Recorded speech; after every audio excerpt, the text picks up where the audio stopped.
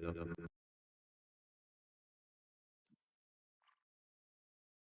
Hello.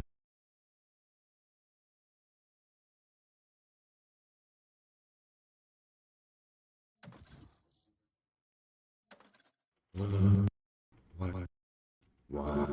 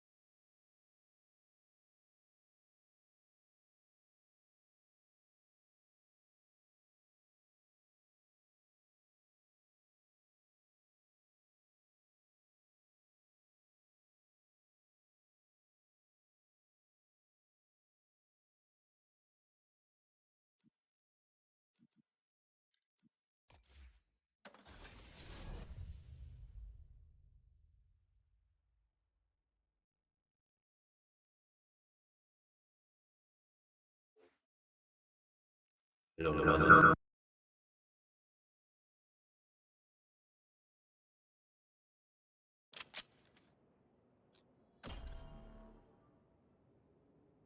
I, I don't know.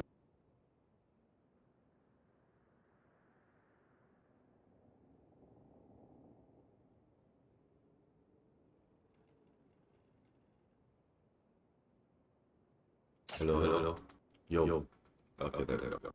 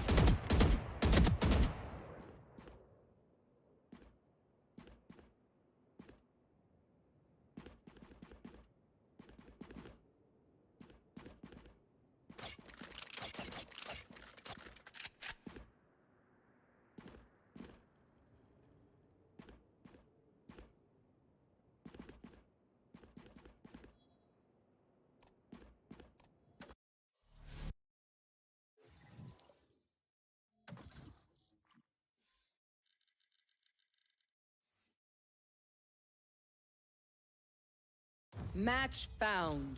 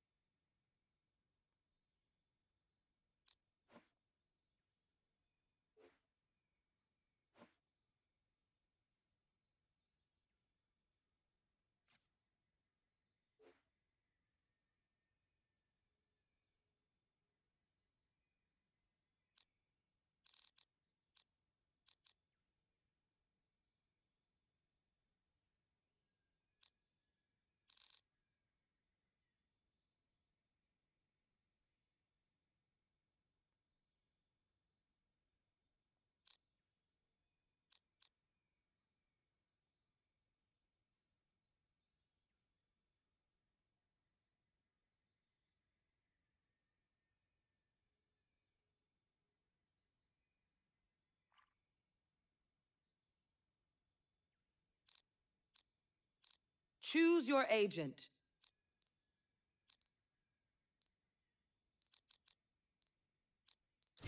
Nothing stays hidden from me. Nothing.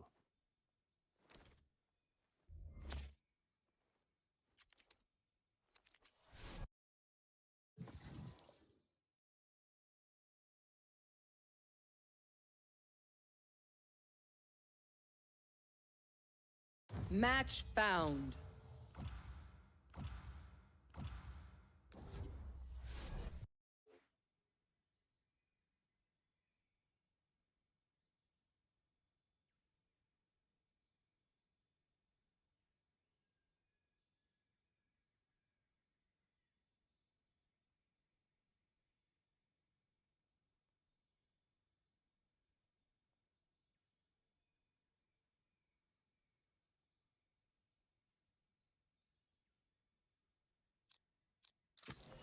I am both shield and sword.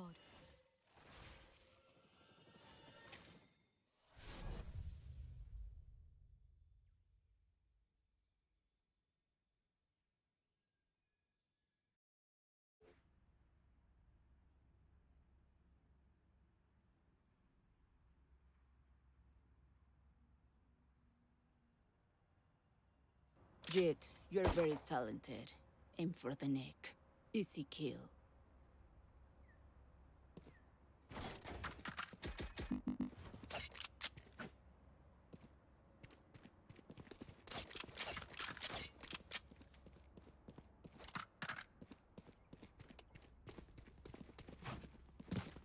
No, you're the best player. Stop. Don't even lie to us. Thank you for the carry.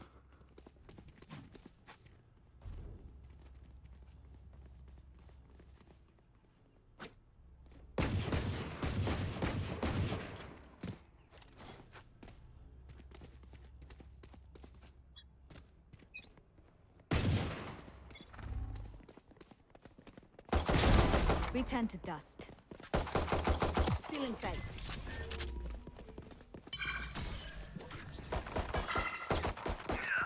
Reloading.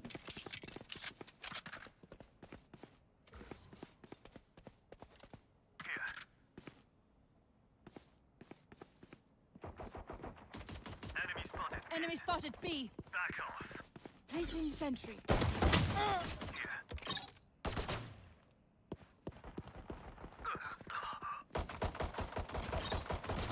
Reloading. Reloading. One enemy remaining. Reloading.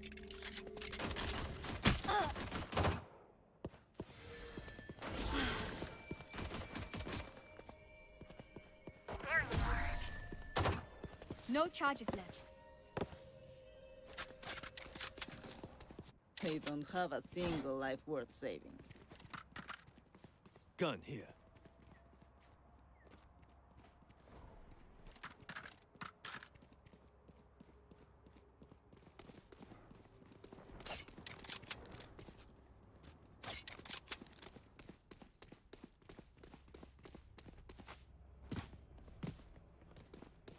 That cipher is a dead man.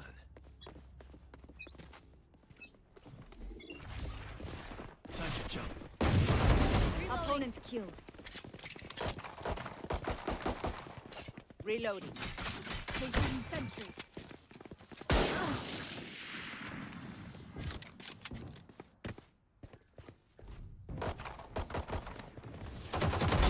Enemy down.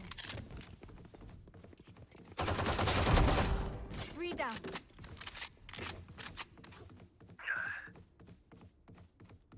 Our spike is down. Spike down A.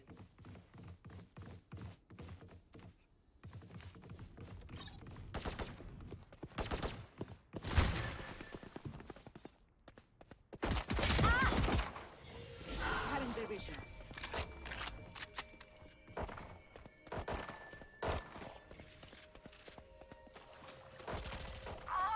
One I enemy have the remaining. spike.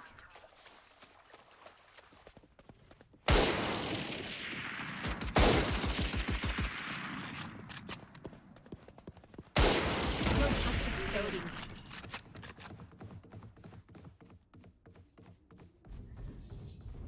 They should probably reevaluate their approach.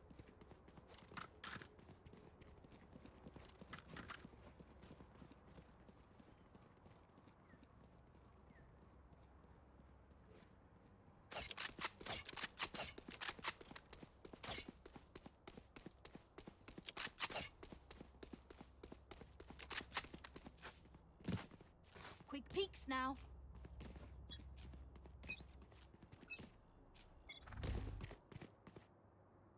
Cutting through. Enemy spotted A.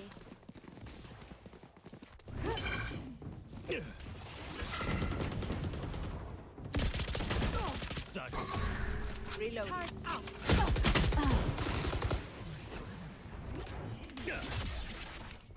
Reloading. Reloading. Decoy. Killed the Reloading. cipher.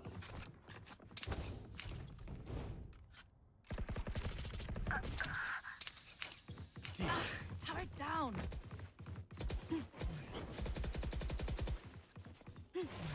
Cutting through. Reloading.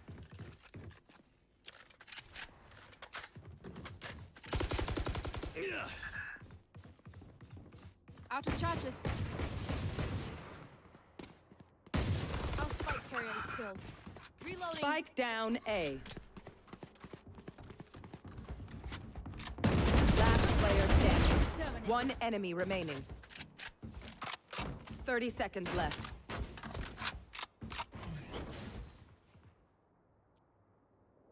I got the spike.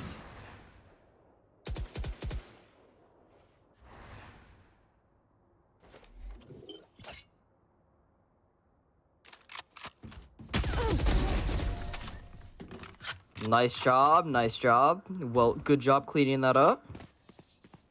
If you've never seen a massacre, this is what it looks like.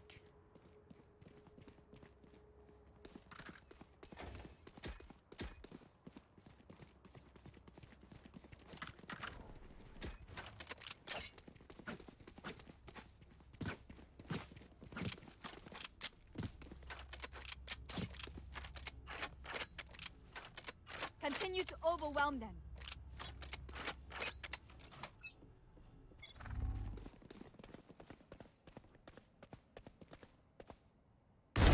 Remove. Get out of my way.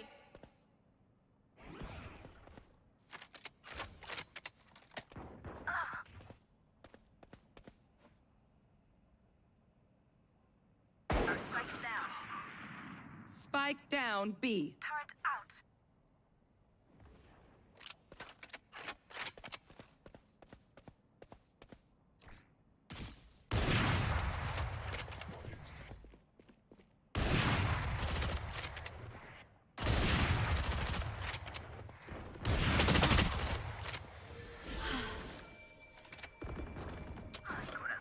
Last player standing.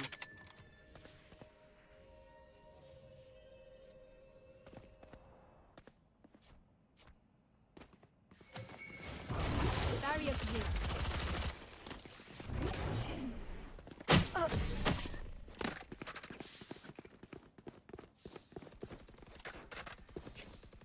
Their lives are so meaningless. Might as well give them to me.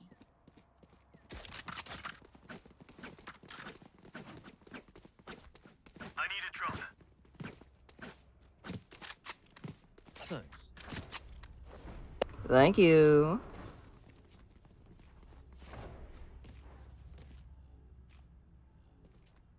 Fight!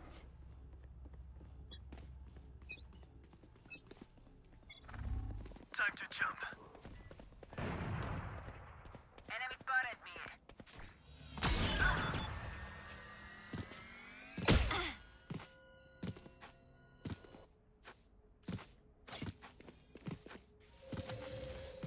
Wall raised.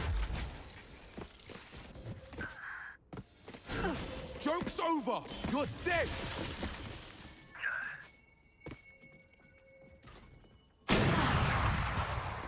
Last player Barrier is standing. dead.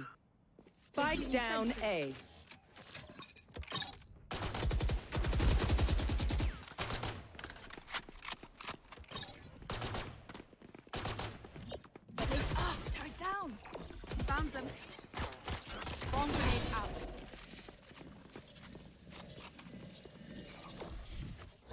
Swarm grenade. Swarm grenade out.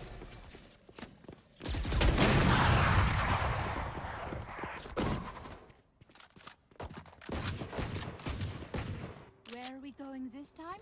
Remember what worked in the past.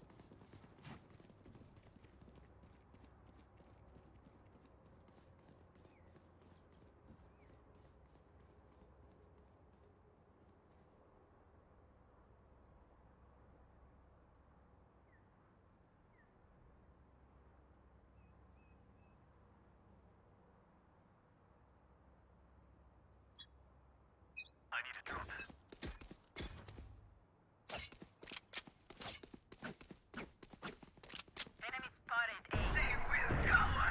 The hunt begins. No charges left.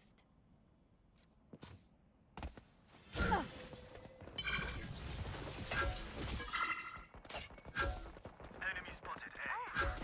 I'll handle this. Enemy spotted A.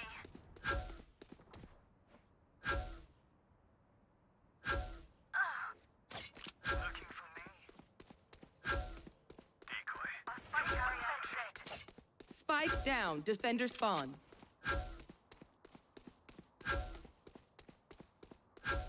Last player standing.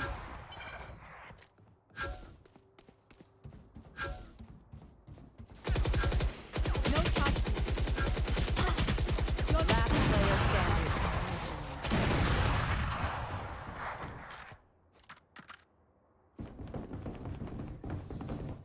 Remember, your weapon is only a tool. Hey, are you playing on like your brother's account or something? You have to think. Just a quick question. Like, not to. Okay, yeah, kind of figured. I mean, you might be messing up his KD, but I mean, hey. I mean, he could see what how you played. He can really see it on his thing after the game. Like, he can check all the games, so you're probably gonna get caught. If you don't delete it, it's there. It's there forever. Out. Yeah, but it might not. If he's stupid, then he won't check. Placing swarm grenade. Time to jump. Enemy spotted B.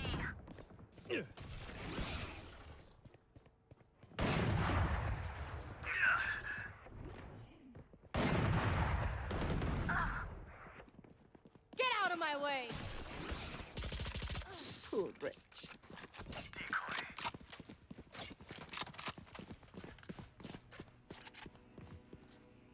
Recalling my bot.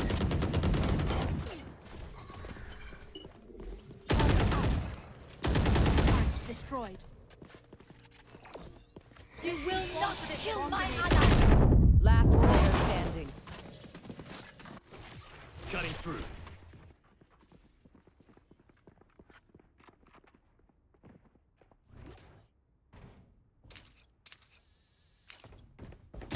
Thirty seconds left.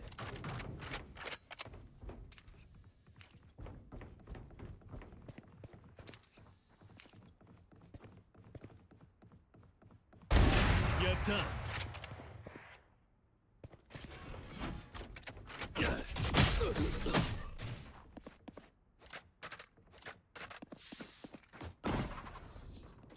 Never show weakness. Ever.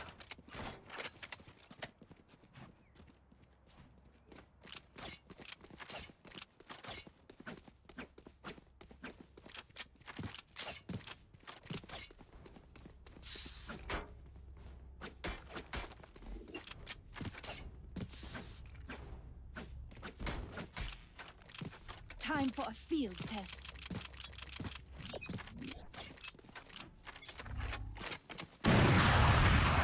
Enemy spotted. Alarm bot out. Placing swarm grenade. Turret out. You fought well. Time to jump. Good attempt. Eyes down. Cutting their vision. Healing you. Spike planted.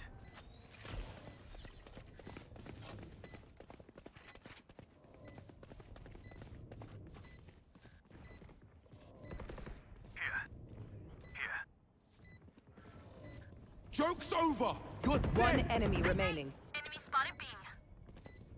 Flawless. Amazing. I am honored.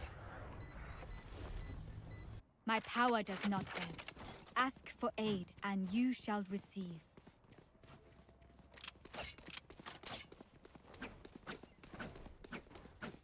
That gun's literally this is literally the entire point of it. This is basically that gun.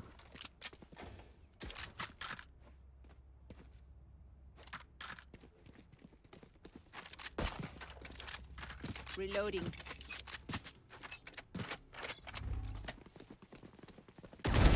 One dead.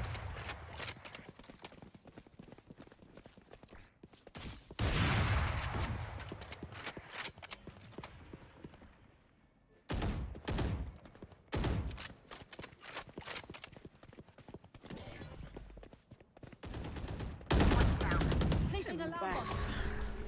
Reloading.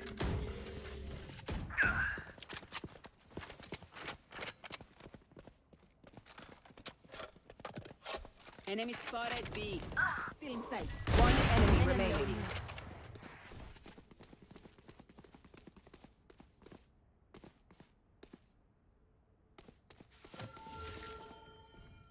Placing sentry. Our spike carrier is dead. Spike down B. Placing swarm grenade.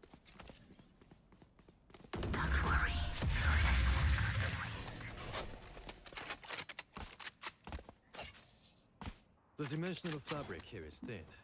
I'll tear through.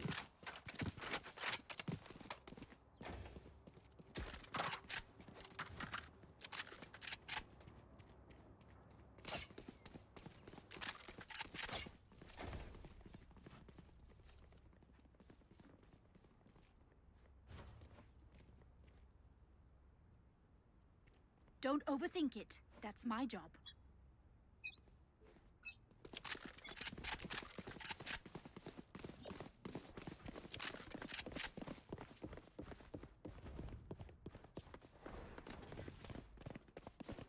Cutting through.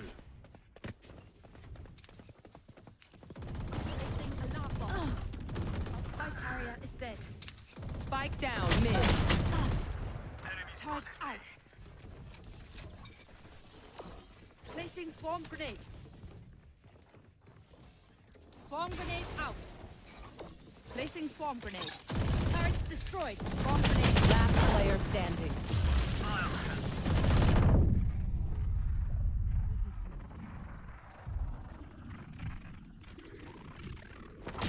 I'm back. Flawless.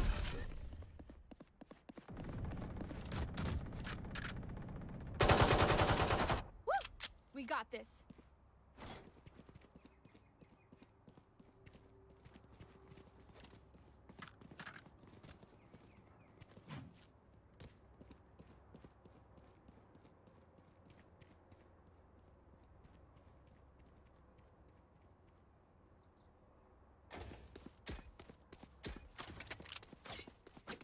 Let's fly.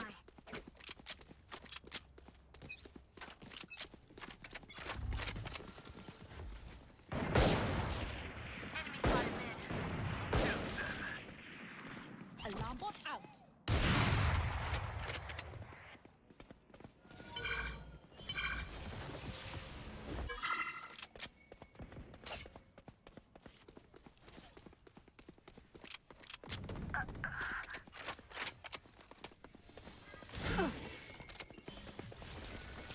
Turret out. Joke's over! You're dead! Cypher removed.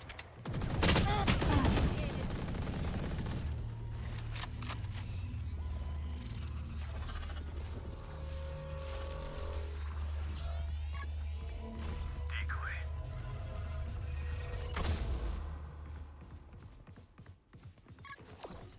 Placing swarm grenade.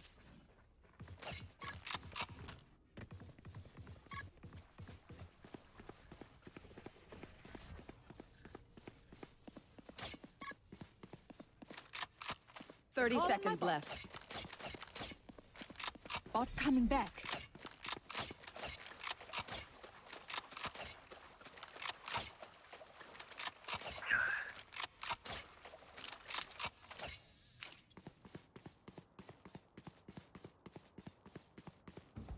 10 seconds left. One enemy remaining. spike carrier Last is dead. player standing. Spike down B.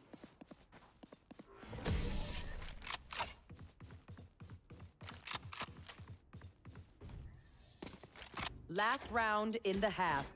Spend your money now. Need a drop. There's no bank in hell. Thanks.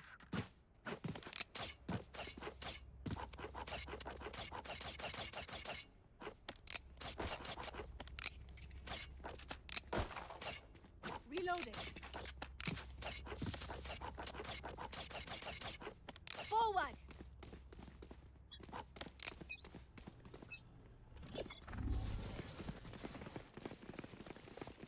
Placing alarm bot.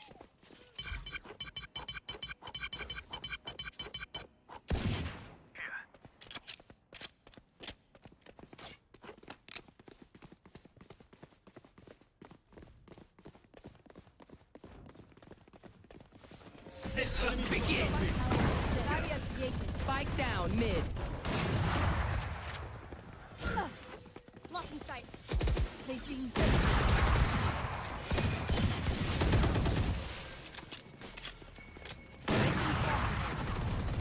Bomb grenade.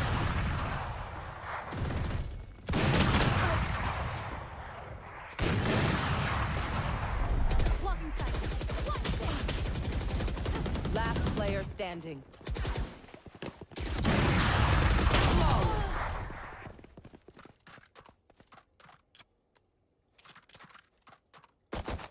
Even Switching with numbers, sides. anything can still happen. Remember that.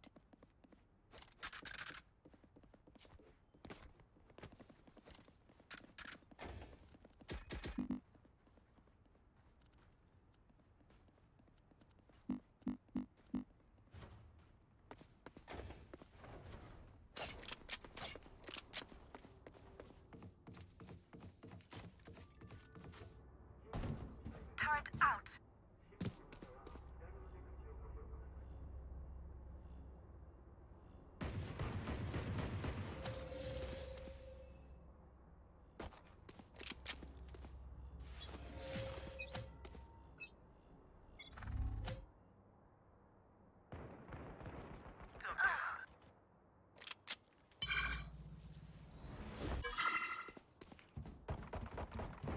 Enemy spotted mid.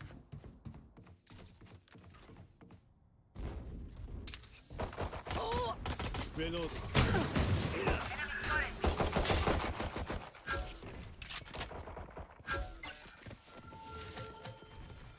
Wall raised.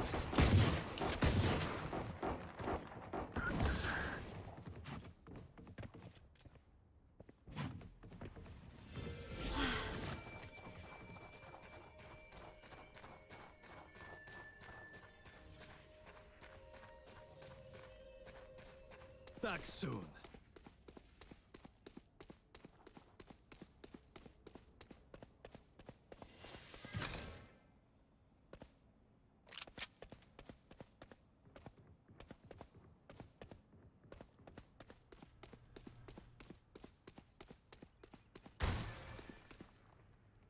Thirty seconds left. Spike planted.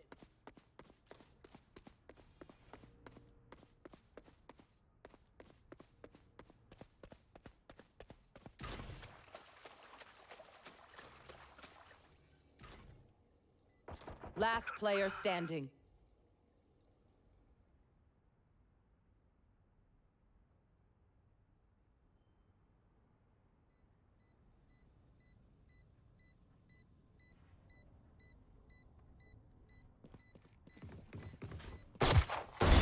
Eliminate.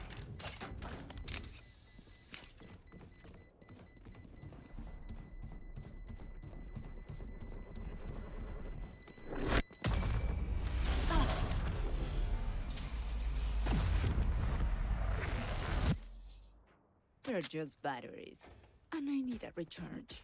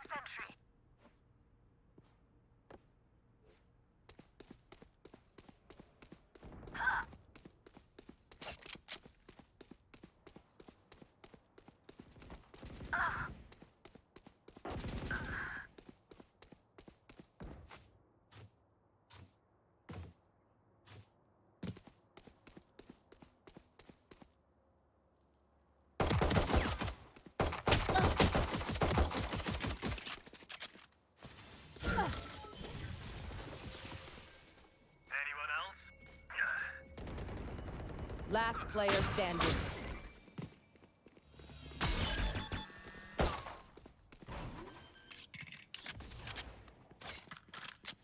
Spike planted.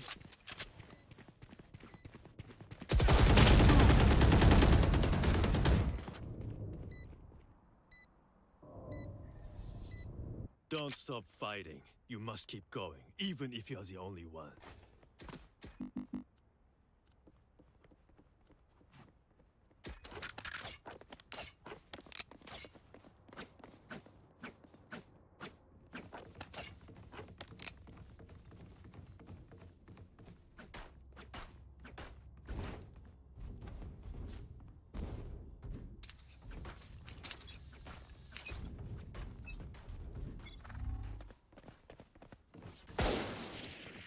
Multiple enemies mid.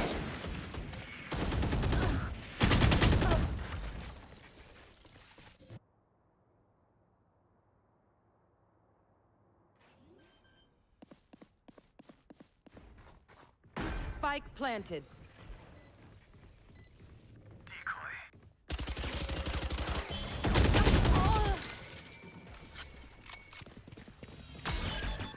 Joke's over!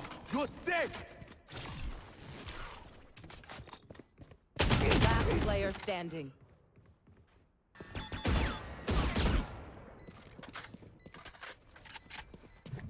Cutting their vision.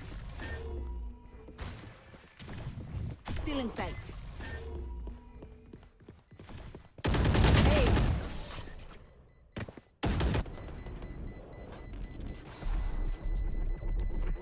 If I kill all the enemies myself, I apologize. I have trouble sharing.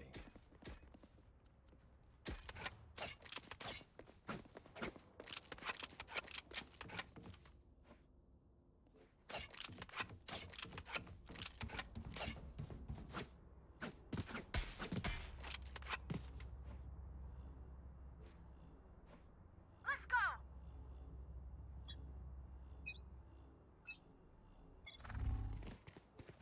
Turret out.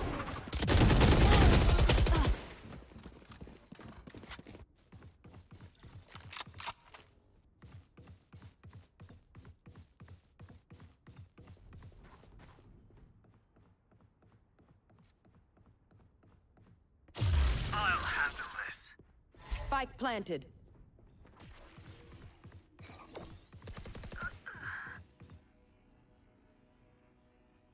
Enemy spotted A. Last player standing.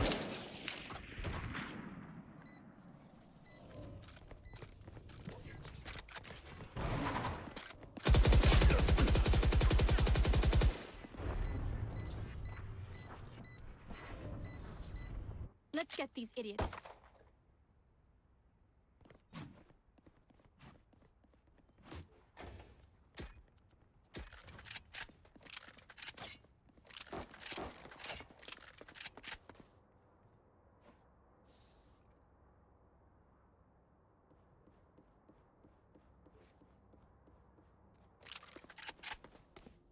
Quick peeks now.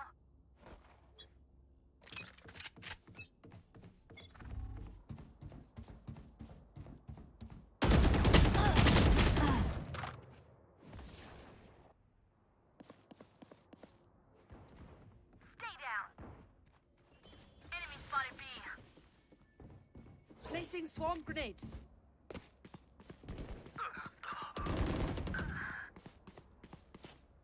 Swarm grenade out.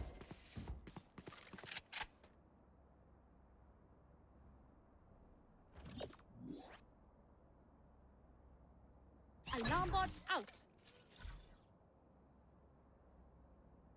Enemy spotted B. Last player Placing standing. sentry.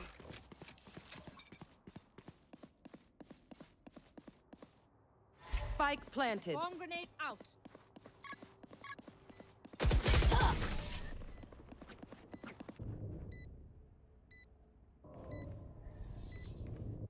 Match point. Everyone makes fun of German efficiency. Ha ha. Just keep laughing as you use all my gear.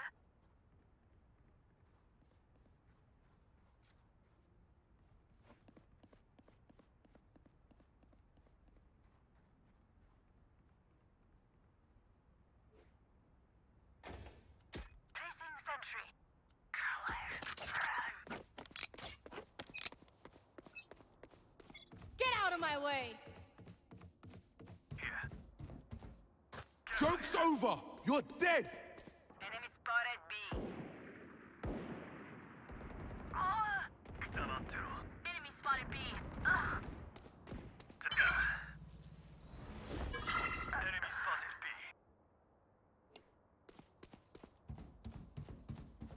Last player standing. Spike down B.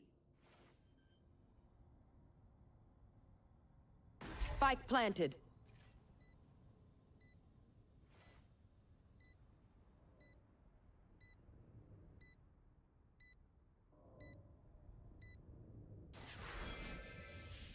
Your duty is not over. Last player standing. Attackers win.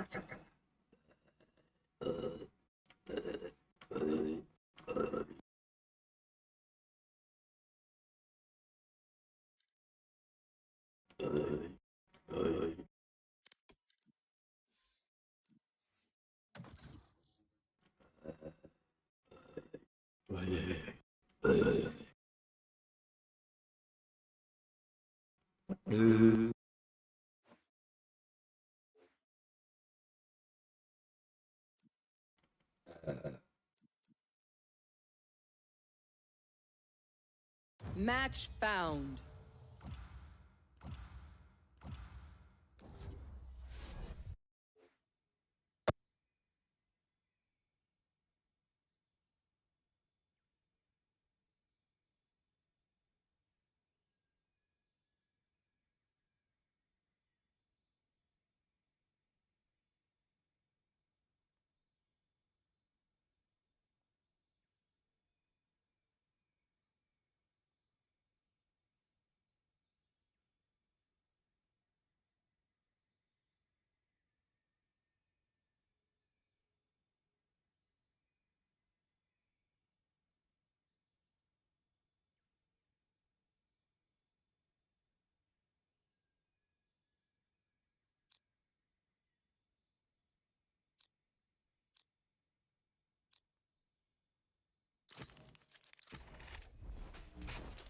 Stand in my way.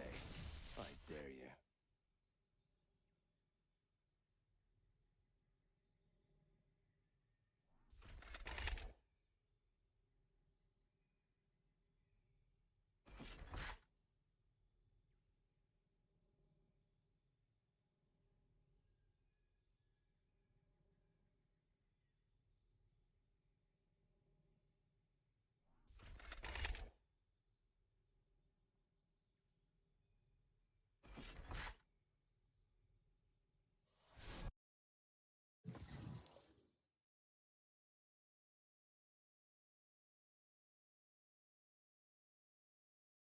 Match found.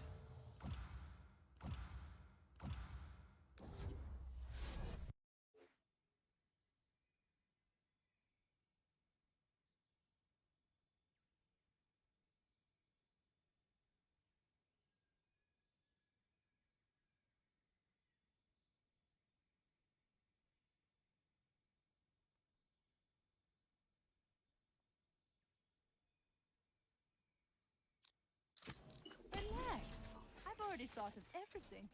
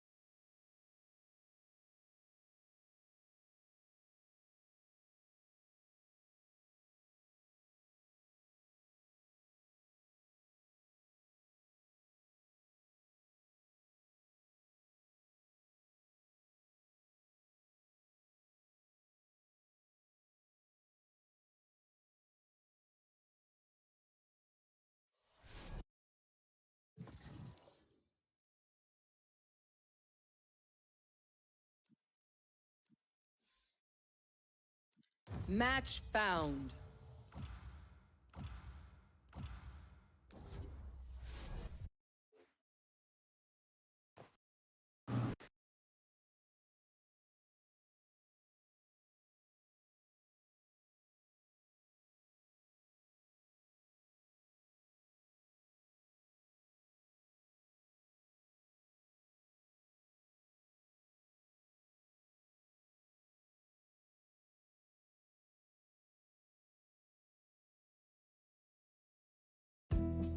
Hey everyone, welcome to Neuropod, a channel about all things related to the Elon Musk company Neuralink.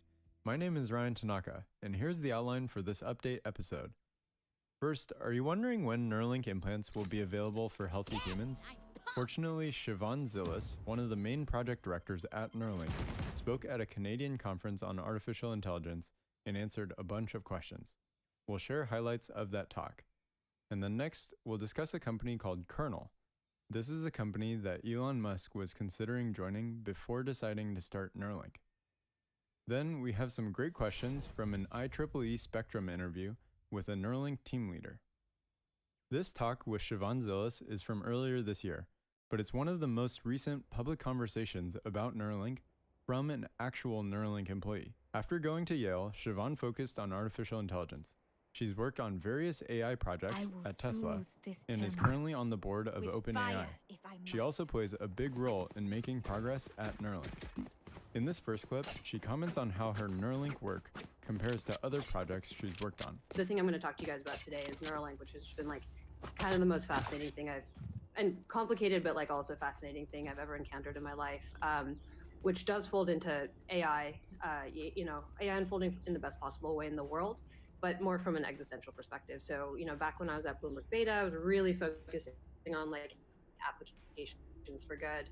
And as I thought about it more and more, I was like, well, the most fundamentally transformative technologies humanity creates, if not the most. And so we just need to make sure, from a humanity perspective, this goes well. The initial talk was a nice bird's eye view recap of Neuralink, and the question and answer session was a little bit more specific. Siobhan answered questions that many of you have asked me in the YouTube comments or on Twitter. One of those questions is, by your estimate, approximately how long do you think it'll be until healthy humans start getting neural implants? And here's what Siobhan had to say. If you were looking for something that, again, just unequivocally is going to take you to better control of your computers and your digital devices and be your default way of interacting, you're probably looking at 12 to 15 years.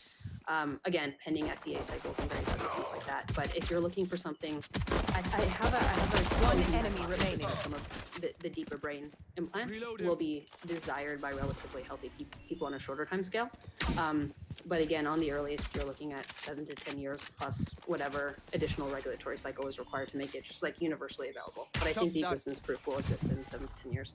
Although she has good insight into what progress the team is making, keep in mind it's extremely difficult to predict these milestones.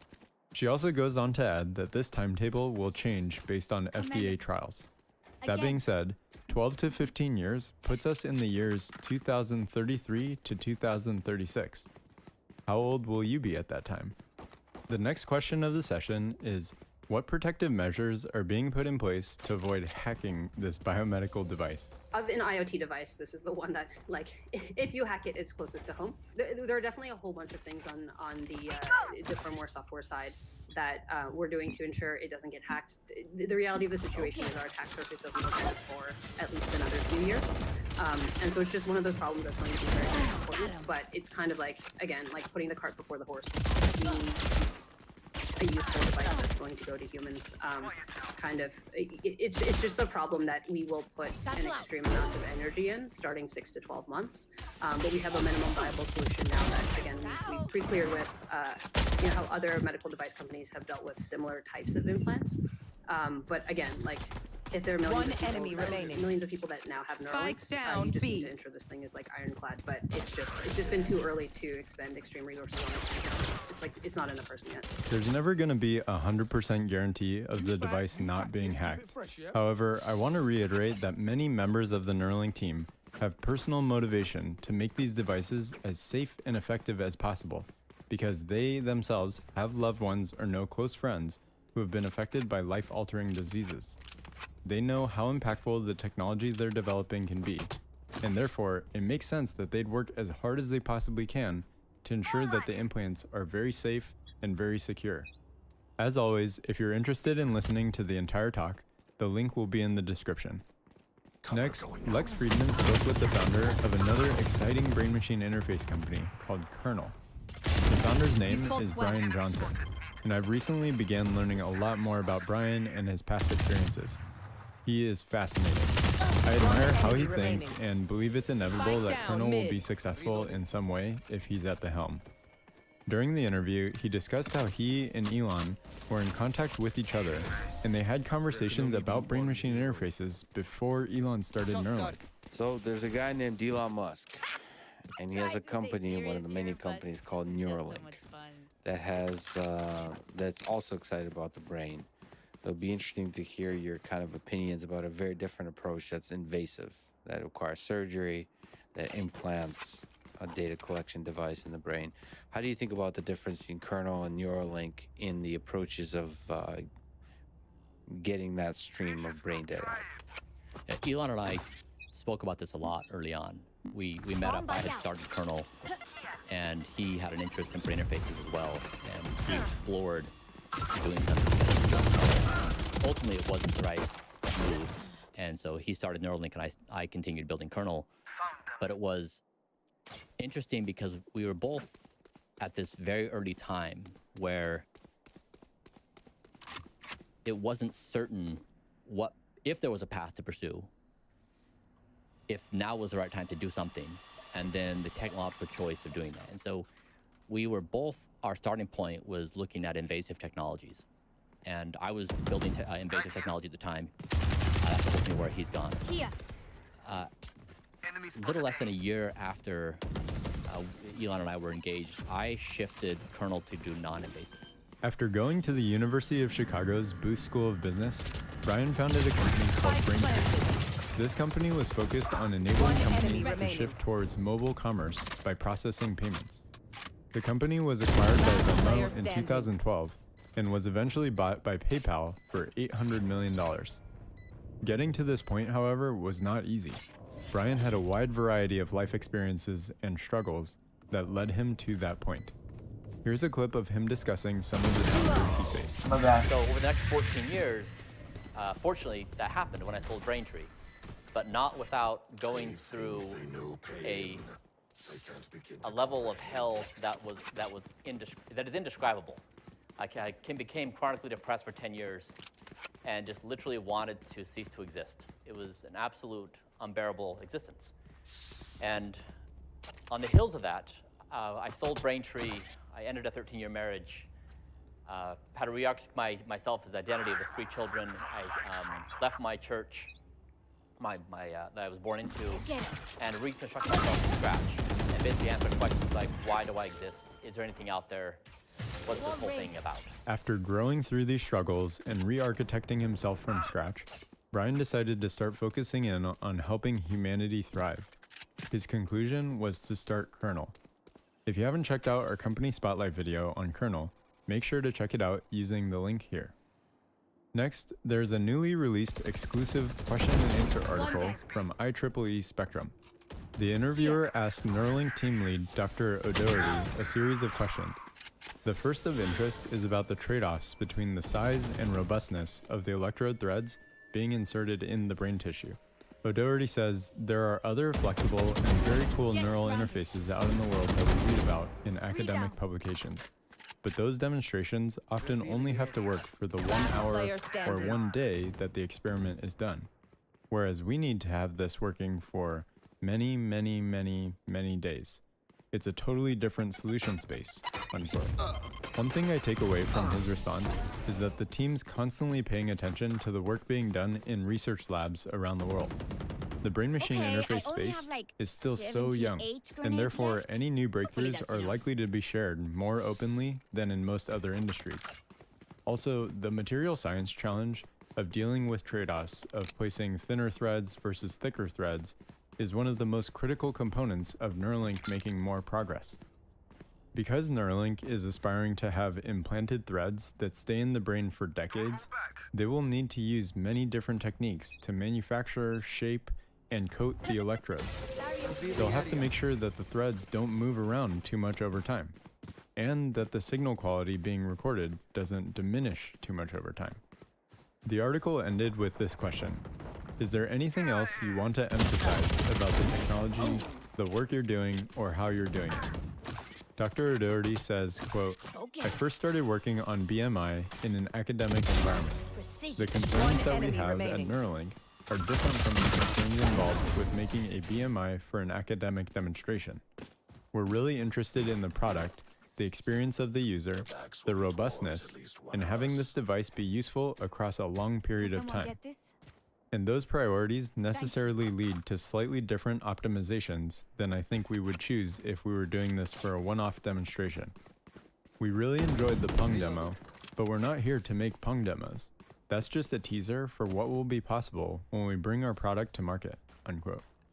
A future with Neuralink, or any high bandwidth, closed loop brain-machine interface, is super inspiring. It'll be cool to look back 5, 10, 20 years from now and see the cool applications that have been unlocked. Next, if you watched the June update, you may remember we shared some highlights from a session held by Everything ALS. Their team is trying to detect ALS symptoms by just listening to and watching people speak. They've asked me to help spread the word about their need for people who are willing to participate in this very important research study. 1 out of every 6 people are predicted to have a neurological disease by 2030.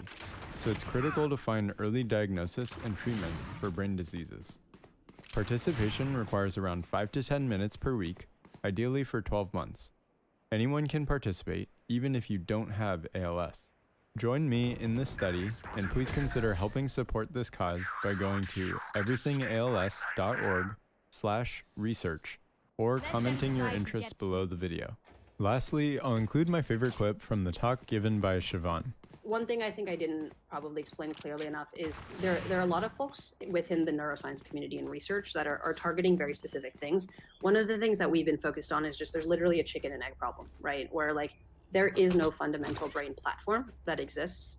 And so both our understanding and our ability to treat are just hamstrung right now because humanity just does not get how the brain works en masse. And so for us, a lot of people will be like, hey, you know, do we should partner up on things? Should we do this? And we're like, guys, we can't wait. Like as soon as we have this like stable brain platform that we can, you know, allow others to use or use ourselves for fundamental understanding of the brain, like that would be sweet. We're like focused on the engineering and the biology of it right now. And again, we are learning things about the brain.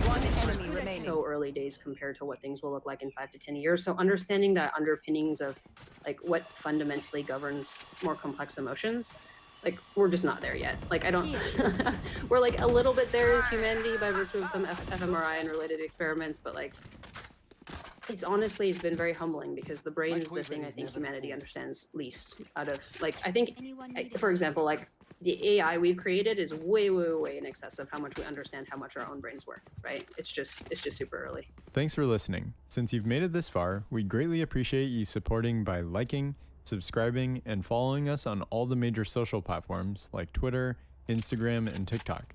And if you really enjoy our videos, please also consider supporting by clicking the join button or going to patreon.com/neuropod. Thanks again, and hope you join us again for the next episode. And last, just a reminder, Neuropod receives no compensation from Neuralink and is not formally affiliated with Neuralink in any way.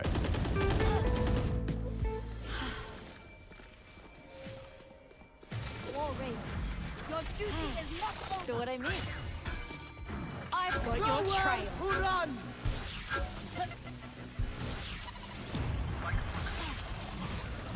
Satchel out. Last player standing.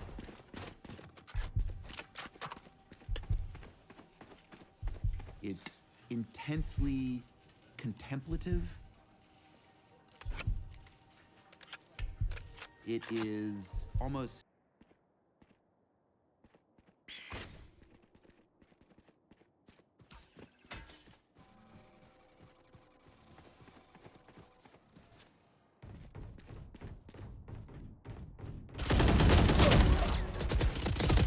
Spike down mid.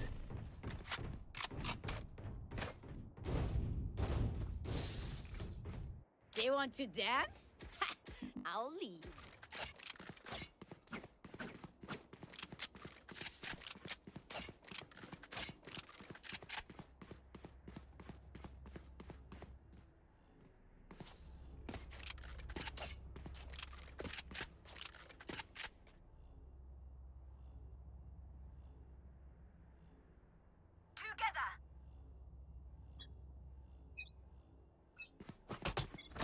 Go get him.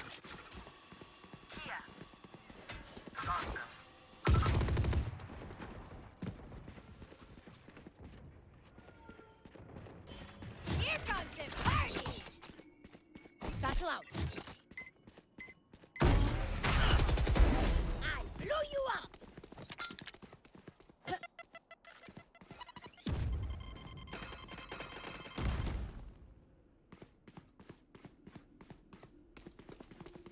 Right here. Right here. Someone's A.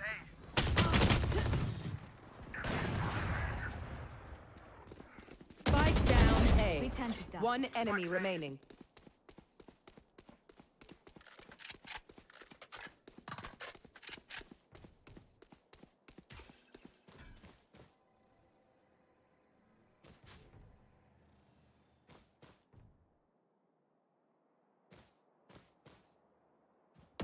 I quit.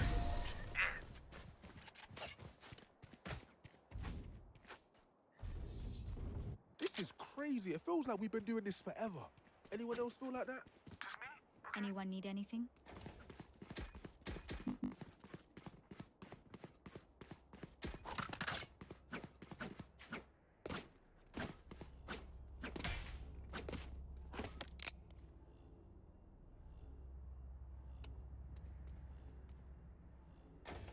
I got you, bruv. Can I get a draw? Thanks. Bomb buddy out.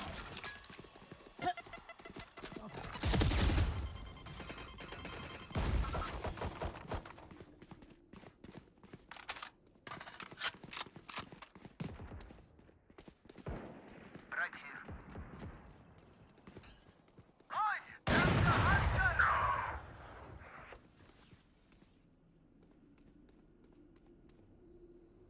Here.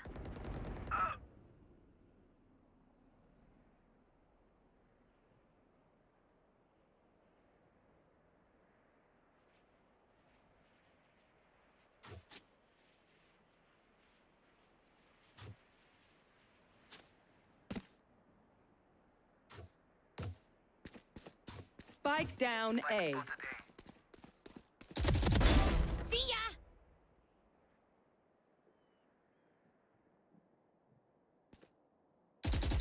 One enemy remaining. Pick up the sheriff race. Right here. 30 seconds left. Last player standing.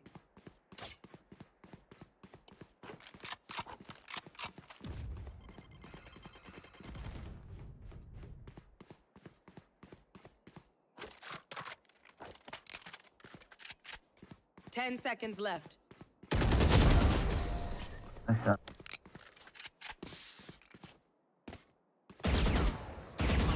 Last round before the switch. Spend everything. We keep nothing. Gun here.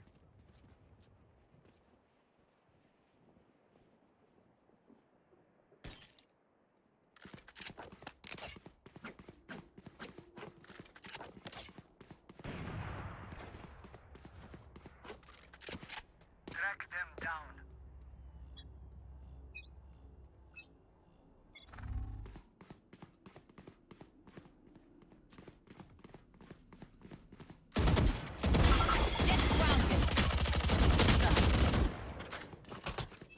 Bomb buddy out.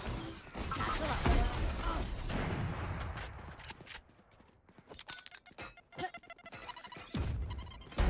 Boom! Colorful kill.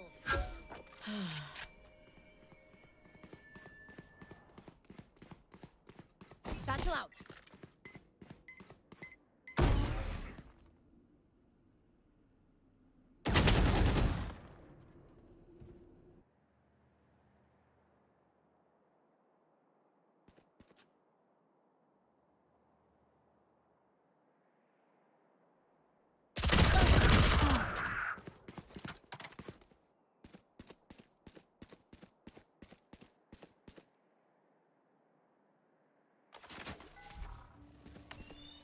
Scanning ahead.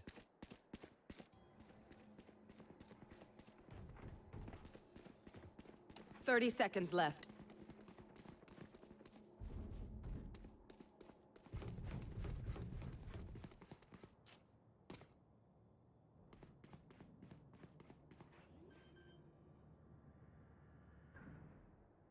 Spike planted.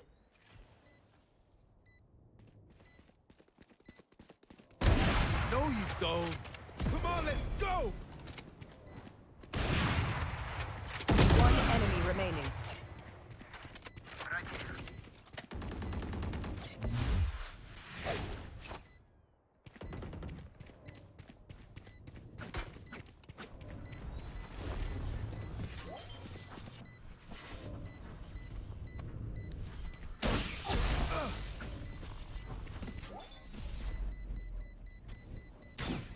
We good.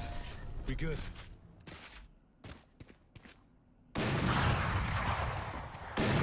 Switching sides. Stay safe. We're going back in.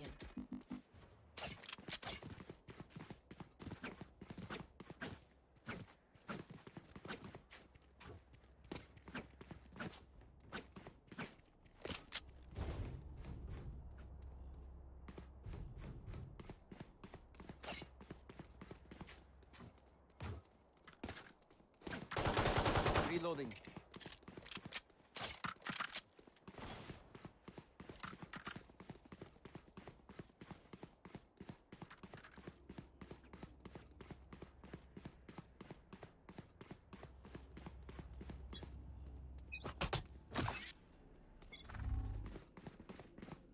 Go get him.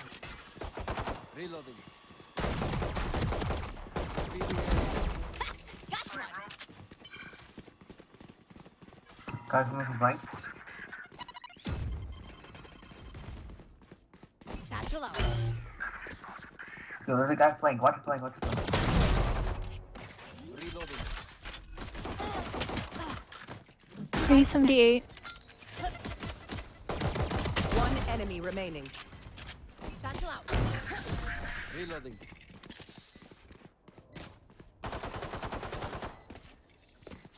You man ready for a light show?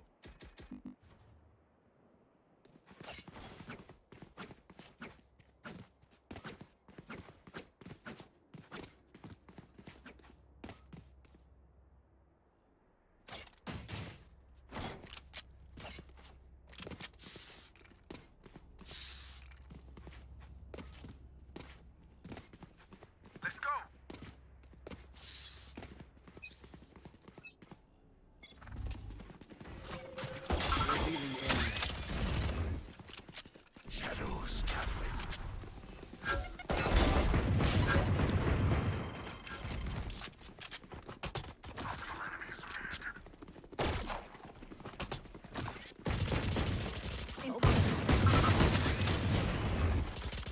Enemy spotted B. One enemy remaining.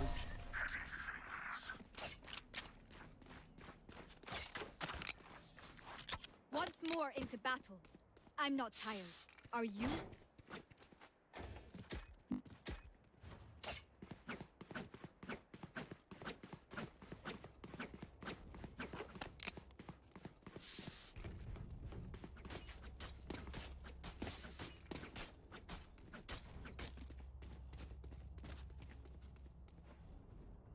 I will be their nightmare.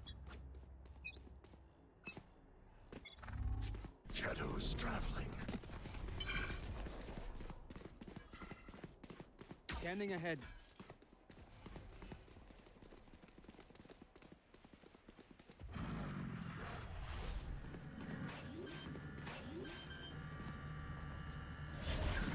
Spike planted.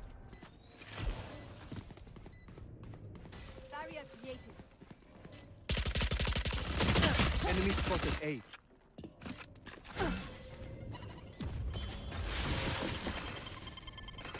Deploying drone. Right here. Neutralized.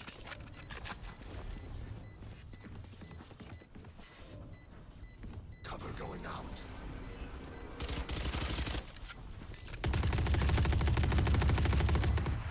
Revealing area.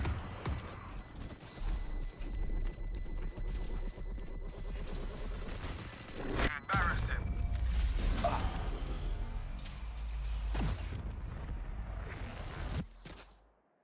Match point. A single battle between us and victory.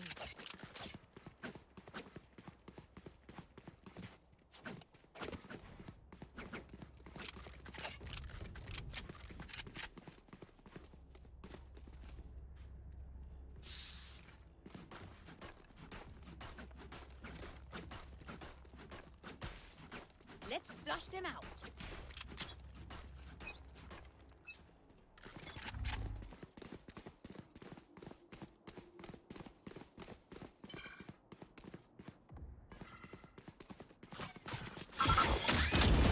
Revealing area. There they are. They're going out. Right here.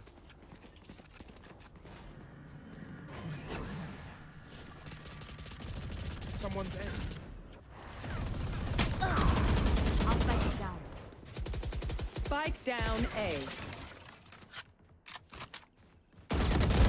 Eliminated. Enemy spotted. Enemy down. Reloading. Three down. Scanning ahead.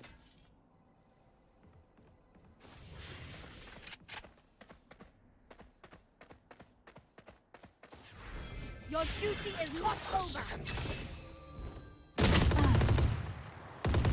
30 seconds left. Last player Not bad. standing. So was one tap. I hit him for 73.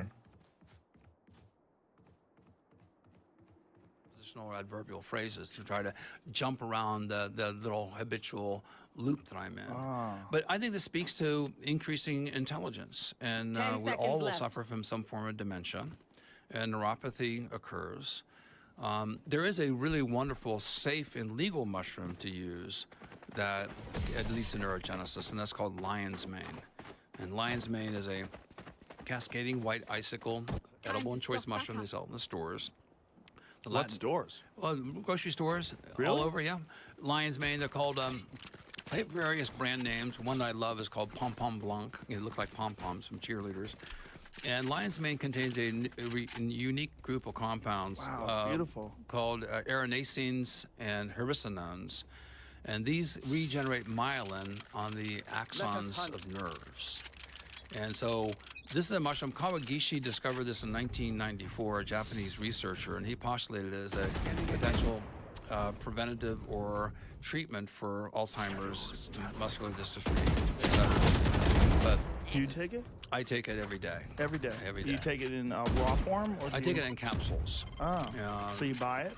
Yeah, we have an extensive product line. You do? Yes. How do you get to that? Hostdefense.com. Hostdefense.com. Why host defense? That's part of your innate immunity response, supporting your immunity. But our main business is at fungi.com. And I registered that name myself. I'm kind of proud of that. It cost me $25, 1994. Wow, you were on ahead. I was on ahead of the ball. Yeah. So, but lion's mane is a safe mushroom to consume. There's several clinical studies out on it, treating mild cognitive. Last player standing. But there's 2 mouse studies that I think are quite interesting. And this is translational medicine. This translates from mice experiments to humans. We already know that it has aspects of neurogenesis. When you go into Alzheimer's, a state of Alzheimer's, which is a big complex, but one of the characteristics is the formation of amyloid plaques. Demyelination of the neurons, myelin transmits the neural signals. Demyelination occurs, your outer sheath on the neurons is interrupted by amyloid plaques that then prevent neurotransmission. So the experiments with the mice, which I think are so interesting, one experiment was the maze experiment, where the mice were put into an arena, and they went out a corridor, and they went one way in the corridor, they would find food, the other way is no food. Well, very quickly the mice learned, you go out the corridor, go to the left, you find food. They injected it then with a toxic polypeptide that induces amyloid plaque formation that is a neurotoxin. Very quickly, after 2 weeks or so, the mice developed neuropathy. They got confused. They couldn't remember which way to go. It randomized. Upon giving these mice, again, mushrooms for a few weeks, they nearly re-normalized. Upon sacrificing the mice in the first part of the experiment, they saw the amyloid plaques and the demyelination. The second part of the experiment, of course, another subset of mice, they found that the myelin regrew and the amyloid plaque had resolved. This is post-mortem. You say sacrifice. Well, yeah, it's 100 mice. So killing them. You're basically cutting their brains open. You're cutting off a representative sample. Right. You sacrifice them. You determine, that's representative of the population. Now, the remaining population that's alive, they fed them the mushrooms, and they found that they regained neurological function. Wow. The other experiment, which I find is even more fun, is, and this was done in Japan, they put like 100 mice in an arena, and they put a toy in the middle of the cage. And all the mice got excited. They came up and sniffed it and smelled it, and they got really excited. And they sat there with counters to measure the number of points of contact. How many points of contact do the mice have exploring a new toy? So they got a really good baseline, hundreds of data points. And then they did the same thing. Then they introduced this cyclopeptide, this neurotoxin, and the mice then, after a while, were uninterested, didn't have imagination, no curiosity. They put in a new toy, they were disinterested. They did the same thing. Now, even their full-blown dementia-like symptoms gave them lion's mane mushrooms. And after a few weeks, when they put in a new toy, they came back to near normal levels. Upon sacrificing the mice, they found that the amyloid plaque had resolved, and myelin had regenerated, and neurogenesis had occurred. This is a smart mushroom. Now, the tragedy that we face, I believe, as a society, is we have people like yourself, people like me. We're all going to suffer through neuropathy. We have a lifetime of a body intellect of knowledge that we're going to start losing. So what is the loss to society of our elders forgetting, not remembering? So I think this is something that's really extraordinarily exciting. It's not patentable. The drug companies have no interest in this, but this is probably the #1 thing that people can do, in my mind, to not only preserve cognitive function, but to expand it. Now, I personally would love to see it legal to stack them both together, stacking psilocybin with lion's mane. And I think that stacking thing, and then combining it with vitamin D3. Now, I suggest vitamin D3, niacin, because those of you who've had a niacin flush, 200 milligrams of niacin or more, you get red, you get itchy. Select your agent. And neuropathy typically is presented at the fingertips, at the end of your toes and your fingers, and your peripheral nervous system. As you have neuropathy, the nerve endings begin to die backwards. So my idea here is, because there are different receptors being activated by psilocybin than with the erinacines from lion's mane. If you stack lion's mane with psilocybin mushrooms with niacin, the advantage is, and this is hypothetical, but this is something I think is well worth testing, toes in your fingers and your peripheral nervous system. As you have neuropathy, the nerve endings begin to die backwards. So my idea here is because there are different receptors being activated by psilocybin than with the erinacines from lion's mane in the middle of the cage. All the mice got excited. They came up and sniffed it and smelled it, and they got really excited. And they sat there with counters to measure the number of points of contact. How many points of contact do the mice have exploring a new toy? So they got a really good baseline, hundreds of data points. And then they did the same thing. Then they introduced this cyclopeptide, this neurotoxin, and the mice then, after a while, were uninterested, didn't have imagination, no curiosity. They put in a new toy, they were disinterested. They did the same thing. Now, even their full-blown dementia-like symptoms gave them lion's mane mushrooms. And after a few weeks, when they put in a new toy, they came back to near normal levels. Upon cyclopeptide the mice, they found that the amyloid plaque had resolved and myelin had regenerated and neurogenesis had occurred. This is a smart mushroom. Now, the tragedy that we face, I believe, as a society, is we have people like yourself, people like me. We're all going to suffer through neuropathy. We have a lifetime of a body intellect of knowledge that we're going to start losing. So what is a loss to society of our elders forgetting, not remembering? So I think this is something that's really extraordinarily exciting. It's not patentable. It's the drug companies have no interest in this. But this is probably the #1 thing that people can do, in my mind, to not only preserve cognitive function, but to expand it. Now, I personally would love to see it legal to stack them both together. Stacking psilocybin with lion's mane. And I think that stacking thing, and then combining it with vitamin D3. Now, I suggest vitamin D3, niacin, because those of you who've had a niacin flush, 200 milligrams of niacin or more. 30 seconds left. You get red, you get itchy. And neuropathy typically is presented at the fingertips, at the end of your toes and your fingers and your peripheral nervous system. As you have neuropathy, the nerve endings begin to die backwards. So my idea here is because there are different receptors being activated by psilocybin than with the erinacines from lion's mane. If you stack lion's mane with psilocybin mushrooms with niacin, the advantage is, and this is hypothetical, but this is something I think is well worth testing, is that niacin can help drive the neurogenic benefits of psilocybin and erinacines to the end of the peripheral nervous system. So we actually are planning right now a clinical study in Oregon with lion's mane mushrooms. The physicians who looked at the research, which is robust, are convinced that it's worthy, and they have their own funding. So we're going to do an N of 30 study, is what we hope to do, 30 patients, and we hope to begin that study in the next year. It is phenomenal to see how that would affect people with CTE. People like football players, boxers, people with across brain the damage. board. Yeah. Across the board. Yeah. I mean, the benefits, and this is something that when you're depressed, you're not creative. And your immune system is depressed as well. You're psychologically, emotionally depressed, and you're not as creative.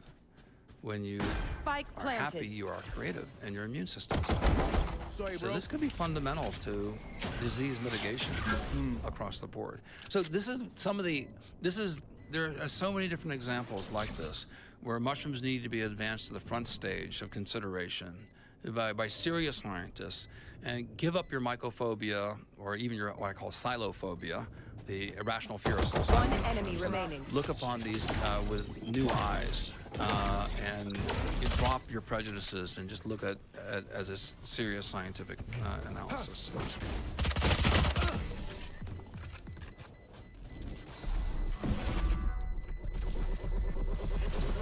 Sage, we are the perfect pair.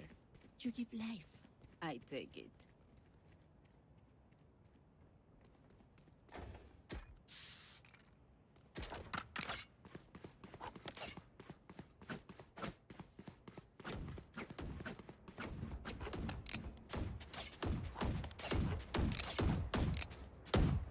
Reloading. Hold the line.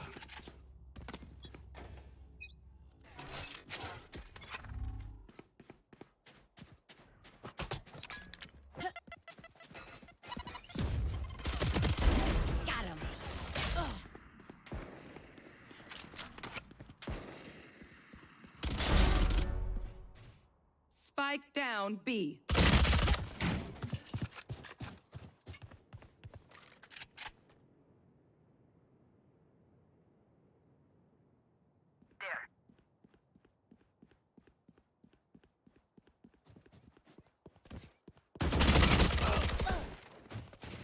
Spike down B.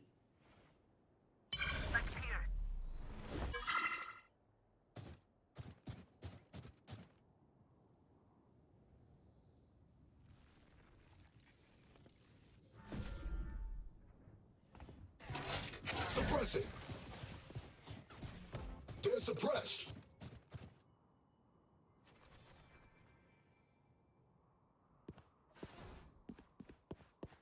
Cutting their vision. 30 seconds left.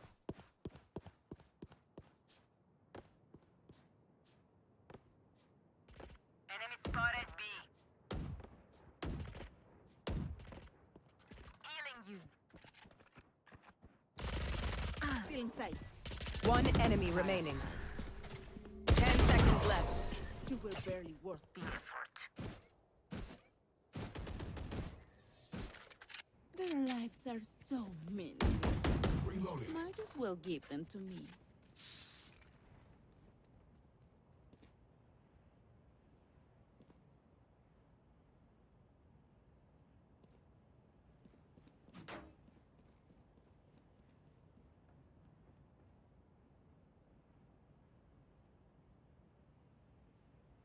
You're mine right now.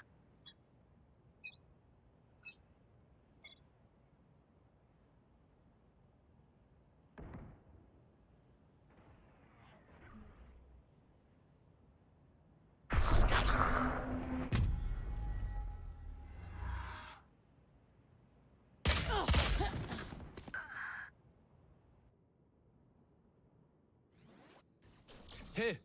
Come on, let's go! That's done.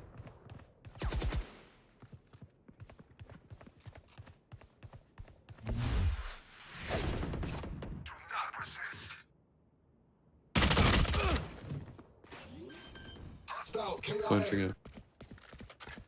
Spike planted.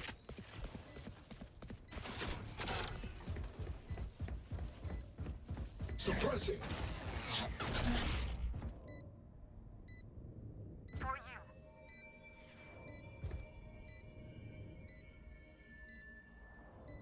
One enemy remaining.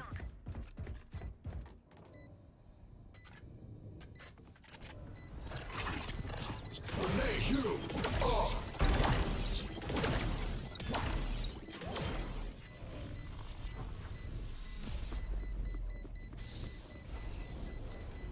I detonate. You don't.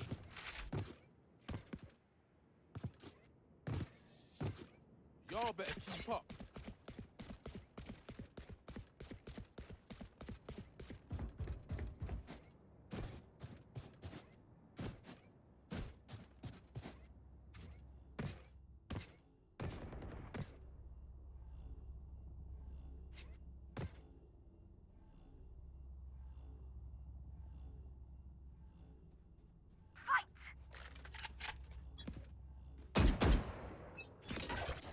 The hunt begins.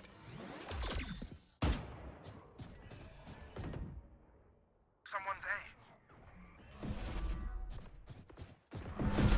Many enemies A. Cancelled. They will cover. Flash.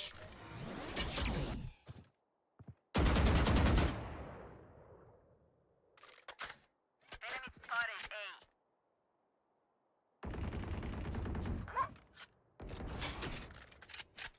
Spike down A. Spike's here.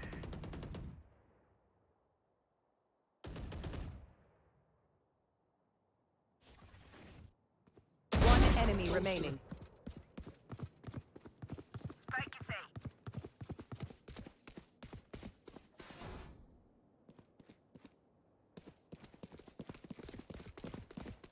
Flawless. Amazing. I am honored. Hey, I like this game. Defenders They win. don't have a chance. No rest required. Ready for redeployment.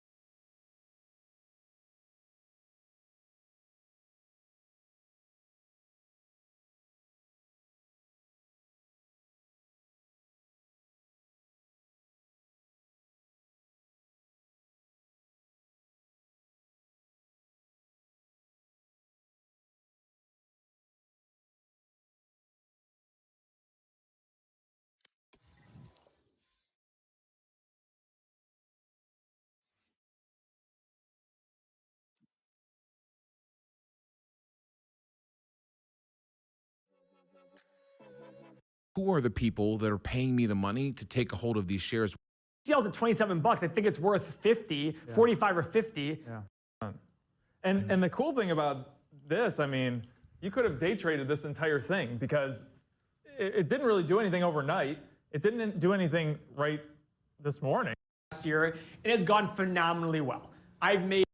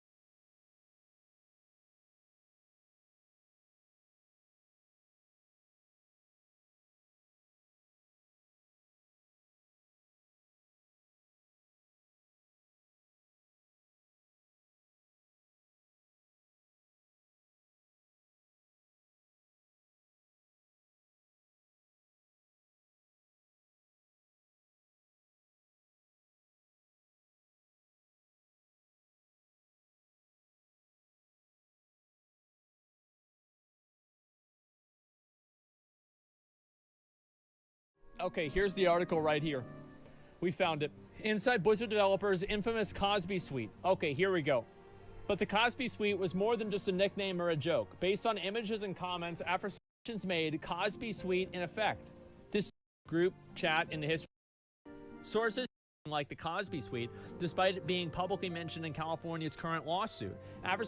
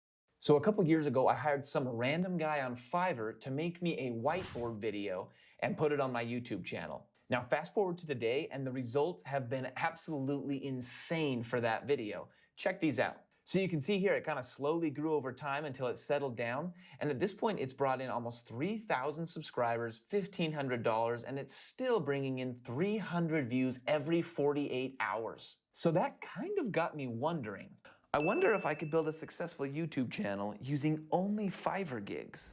From the channel creation and setup, to the keyword research, to the thumbnails, to the video editing, the voiceovers, the SEO, every single piece of the puzzle. Basically, I wanted to see if a monkey clicking a mouse could make this all work. So in this video, we're gonna see if it's possible to do exactly that. Build an entire YouTube channel only using different Fiverr gigs, and obviously still be successful on YouTube. So one of the cool things about making this video was I actually learned some really cool hacks for hiring on Fiverr. And so if you're a Fiverr hirer, a Fiverr hire or a hire of Fiverr,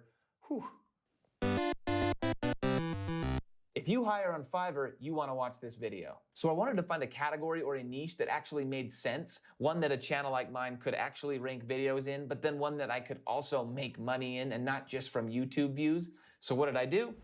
I Googled it.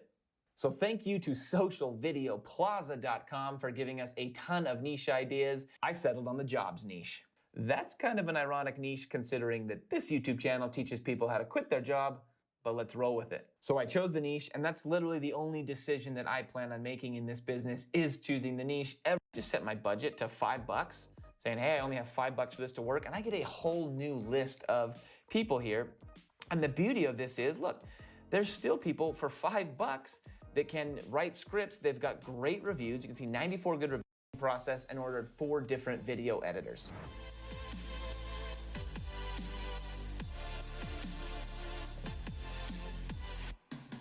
Now, hiring an editor was super interesting actually, because I searched and searched, did my trick, spent a lot of time. Most people were trying to charge 20 to 30 bucks for about 30 seconds of video, which once again was outside of my budget.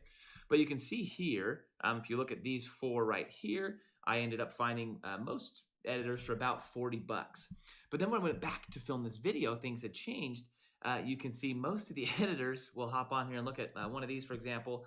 It was now $40 for 2 minutes of editing. So they had changed their pricing, and all of the editors but one had actually changed their pricing. And so it looks like these Fiverr guys are kind of varying their pricing. Perhaps maybe how much business they have determines what price they charge. But in the end, there was one that really worked out for me and had a good deal and didn't change their prices or anything like that. It's this one right here. You can see for a video less than 10 minutes, $10. If you want to add some sound and stuff and things like that, it ended up being $30. But you could get less than 20 minutes. So this is what I ended up going with and ordering for the future videos that we're gonna do, is this gig right here. And the final step in this entire process was ordering the thumbnails that would go along with the YouTube videos.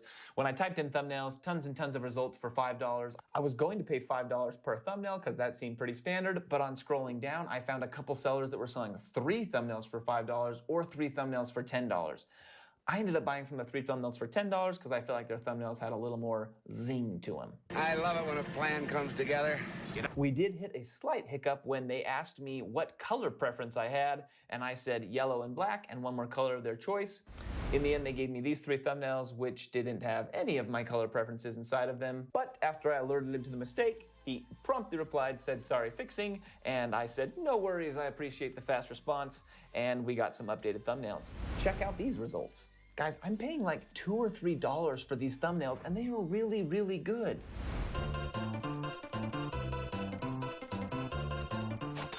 All right, so at this point, we have 4 videos edited. We've got the voiceovers, we've got the thumbnails, we've got everything ready to go. Now, I'm gonna be honest, none of the videos really stood out above and beyond any of the other videos, but I'm gonna show you about a 10-second clip to kind of show you what I basically got. Ready, action. 7 jobs for people without a college degree. Having a college degree is a big plus for getting a job, though that doesn't mean that someone without one can't find a high-paying job on their own. Not bad, right? I was pretty excited about this. I feel like all in all, we did a pretty good job considering that I'm just piecing everything together from a bunch of different Fiverr gigs from people who don't know if I'll ever come back and give them my business again. The only thing left to do at this point is launch. All right, it's the moment I've been waiting for like 2-3 weeks now. We're gonna choose our first video and we're gonna go live. I just got in there and realized I don't even know which video I want to do first. So I think I'm gonna go with the jobs for people without a degree. I felt like they did a really good job editing. So let's do it. I'm so nervous. All right, we are 24 hours out from putting out that first video. I'm just getting in the office. You can probably hear my son screaming in the background for breakfast, but I want to peek at this and see how he did. Honestly, we're 24 hours out from the first video on a brand new channel, so my hopes aren't crazy high, but let's go on and see what we got in terms of views and in terms of ranking. All right, so first we're gonna look at the channel dashboard right here. You can see, let's go to this, this analytics for the video. Oh, hey, look, we're getting views. Okay, we've got 7 views, a total watch time of about 1/10 of an hour. But look over here, I mean, we're actually getting some real views here. You can see like a few people are getting shown this. And it looks like YouTube search is the traffic source or the browse feature, which means this is real views. So that's a really good sign, actually. You can see here, view duration, which is really important on YouTube, is not great. But with 7 views, we're probably not going to judge it too hard. So next, let's go over here to YouTube and let's see how we're actually ranking, okay? So jobs for people without degrees. Okay. What we're gonna do is we're gonna search my channel name. So we're not showing in the first set of views here. Let's check again. There we are. There we are.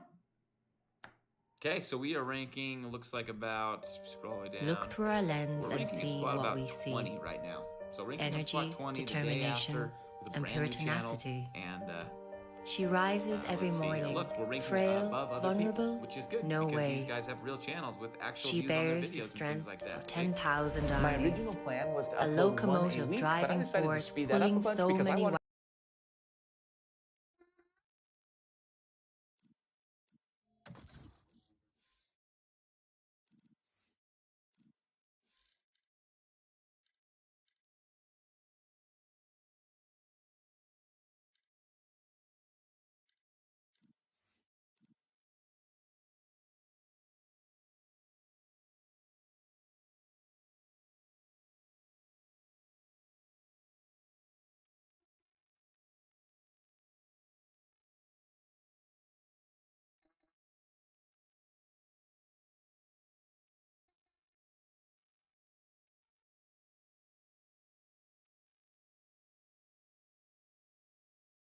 Match found.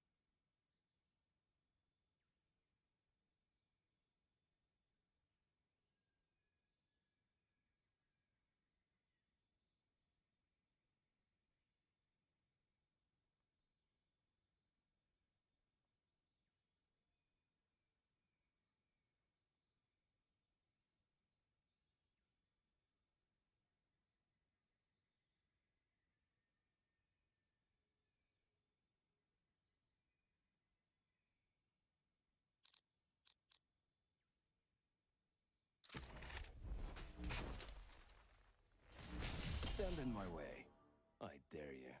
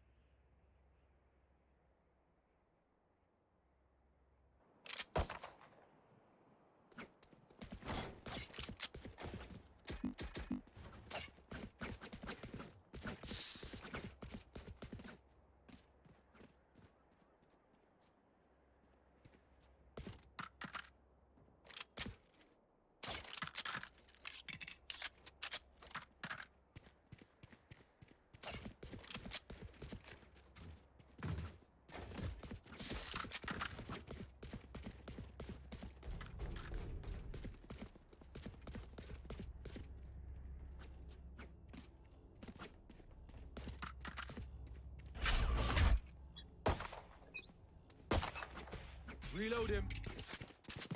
Time to hunt. Reload him. There he comes. Blinding. Dead. Blast out. Killed their Iman. Healing him.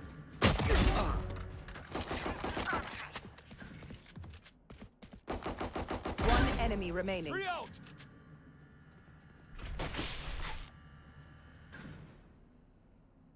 Clearing out. More than that. Reload him. We won because we were focused. Keep that.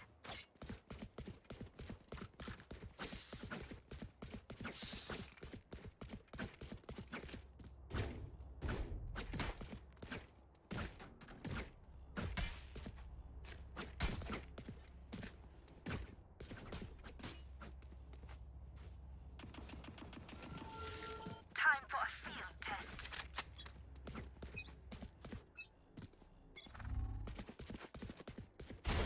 Time to hunt.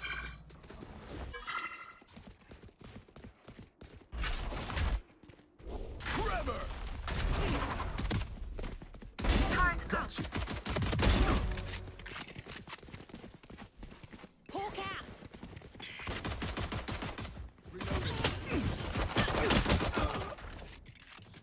Strikes down.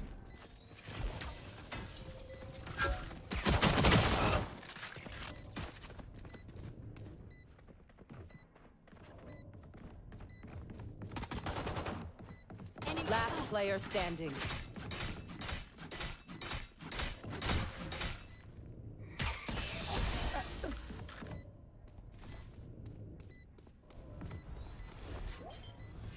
Swarm grenade out.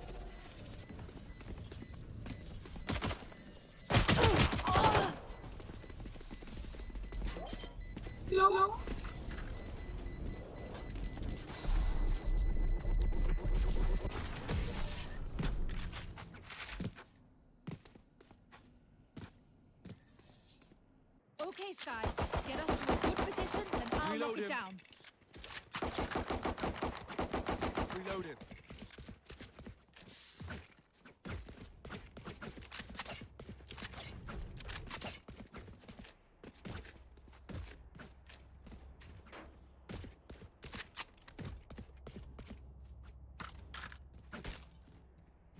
Breakthrough.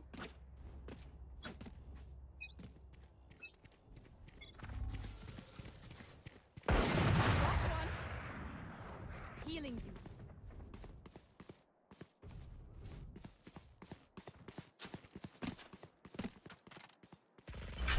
Imposter killed. Many.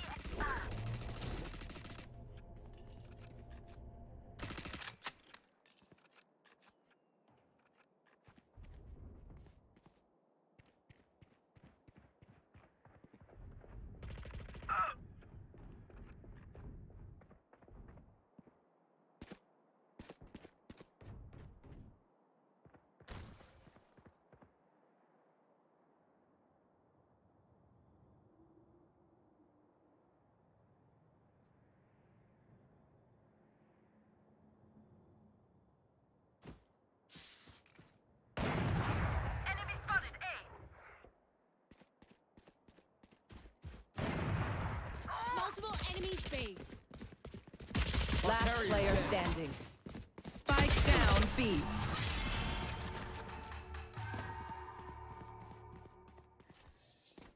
Make sure to follow my pack in.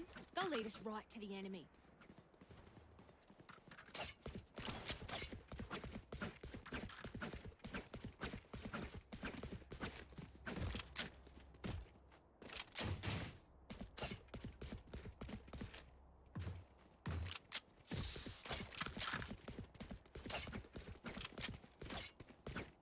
Let's have some fun.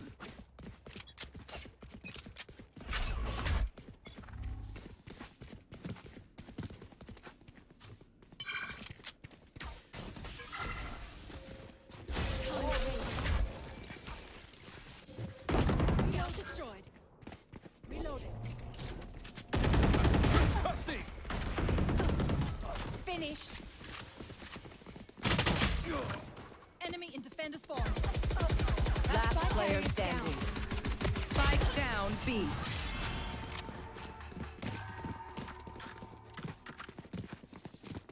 You can trust my bots. They only malfunctioned that one time, and honestly, she won't miss that finger. Spike's here.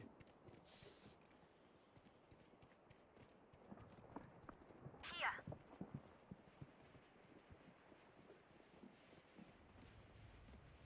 Here.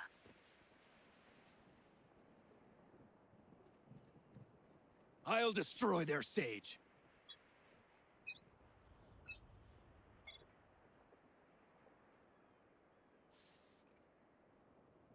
Here.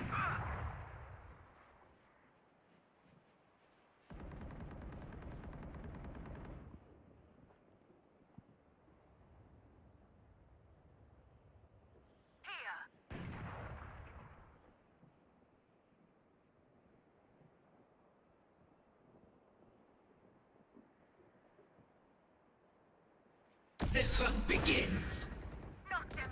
Unavoidable. Enemy spotted A.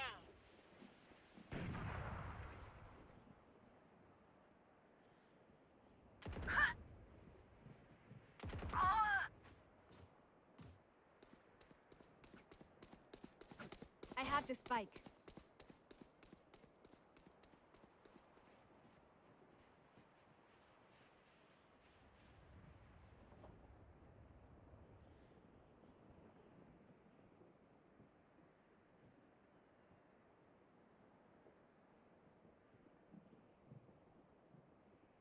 Thirty seconds left.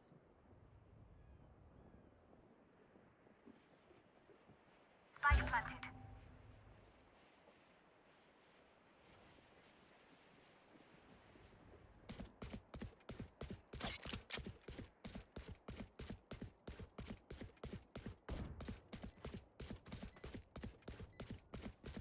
Last player standing. One enemy remaining.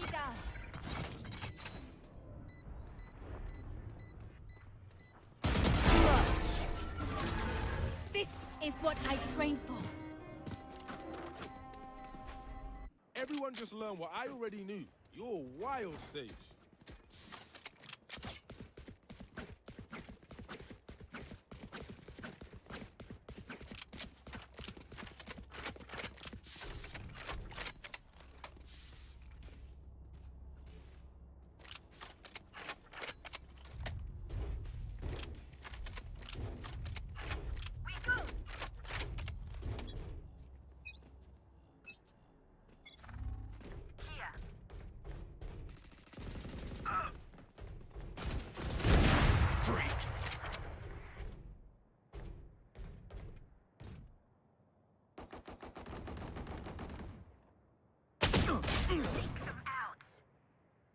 Yo, you can do that too.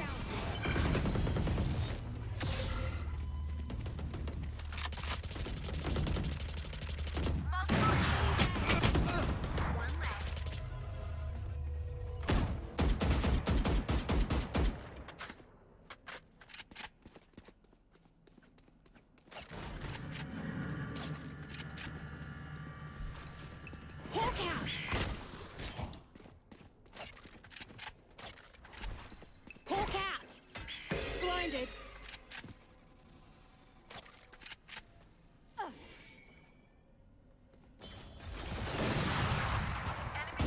One enemy remaining.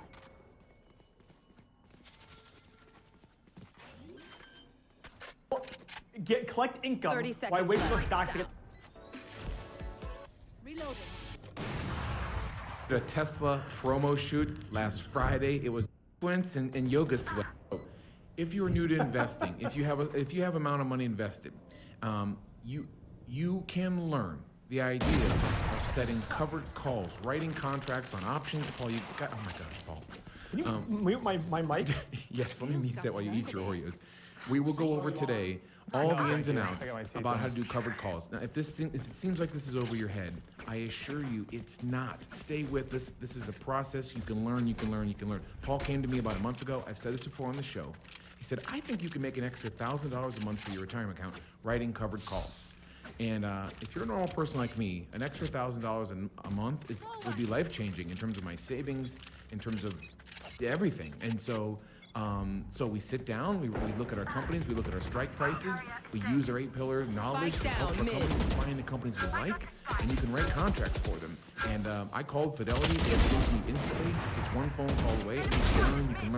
You can learn, trust the process, get in the Patreon with Trader Mo, and you can learn that. So in the meantime, Mo, I want to go real quick before we get into this. Mo, can you give us an update on what's going on this week on your side of the channel with your morning momentum videos and what you're up to? Go ahead, Mo. So we made a lot of videos this week about kind of a lot of these hypey kind of stocks. Last week I actually went in there and bought GameStop. With you guys, I made $1,000. I'm gonna give it to whatever you guys. By the way, you guys choose whatever charity I give it to. I don't want that money. And Just some good old hard yakka, standing in between us and victory.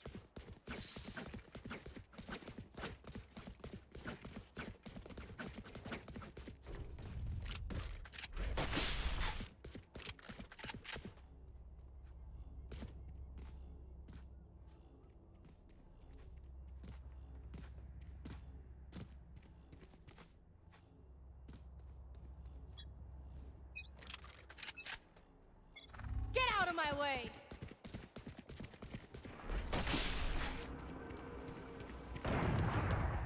Enemy spotted mid. Time to hunt. Amateur. Carrier is dead. Spike down A. Placing swarm grenade. Swarm grenade out. Placing swarm grenade. Swarm grenade. Nowhere to run!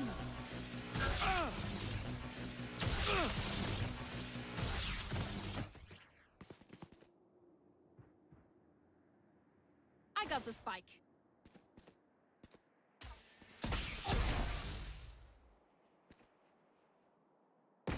Good attempt. Last player standing. One enemy remaining.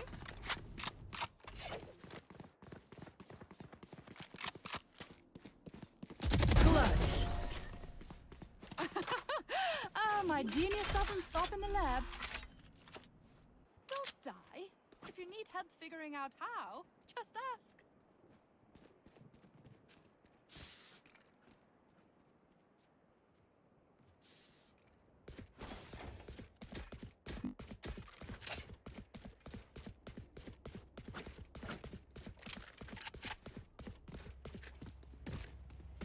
Here.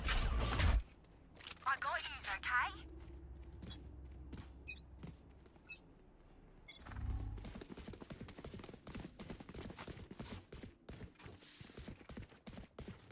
Wall raised.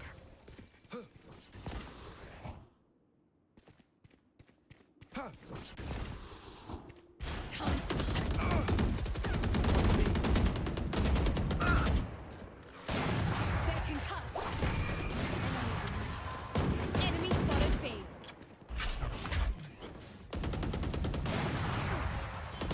One enemy remaining.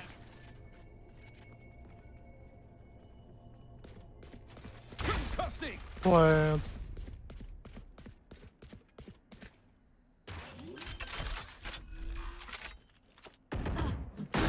spotted. Placing sentry. They're all dead? I have more tests to run. I'm no doctor, but I can patch a bullet hole or two. Let me know if you need healing.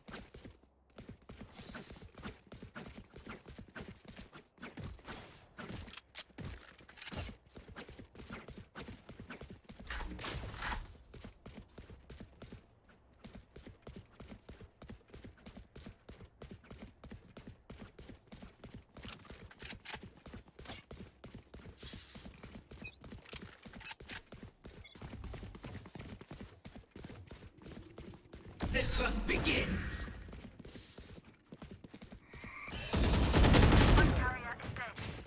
Spike down B. Yeah, but today I was looking on, I'm starting to love this website called StockTwits. And Don, I don't know if you showed it to me or if I showed it to you, but I love this StockTwits thing. So it kind of gives you these big trending stocks, which are great for day trading. And today I saw this Rocket Mortgage. It's up 37% right now.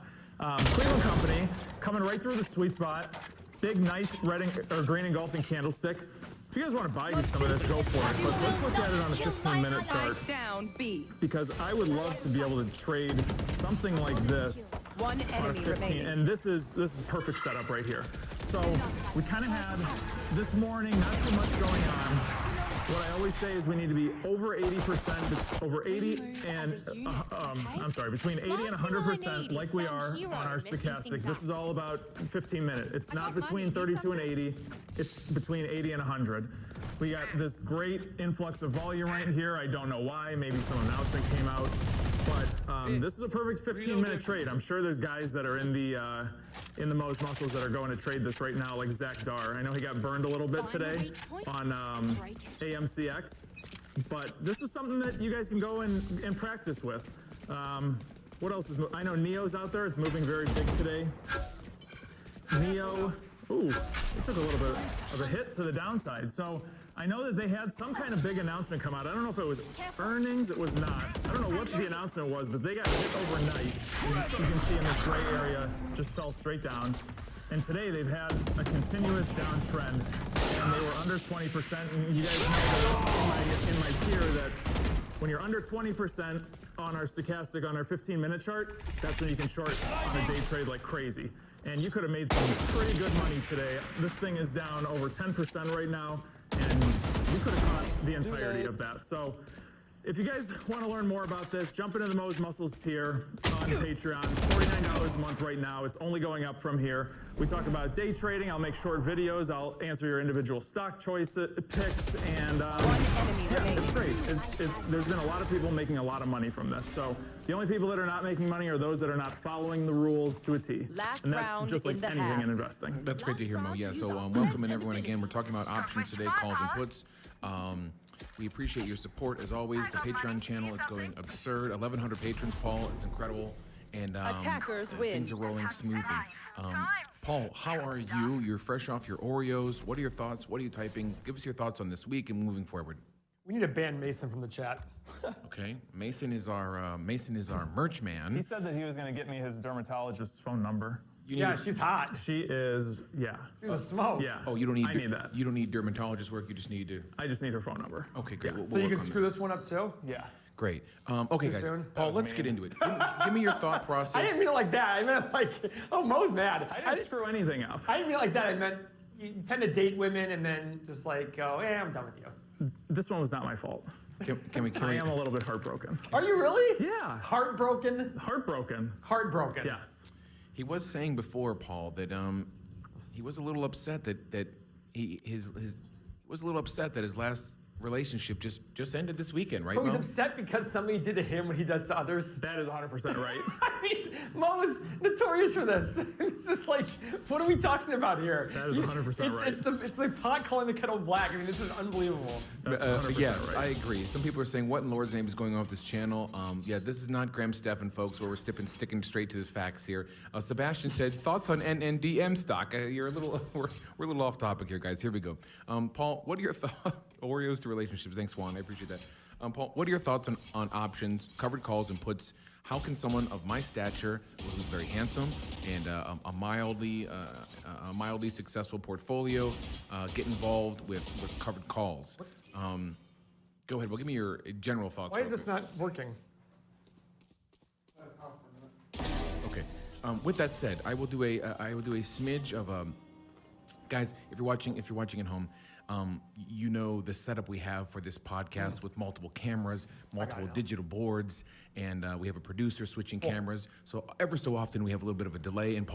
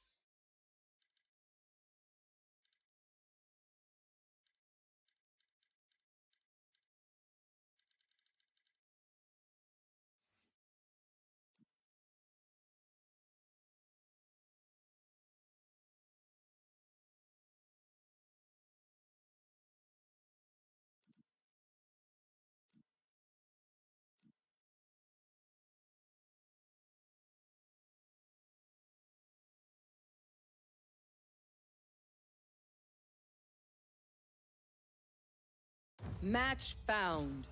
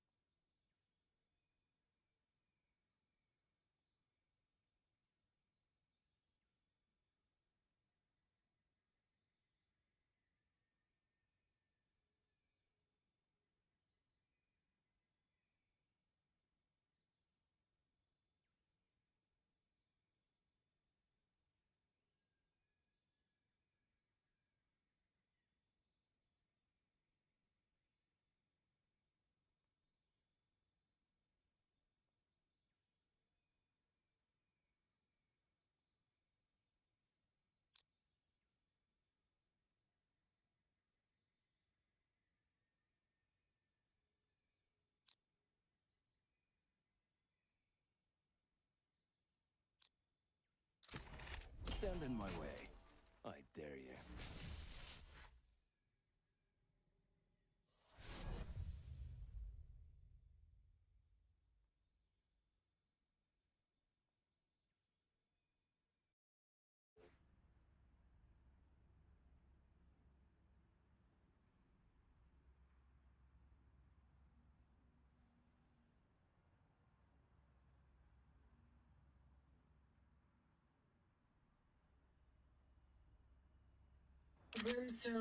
Thanks for stopping in Every Money channel. This is an interesting episode. We've done hundreds of videos over the years, Mo, and we had this idea. You care about them.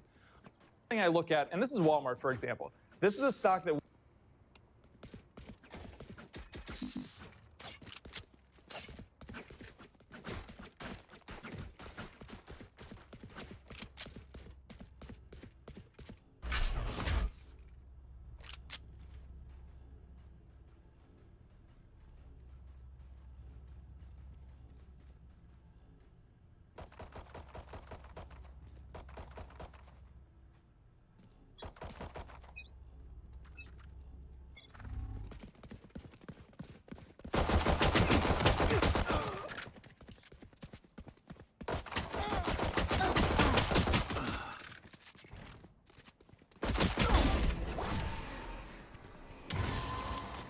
we own right now in the Bid and Ask Nation. I'm going to show you why we bought the stock and what I looked at to get there. So the first thing, first and foremost, what I'm always going to look at is my weekly stochastic. All what I do is long-term trading. Okay. So the weekly stochastic is right here. This is my trend. All this area right in here. So this is my trend. This just tells me what the trend of the stock is doing on a week-to-week basis. This graph is a year, a couple days. This graph right here is 3 months. 3 so months. Each one of these candlesticks is a day. Yep, each one is 1 day. Okay, keep going. Okay. So the first thing that I did, that I always do, is I look for stocks that are crossing. So this red line right here, this vertical red line, horizontal red line, running across is the 32% area. I have found that if you try to make money with your stochastic, your average trend line, moving between 32% and 80%, that is what I deem the sweet spot. That's where you're going to make the most money. It's going to give you the highest probability of making the most money. So the first thing I do when I start flipping through tons of charts is I look for stocks that are just starting to cross into that sweet spot area with the red, it's the %K line, that's your trend line. Okay, so these two lines are these moving averages at the bottom here, and you have two red and yellow, and then our horizontal lines are 32 and 80%. And 80% is on top. You've set these. Are these standard, or you've set these numbers? I've set these up myself. You can put them at whatever you want, but I have set them at 32 and 80%. Keep going. These make sense. This is a sweet spot. You know, I love that sweet spot. Yeah, keep going. So the sweet spot, in between this area is where you are going to make the most money. So right when you cross into that 32% area, that's when I start and I go, okay, now I want to start looking at volume. Volume is basically how many shares are being traded per day in that stock, and volume, look at it as gasoline to a car. Volume is energy. If you don't have energy, you can't go forward anymore. So let's go over to our daily chart. This is just a little bit more detailed. You can see all these lines up here.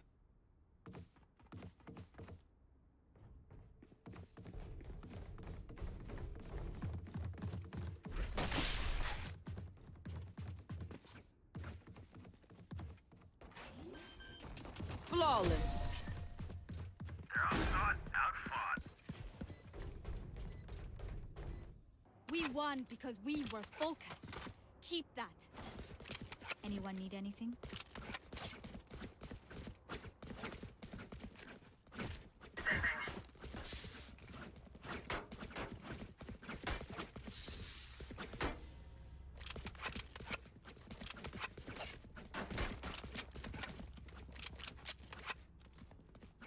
Isolate them and kill them.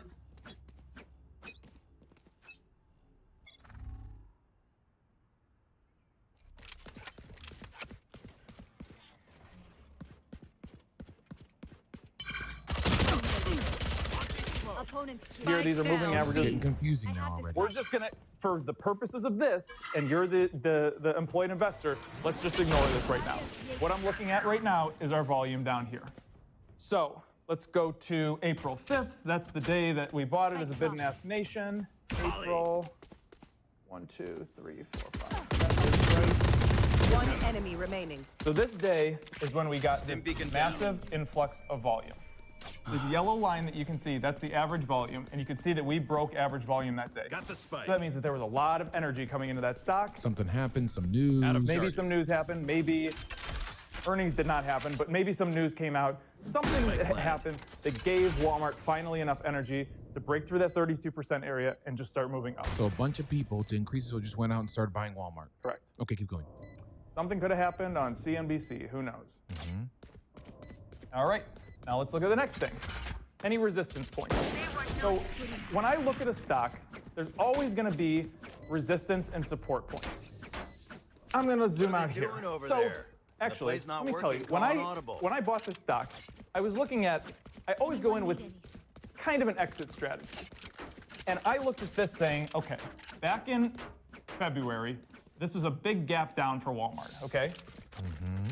My goal was to buy the company in here and just ride it up and fill up that gap that happened, that breakdown. And this was kind of my resistance point. I'm not expecting still Walmart to get over that 147, 148 area. What is this huge gap? That was probably earnings. Okay. Any gap that, like, there's something bad that happened. Some kind of bad news came out for Walmart that made that gap down. And what the gap down is, instead, you can see, all right, let's use this for example. This big green candlestick right here. That happened during the day. The move happened during the day. That's why you have the big full green candlestick. When you have a gap like that, it's after hours. So the company will, let's be at $150 a share. Bad news comes out, it opens the next morning at $140 a share. There's a gap. There's a $10 gap. Gaps always fill. You always fill. Exactly. They always fill. It's just in what time frame do they fill? My hope was that we were going to buy it here, and we're just going to start filling. And as you can see, the stock price, it's slowly creeping up on me. So we're getting to that filled area right there. Together, I think that we can get up here into this 147, 148. So gaps down excite you. They do. Okay, keep going. If they're for the right reasons. Like earnings on Walmart. I mean, come on. It's right. It's Walmart. But fraud, EBIX fraud. Different story. Different story. Like Peloton, like we were talking about. Yeah. Maybe. Okay. That might be bad. All right, keep going. So, okay. So I'm just looking for different resistance points. And the resistance points I'm looking for exit strategies, where the stock is going to get to, where it can drop to, something to that effect. The next thing I go for is my favorite, the bid and ask. What is the bid and ask? Everybody says it, and it's become a joke. It's the difference. You have your bid price and your ask price. The bid is what a stock, what a buyer is willing to pay for that stock. The ask is what the market maker or the market specialist wants to sell that stock for. Is one always higher than the other? Yes, the ask is typically higher than the other because they want to get more for that stock. One enemy remaining. So who's doing the bid and asking? The market maker or the market specialist, depending on the. So in the NASDAQ, I might be wrong on this. In the NASDAQ, you have a market specialist.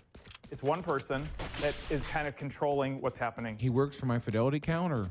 He kind of works in the market, actually, technically. It's he or she, of course. Technically a computer. Oh, computer, oh boy. In the S&P, you have a market specialist. Maybe I said this wrong. Either way, I think there's multiples in there. So you're kind of fighting against multiple people that are trying to price the stock for you, and then it's coming to an average. Okay. So it's really semantics. It doesn't really matter. Okay, it's so a computer the program. ask is always, they always want more, they're always going to ask more, and Correct. you're going to bid low. So Got on it. my charts, and really on, I mean, you can customize any charts like this. We recommend you use TradingView. I pay for these charts specially. I like them because you guys see this color coding. This is when my red line and yellow line are crossing. It's very easy for me to show you on camera. But I look up here at this bid and ask. So the bid right here is this is currently $141.16. The ask is $141.17. Not that big of a difference. That's as close to the difference as you're going to get. Okay. You're never going to get a 0-0 consensus. I look for companies that are a 1 or 2 cent bid and ask difference. That means there's so many people out there that go and trade and they say, every time that I buy a stock, it drops on me instantly. Because you're not looking at the bid and ask difference. You're going to buy a stock that has a bid price of $140 and an ask price of $141. That's a massive spread. All of a sudden, the market maker decides to bring the price down on you to $140.50. That's going to drop the price because people want to pay less for it now. Uh-huh. Oh, I see. So so when there's consensus, the stock price is not really going to pull back on you that aggressively. So you're saying you want it within a penny? Within a penny. Regardless of the price where we're trading now, if you're trading Tesla in Amazon, to Amazon or something like that, you could stretch your bid and ask difference to probably 10 cents. But remember, we're talking about a $3,500 stock. Okay, wow. So you want it close, baby. You want it close. For something like this, I probably wouldn't go over 3 cents. So a bid and this ask, is a $140 stock. Bid and ask comes in at 8 cents. We're over this company. Nope. I'm just waiting. I'm going to wait. In the morning, you're often going to see a bid and ask difference of, it could be a crazy amount. Because you have overnight trading, you have futures trading, everything's kind of settling down. So I don't, this is a good thing to point out. You don't trade till 10:06. Exactly. And people say, why 36 minutes? Because over the past however many years, I've decided that 36 minutes is a good number for me. For all the BS overnight to settle down, all the futures trading to settle down, everything just kind of stops. And then everything kind of calms down at 10:06. So the market opens at 9:30 a.m. Eastern, and you're trading at 10:06. That's when you start your gauntlet. Okay. That's when I start seeing the bid and ask differences really slow down and everything kind of just Okay, so out. just for me, just bid and ask under a penny. That's all you need to know right now. Perfecto mundo. Okay, Keep next going. thing we're going to look at, and the last thing we're going to look at, let's zoom in real quick. When do we actually decide to buy the stock? So we talk about engulfing candlesticks. So you have candlesticks that look like this. These are called dojis, really nothing. You have candlesticks that look like this with long wicks on top. You have candlesticks that look like this with long wicks on the bottom. All this means is the stock price moved up that morning, down that day, and just finished in the exact same spot that it opened overnight. Okay. Here, you had a stock price that moved way up on you like this, and then it just pulled back and just closed the day right here. So the stock price ran up on you, but it pulled back a little bit. Okay. Down here, exact opposite. Stock price dropped on you big time, and then the stock price recovered a little bit, and you closed up here for the day. Okay? Okay. I don't want to buy on any of those because those are not giving me confidence to say that the stock price is where it should be. I want to buy on candlesticks that look like this.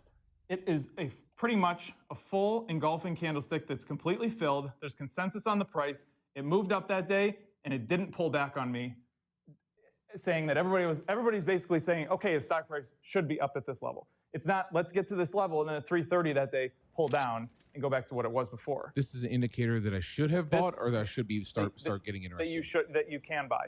So engulfing just means that this candlestick is larger and kind of engulfs the day before. So you have a candlestick like this the day before. You get a big candlestick like that. It kind of eats the previous day.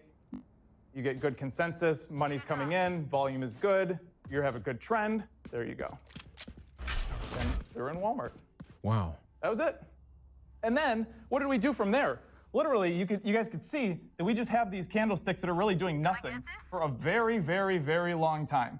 Yes, you had an okay candlestick here that was thick, but it wasn't engulfing this way, taking out the previous day. All is going down on you.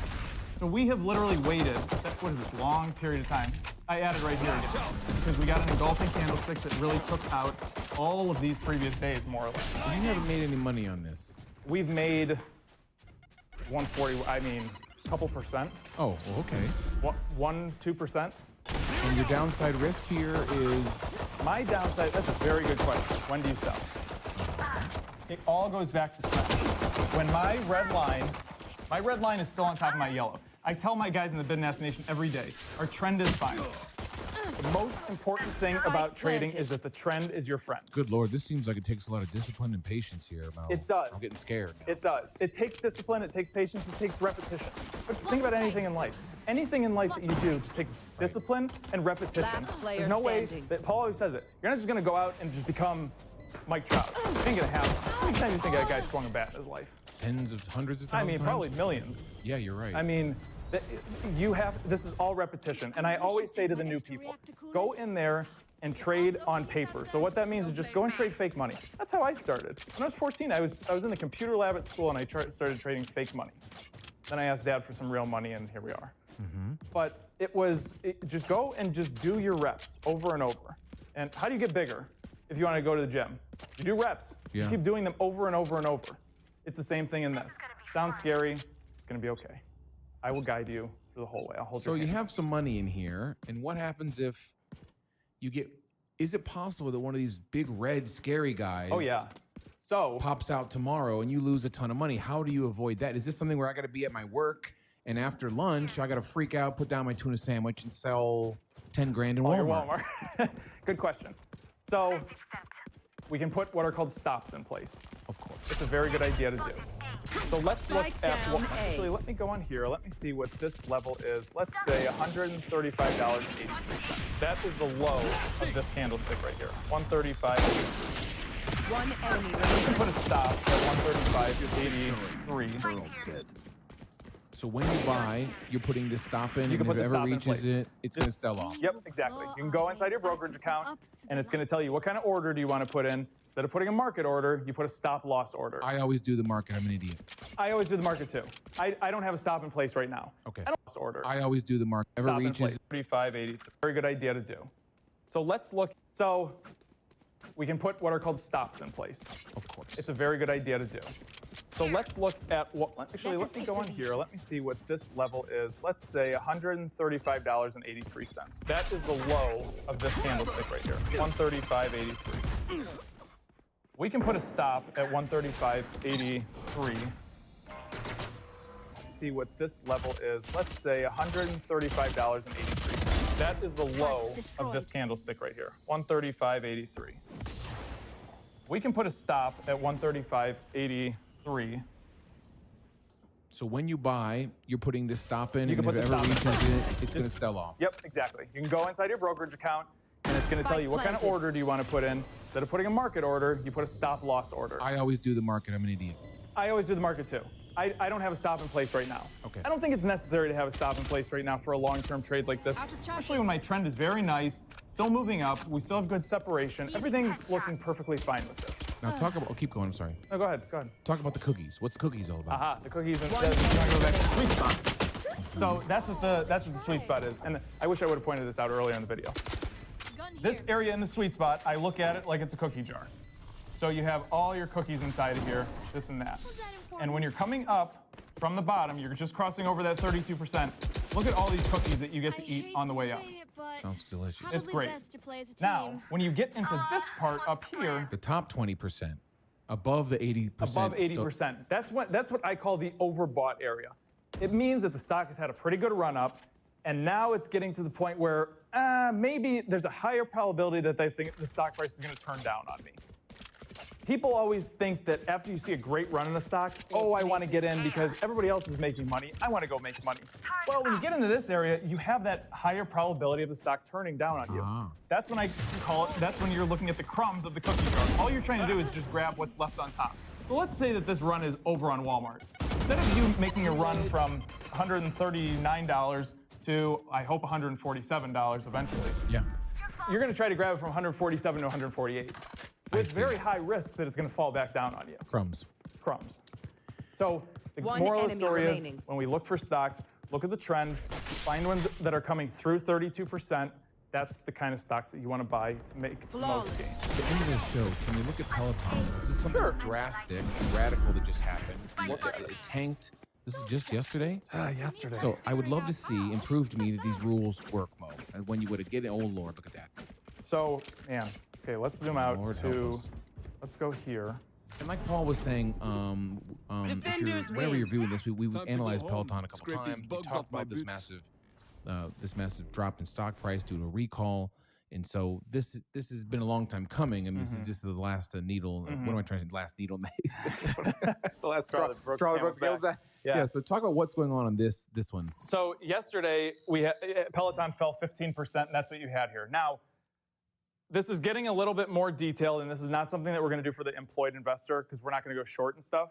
But really shorting, people complicate this too. Literally what I just talked about with a stock trend going up like this, and that, all you do is flip the chart over and you have a short. People really like to complicate what shorting is. All it is the chart is upside down. So instead of us going up through this sweet spot area, look at that. We're going down from the 80 coming down. stochastic down to 32. Exactly. We're starting at 80 and we're coming down to 32. So looking at it, your red line crossed over your yellow to the downside. Nothing really happened in this area, and then boom. Boom. There you go. There's engulfing candlesticks right here. You hit that 80%. Look at you go. And you just start coming down with it and just adding on engulfing here. You had an engulfing candlestick, could have added. Okay, you get a little bit of a rebound. No big deal. Your trend is still down. All this time coming, nothing really happening, and then engulfing candlestick yesterday, boom, in that oversold area. Again. But to be honest, I mean, look at this. This was when you added here, it was $128 a share. Today, you could still confidently short at $82 a share. And this was not a scary trade at all. Look, we didn't really have any movement on this. Scary to you, perhaps, but this is very scary. This was not a scary candlestick yesterday. Coming down with it, yellow to the down. So instead of us, something that we're going to do for the employed investor, because Peloton fell 15%, and that's what you had here. Now, this massive Are we going to annoy them, or are we going to strategize? Fuck it, let's annoy them. Stand in my way. I dare you.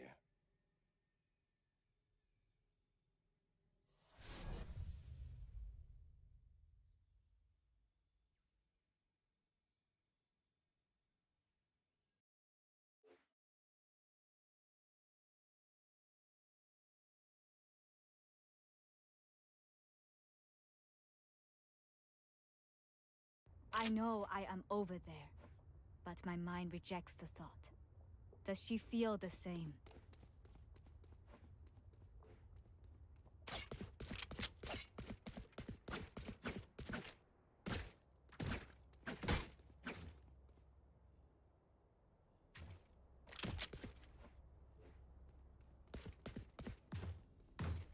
Nah, bro, it'd be more annoying if we get fucking Yoru.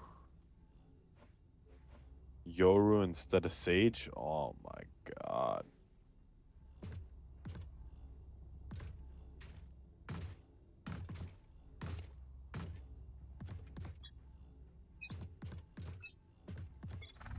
Smokes.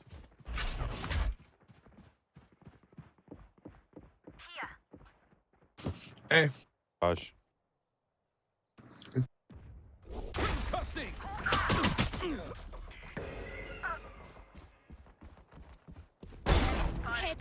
Last player standing. Fuck me. Oh. Reyna, time to hunt.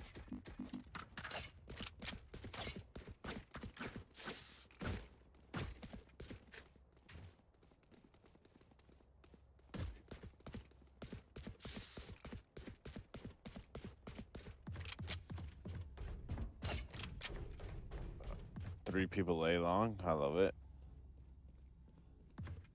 If that race breaks one more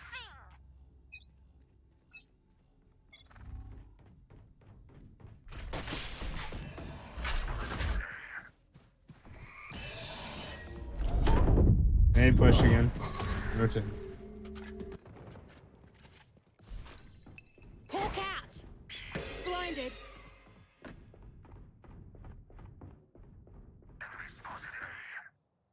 Spike down A. Reyna's Come coming by you guys. Reyna's coming to CT. Last player standing. Okay. Did you have a gun over here? Gun here. Oh my, nope. Spike planted.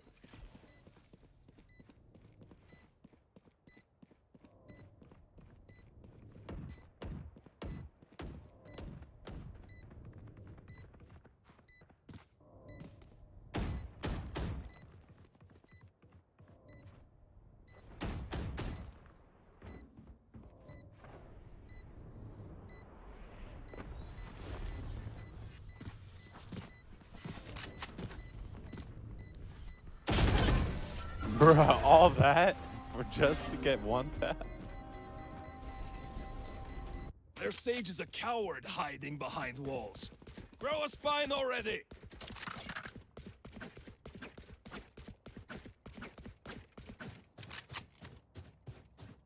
I'll be right back. Let me buy someone a Vandal. I'm gonna drop it on the floor. It's right here. Here's your ghost for someone too. Be right back. Don't let up!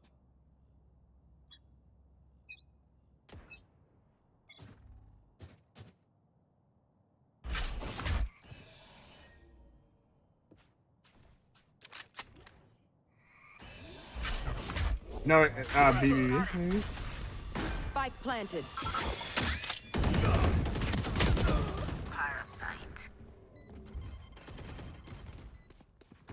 So this has been a long time coming, and this is just the last needle. What am I trying to say? Last needle maze.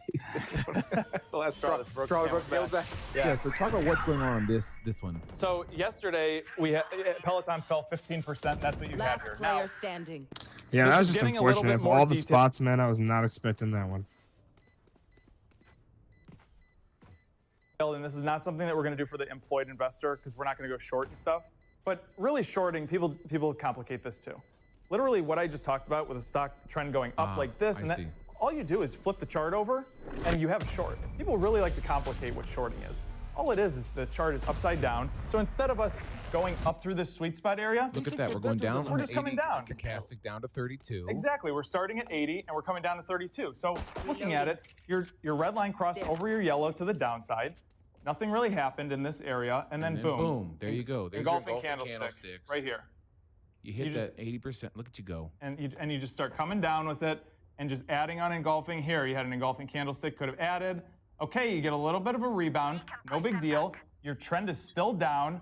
All this time coming, nothing really happening, and then engulfing candlestick yesterday, boom, There in it that goes again. oversold There it goes area. again. But to be honest, I mean, look at this. This was when you added here, it was $128 a share. Today, you could still confidently short at $82 a share. And this was not a scary trade at all. Look, we didn't really have any movement on this. Spike down, B. This is very scary to me. Because I've been doing this for a long time and doing the reps. Okay. There's people in the bid and ask nation that are shorting this. They've been doing this for what, 3 months? Yeah. And it's not scary to them anymore. Stay tuned. We will continue this series as you see my mind is blown, perhaps yours as well. It's funny not to have Uncle Paul here. No one was, there's no middle fingers being thrown. We haven't had a potential lawsuit on our hand. Hopefully we haven't pissed off too many people. Just you and I all cuddled up in the studio. It's like a cuddle session here. Yeah. So, all right. If this is news to you, I hope you can take it in. Maybe watch it again. I certainly will. And stay tuned for our Employed Investor series with Dumbass Seth, listening to Trader Mo and his all of a wonderful I got you rules. guys. So, yeah, tickle the thumbs up on the way out. Get on that Patreon. The link is in the description below. And that Bid and Ass Nation, the middle of the Patreon tier. You know we love that Bid and Ass Nation. Because Mo, you're basically doing, what are you doing for people in the Bid and Ass? How are you helping them on a daily basis? I mean, every Friday, so I do the live show every morning at 9 a.m. I see. And every Friday, I like to talk about the wins and losses. Nice shots. I asked people this week to send me losses for tomorrow. I don't want to talk about any wins, and there are none. But the point is that these people are following the rules. If you follow the rules and do what I tell you to do, you're going to make gains. We had people in April making 15% in the month, 8% in the month, 9% in the month. There's people that are making a lot of money out there. This $65 a month thing that you guys are paying, I mean, it's a great value if this is something that you're interested in. Tickle the thumbs up on the way out. We're lucky. 108 Sage.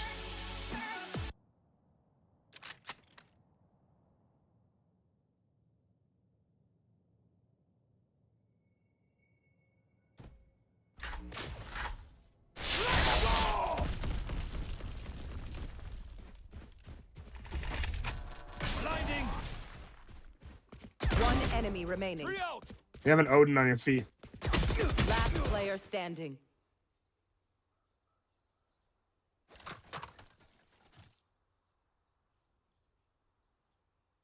You 30 will seconds not left. kill my allies. One enemy You remaining. fought well.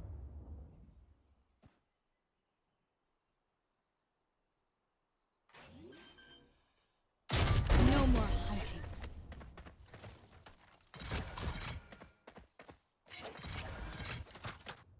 yourself together. You can't fall apart now.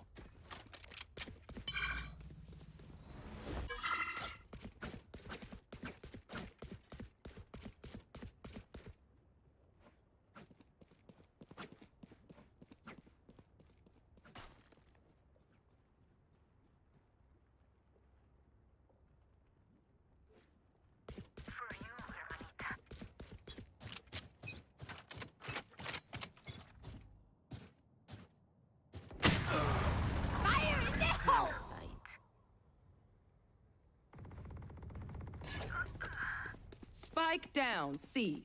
You were a mistake. For you. Shadows traveling.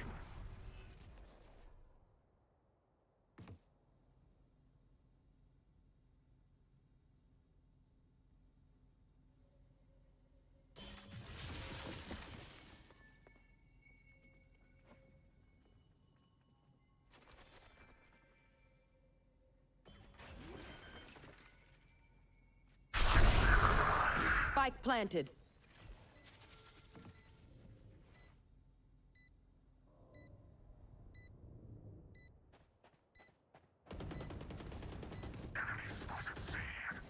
Last player standing.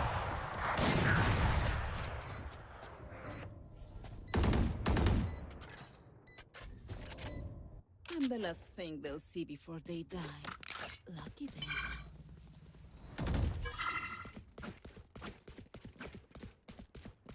Reloading. Reloading.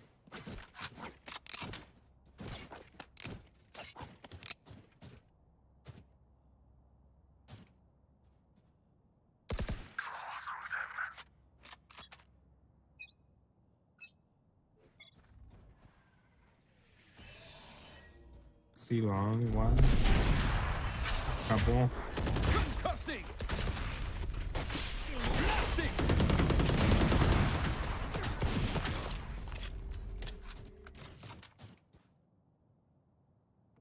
Back. I drove my boy. What's up? My boy finally came back. Oh, yes, sir. Spike planted. Planet A.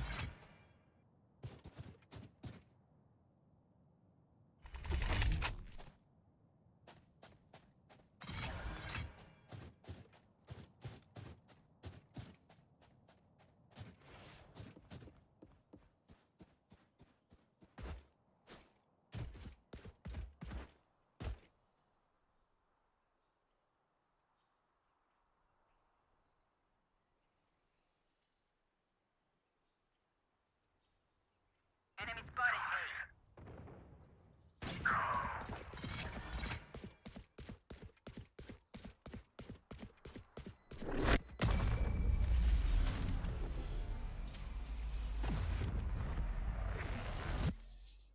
If you're not being shot at, you're doing something wrong.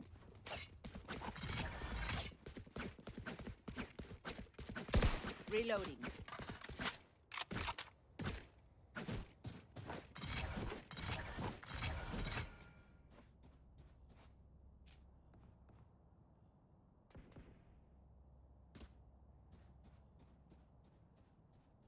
Time to mobilize my pack.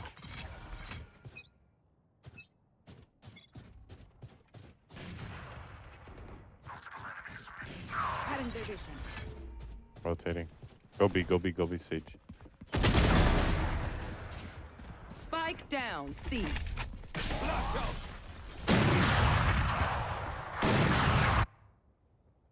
Blinded.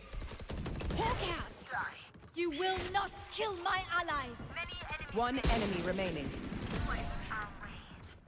Spiky C. Gun here.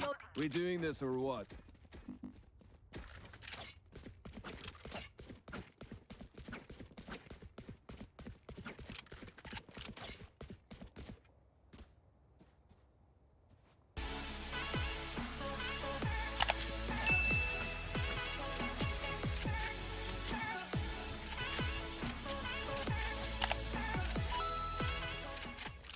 Welcome back to the show. Of course, it's Seth, and Paul's not here today, and it'll be a very peaceful video without him. We're back here for our video number 2 for the employed trader. What this is I'm interested in trading. I've sat on the sidelines too much. FOMO is setting in, but I'm also employed. I have 3 businesses. I got kids. I'm busy, and so if this is you and you want to get into this, if you're interested in Bitnass Nation, you want to get into Bitnass Nation, which is our middle Patreon tier, and want to get into trading. Instead of just long-term investing, we're here for you. This is video 2. Mo, welcome. Thank you. In the first video, we talked about our trend lines, our 32% and 80% trend lines along the bottom there, Mo. Sweet spot, baby. Sweet spot. We talked about volume. Is the world interested in stock that trigger us to get interested in it? I completely guessed he was there. Gaps we talked about in video 1. The bid and ask, that beautiful bid and ask. We want that within a penny. You've taught me that, Mo. I'm learning. And of course, engulfing candlesticks. What are these candlesticks? What do they do when they gobble up the previous day? And these indicators about us getting into trade. So in this video, we want to talk about the 4 training methods. This is going to take time, people. You can't just pick this up like me. I'm a complete idiot. I can't pick this up and start doing this tomorrow. So we're going to start paper trading, and we're going to start learning from Mo about what the training methods we need to do on a daily or weekly basis if we want to spread this out about starting trades. Mo, get going. What are we doing? So I want you guys to, yes, this is a lot of hand-holding for this employed trader, but what I want to do is I want you guys to kind of understand what I'm doing. So back when I started doing this, you're kind of just all over the map, and I know how you feel right now because I felt that way. So I came up with these like 4 ways to train. So basically, I would literally pull up 500 stocks from 8.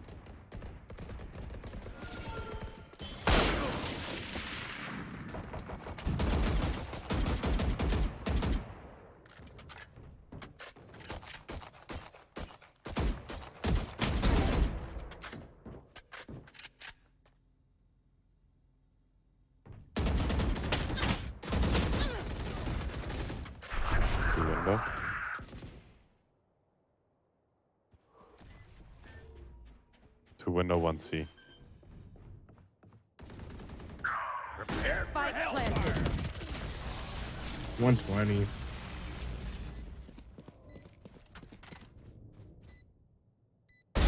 Sleep tight.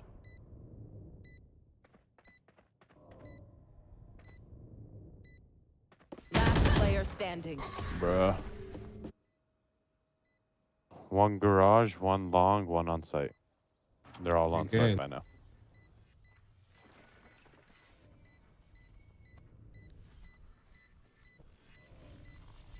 Yeah.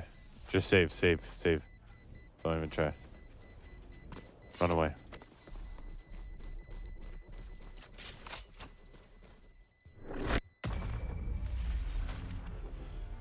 Check the other side real quick. Or not. We are Valorant. We are fighters. Need a drop. Need a drop. Thank you.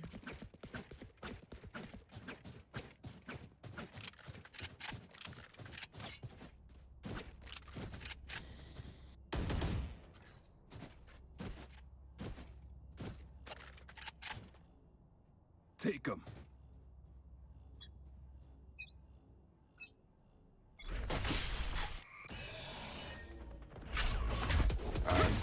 Random C. Random don't C. Strike down. C. It's all C. Really? Hawk out. Time to hunt. That's spike, so. Reloading. Hawk out. Blinded. Enemy remaining.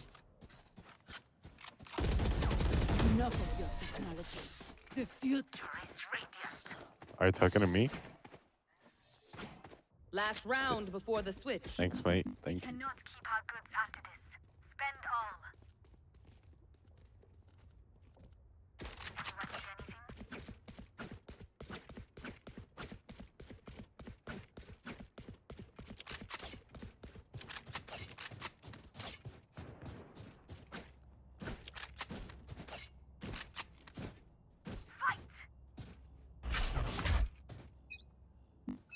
Anyone need anything?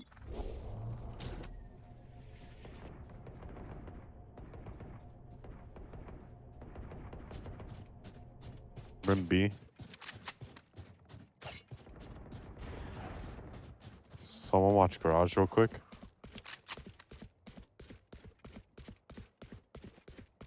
Stim beacon by garage door.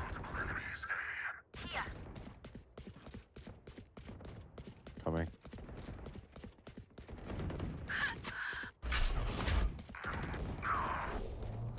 Jet is B. Spike's down there. A.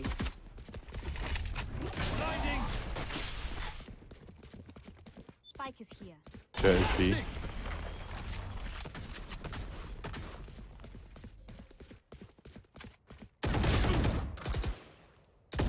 Last player standing. To your right. One enemy remaining. Oh. Heal yourself. 30 seconds left. What? How did that not hit? Nice try. You so hit that. Switching sides. I want their life, not yours.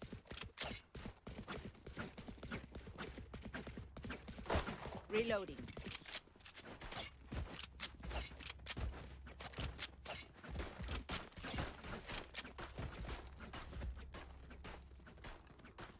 Sage, when we go, wall off here.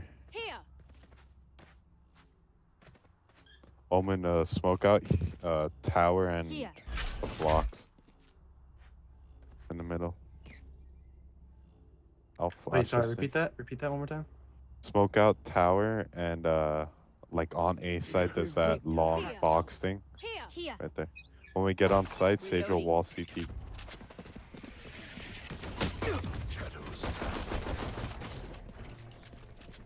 Cover going out. Hawk out.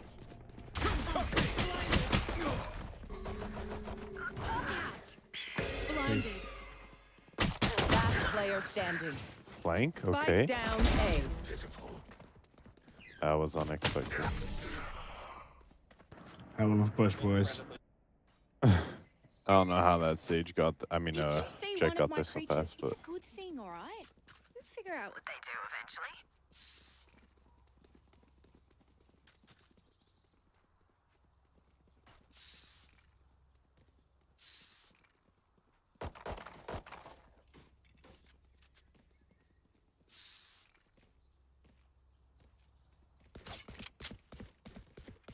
As one.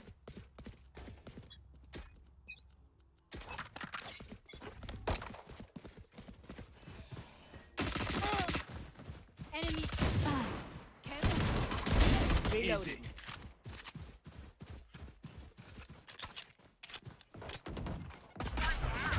Enemy spotted C. Reloading.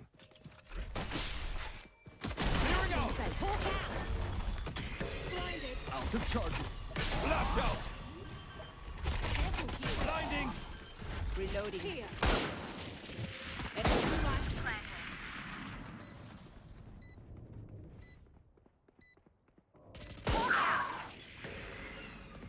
Time to hunt. Scout destroyed. They're both here. last player standing.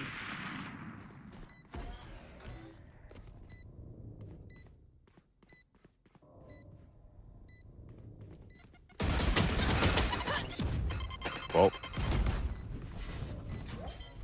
Yo, this guy's a sniper, bro. You kind of fucked us all up. Like bad.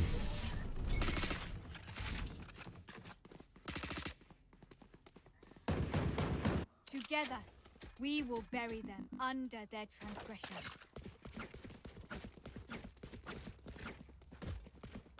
Reloading.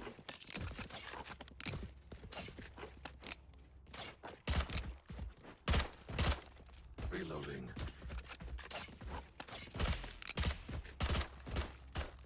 Reloading. I'm ready.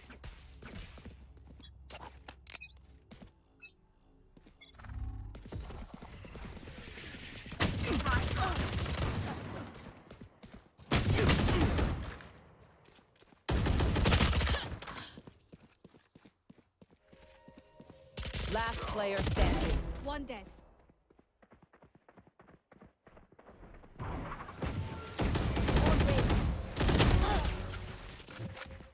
No charges left.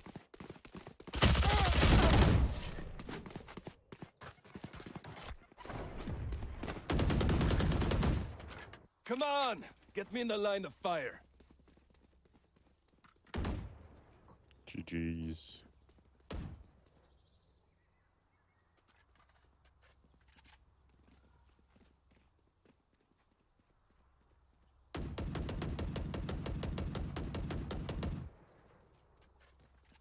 Alrighty, let's go B.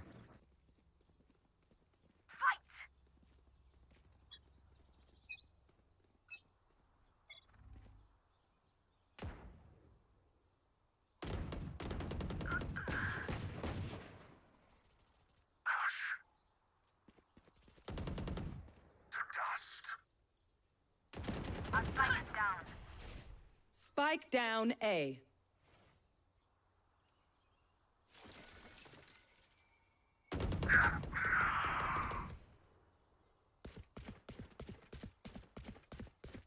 You will not kill my ally! Last player standing. Spike down A.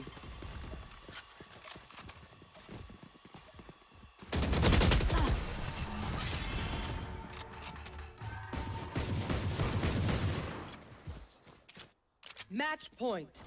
We Reloading. move as a unit, okay? Last thing I need is some hero messing things up. I need this. We're going to start learning from Mo about what the training methods we need to do on a daily or weekly basis if we want to spread this out about starting training. So Mo, get going. What are we doing? So I want you guys to, yes, this is a lot of hand-holding for this employee trader, but what I want to do is I want you guys to kind of understand what I'm doing. So back when I started doing this, you're kind of just all over the map, and I know how you feel right now because I felt that way. So I came up with these like 4 ways to train. So basically, I would literally pull up 500 stocks A to Z, and every single day I would go through those 500 stocks every single morning and just look for these repetition patterns over and over and over. And eventually it became second nature. Now I can look at literally any chart and be like, yeah, this is what you need to do here. So let's start. Okay, let's do it. Do you have a watch list that you've made or? Yeah, so my watch list is over here. I mean, you guys could, to be honest with you, if you want to just go in, take the list of the top 500 stocks from the S&P, which is all of them, and just run down them. See, this is all I'm still in the A's right now. That's all this is. That's a lot of them. So all you're gonna do is just go from one to the They're next both to the up there, next to by the the way. next, and we're gonna do it. But now I'm gonna shorten it up because obviously I can't get the stocks in this video. So what's the first thing I look for? First thing I look for is always looking at my trend. The trend is the most important thing to look at, like I emphasized in the first video, and I'm going to blow this up for you guys so you can really see it. What stock is this? Does it matter, and how did you get to it? Doesn't matter. This is Ares Commercial Real Estate Corp. Never heard of it. Keep going. Never heard of it. And the great thing about trading is you can trade whatever you want. If you want to go trade Bitcoin, go trade Bitcoin. Right, go ahead. So, first thing I always look for this conditioning is to look and see when my red line crossed over my yellow, because that means that I have an up trend. So all I'm doing is all I want to do is look for red crossing yellow. I don't care where it is. I don't care if it's a good stock to buy, bad stock to buy. I'm just conditioning myself to see that, to see this right here. I mean, it sounds simple, so let's go to the next stock. Okay, these are trigger points on when we should be buying. When you have an up trend. Doesn't mean you're going to buy, just means you have a positive trend. Okay. This is Facebook. I'm going to go through, and all I would do is just see when I have Facebook crossed, red crossed over yellow, and then go to the next stock. And I just keep looking for those things, just so I condition myself to keep seeing red crossing over yellow. That's all we want to do for that part, okay? Keep going. Next thing is a little more in-depth. This is when I look for those W formations. So what are W formations? This is when we're going to be buying a stock and adding 2 stocks. So you have 3 kinds of W's. You have a normal W that looks like this, where the bottom of each side of the W is at the same point. Okay? These are different days, Mo. Each tick point, each vertices of these is a. So this is a little bit more. Let me show you. I'm going to go back to the candles. Each one of these is 1 day. Gotcha. Okay. So now all I'm doing is pulling up a line chart. So I'm going to go from candles to lines. That's all this is. Got it. So it's a little less detailed, but now we can kind of see when we can add to positions and when we can't add to positions. So there's 3 kinds of W's. This is W number 1. Number 2, like that. Okay. So W number 2 is when you have the right side of the W is lower than the left side. this is not when you want to buy. That means that the stock is losing momentum, and as you can see, the price is starting to fall on you. The most powerful W, and the one that I always want you guys to look for, are W's that you have the right side of the W is higher than the left side. And the reason for that is what I call creating higher lows. So this W right here, when you made this line right here, that kind of created a new support level. So the next time that this stock price pulls back on you, the likelihood of it dropping past there is a lot lower. So instead of it dropping to here, maybe it'll just drop to here and then keep going. So the point is, when I start looking at all of these crazy lines on this chart, I am looking for stocks that have higher lows. This is a perfect box right here. So we look at a stock, it made a low, it went higher, it pulled back a little bit, made a new low. Now, stock price climbed up on you, pulled back a little bit, made a higher low. I see that. You see the step pattern that it's making? Yeah, look at that. So these are very powerful buying patterns. Goes up, pulls back a little bit, stock price goes up again. So this is what you're looking for, and that's the movement that these higher lows can create. It just kind of creates those new support levels. So each time it pulls back, it doesn't pull back as far. So when you get a stock that pulls back on you in price, I say, yes, I need the stock to pull back.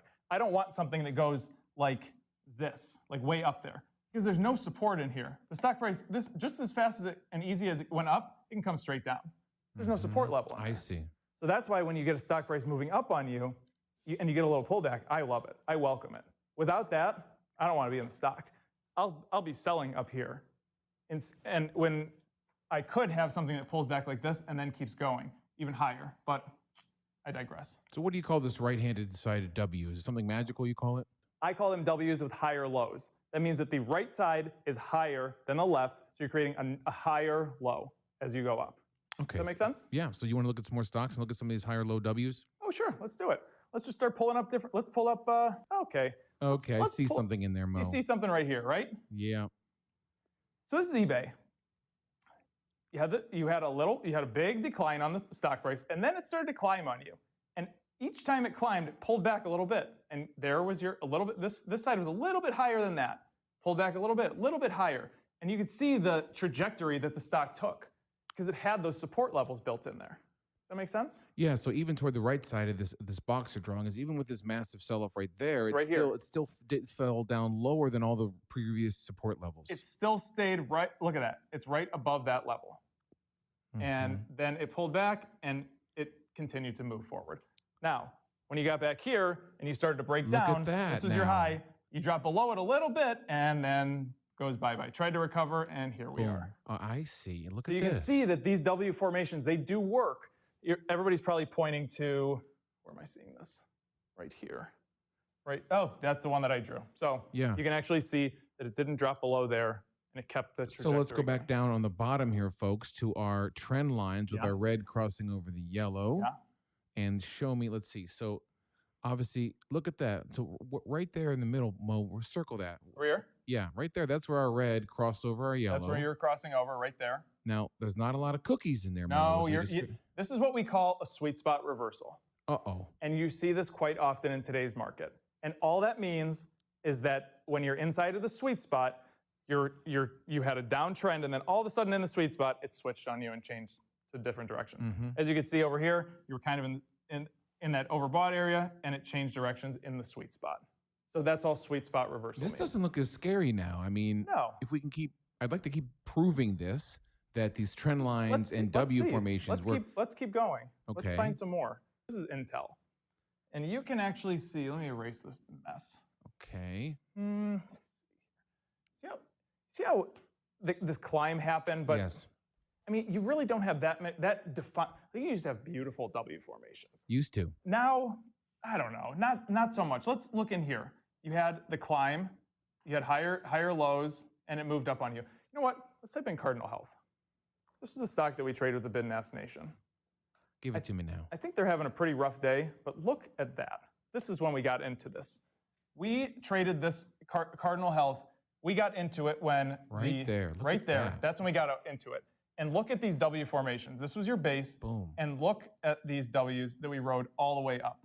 This, even here, stock price moved up quite a bit, pulled back, but that W was higher than this side, and you just get this pole vault. It works. So at what you just wrote there, that you called it a pole vault. Yeah. And then look at the stochastic. They're reaching the 80%. So the cookies are running low. We're entering that overbought area. And to be honest, let me zoom out a little bit. I won't even pull up the candles on here. So you can kind of see, I know I'm zoomed out really far here, but right here, pay attention to right there. See how even going back, this is almost a year, I can almost draw a line straight across. That was a very strong resistance point going all the way across. That I know that's why I decided to sell right there, because it was kind of hitting that resistance point. The probability of it pushing through there is low. It doesn't mean that it's not going to. There's many times where I'm going to sell at that point and the stock's going to go. And that's just the downside of my conservative way of trading. But the probability of it breaking through there is low. And it actually worked out, because now we're at $56. It was 63, 64 at that point. So yeah, so if you zoom in, we're past the overbought zone. We're past that 80%. Yep. And our red line is about to cross back over the yellow, and here it comes crashing down. Yeah, and that's going to happen. I mean, today's earnings, so they had to report something terrible. I don't know. That's let's pull up some candles, and there's your gap down. Gap down. That happened overnight because the gap happened. This is where the stock closed last night. This is where it opened this morning. That whole gap, that's bad. Interesting. Yeah. So I cut you off. You said there were 4 training methods. Correct. We hit up 2. We hit up red crossing over the yellow in our trend line. Yep. And our W formations right and left sided. Keep going. Next one is what I call relative strength. That means this is more something that you got to put in a little more legwork. And you have to do it during the market hours. So on days when we get the S&P 500 pulling back 1 or 2%, doesn't happen very often now, but any kind of pullback in the market, I go in and I want to look for stocks that are not doing what the S&P is doing. So let's say the S&P is down 2%, and I go in and I look at Walmart. They're up 0.1%, 0.2%. They're not down with the rest of the market. I like companies like that, and I say, ooh, there's some relative strength here. They have strength relative to the market. Okay. So on days that you get big pullbacks, go and look and see what these companies are doing. For example, last week we had a big day where the market sold off maybe almost 1%. Walmart was up that day 0.4%. And I was like, oh, okay, that's really great for me because A, I'm invested in Walmart. I'm trading Walmart right now with the bid and ask nation. And the fact that they weren't getting smoked when the rest of the market was getting smoked, that made me say, oh, there's relative strength there. That's a way of screening companies and going and finding good companies that you can trade because they are stronger than the rest of the market. So the relative strength doesn't necessarily cause you to act. Doesn't cause me to act, cause me to throw it on a watch list and pay more attention to it. It might be a stock that I can get into, hopefully for a long-term trade, multiple weeks to months. Okay. And what about the fourth? The fourth one, the method? powers. So this one is very tough in this market too. Okay. But I'm going to pull it up, and I'm going to pull up Texas Instruments is a good one. A power stock is a stock that is making a new all-time high, or 52-week high, I should say, and is over all 4 major moving averages, MAs. So Texas Instruments is a good example, and it was. It is not anymore, but it was.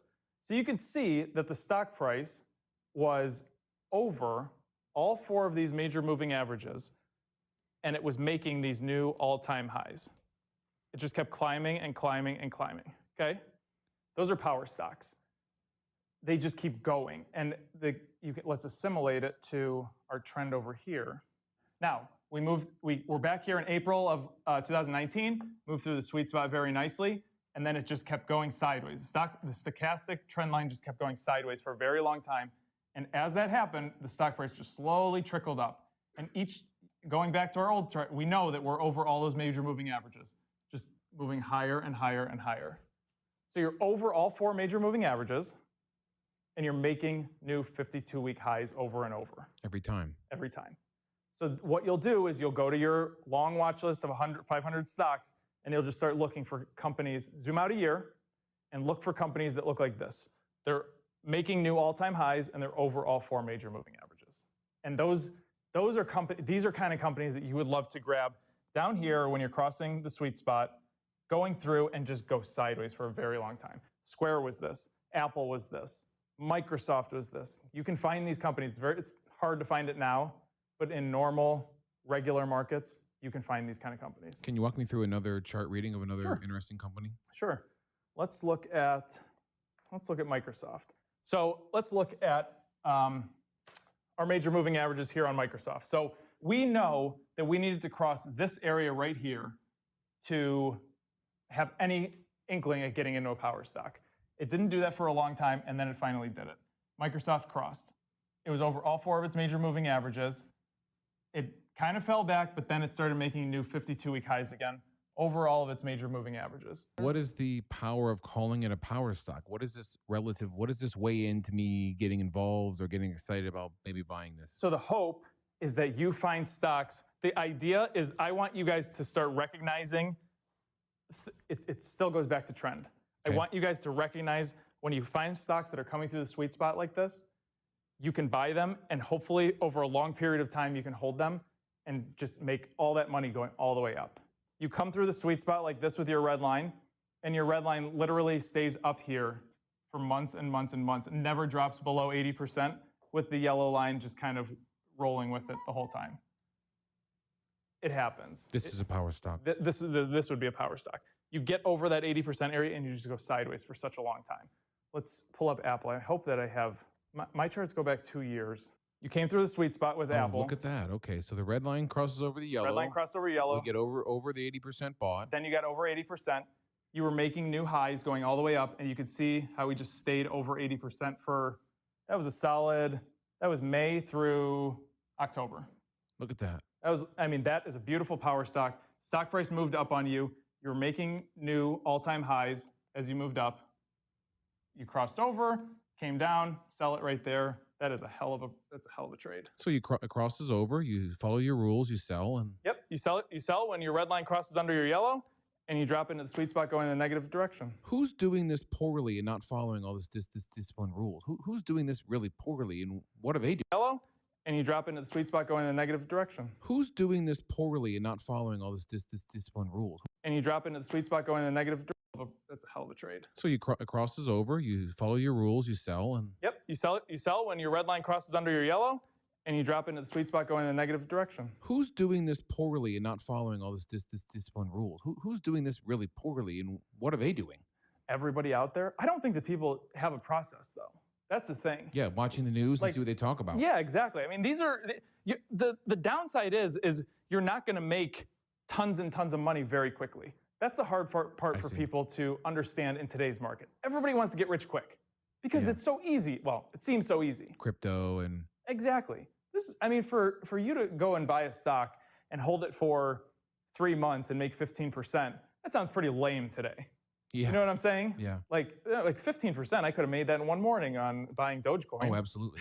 So if you get good at this, these training methods, the trend lines, the W formations, relative strengths, and power stocks. And power stock recognition. Yeah. You can transform your portfolio from a standard of 10% to... I think that you can confidently go in and make 13 to 15% a year doing this. If you stick to your rules, mitigate your losses, and capitalize on your gains. And how much money can I start with? To be honest, that's a very common question. I really think that anybody can start with any amount of money. It's just how much do you want to move the needle? To me, I trade 2% of my portfolio. I have friends that have come in that started with $100 and they just start trading. I mean, every little bit counts. Yeah. It's more about look at your percentage returns. You may not have a lot of money now, but think of yourself in 10 years. You'll be doing this now. Let's say you have $5,000. In 10 years, maybe you have $100,000, and you are going to be a really good trader because you've been doing it for a decade. Training for this long. Yeah, exactly. So when you have $100 grand, you'll be ready to go ahead and trade this very well. All right, these are our 4 training methods you can go through. I'm excited, Mo. This is all news to me. I'll get my charts out, start looking through some of these watch lists. Is your watch list shared in the Patreon or? I share my watch list Every day, pretty much, right, Tim? Yeah, in Discord. In Discord. I'll be darned. This, I thought you meant this specific watch list with the 500 stocks. I can upload something like that. We could put it in an Excel file. But I can just get started with the S&P 500, just start looking at those big companies. Just take the S&P 500, do those 4 things I just talked about. You will become a very good trader if you condition yourself. If this resonates with you, if you are employed and you've always wanted to get into this, like myself, I've been scared. I hear it's scary. I hear I can lose a bunch of money. I see people not doing this well. These rules, Mo, are starting to make sense to me here. And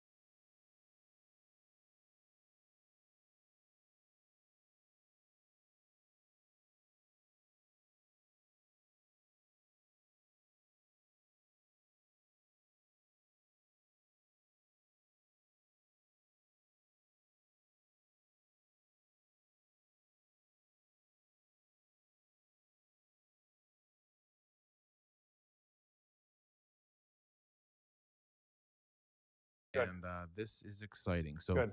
if this speaks to you, join our Patreon. The link is down below. We have over 2,200 members in the Patreon. Beyond our wildest dreams, Mo. It's crazy. I think about how many people who joined us, support from all over the world. And what you really get is Discord access to get on this team of people who can help you. If you feel alone out there like I did for like a decade, jump on our team of like-minded people. We're talking about specific 2,000 people across the world who are very like-minded in following these discipline rules, and they're slaying it in that Bidnass Nation. So, Slaying it. all right, that's our take. That is the Employed Investor video 2.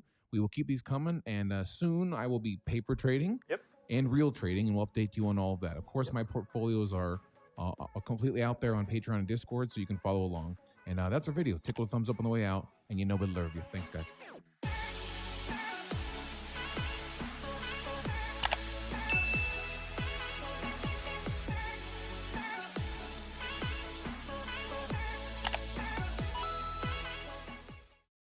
Hey guys, it's Seth for Everything Money. Welcome in. We always welcome you in, of course. The patrons all around the world, thank you for joining us. This is part 3, video 3 in our series with Mo. Welcome in, Mo. And look how weird he looks sitting over there. And look how weird I am up here. This is weird. This is our Employed Trader series. And Mo has given us 2 videos prior to this. A little bit of recap about what we did. This is for if you're employed and you want to get into this. I've been sitting on the sidelines for too long. I've been seeing people in that Bidnass Nation make these trades with Mo. I'm getting jealous, Mo. I got the FOMO, and it's time. I have some money sitting around, actually probably a lot more than normal people. I have about $40,000 in my account. For sure. It's just been laying dormant. Yeah. And I sold it pre-COVID. It's been sitting around for a while, which is a bad move, I know. I'm trying to time the market instead of time in the market. So I actually lost out, but I'm ready to get going now. And so in our first video, we talked about the 5 metrics we need to look at when we open up these crazy, ridiculous charts. And those metrics include what, Mo? Tell me again. Go ahead. So first thing we always want to look at is trend. Trend is number 1. Our trend lines. This is the 32% and 80%. Exactly. Keep going. The trend is your friend. Remember that always. Next thing we're going to do is we're going to pull up our volume. Volume is like gasoline to an engine. If there's no volume, the stock doesn't go anywhere. Car doesn't go anywhere.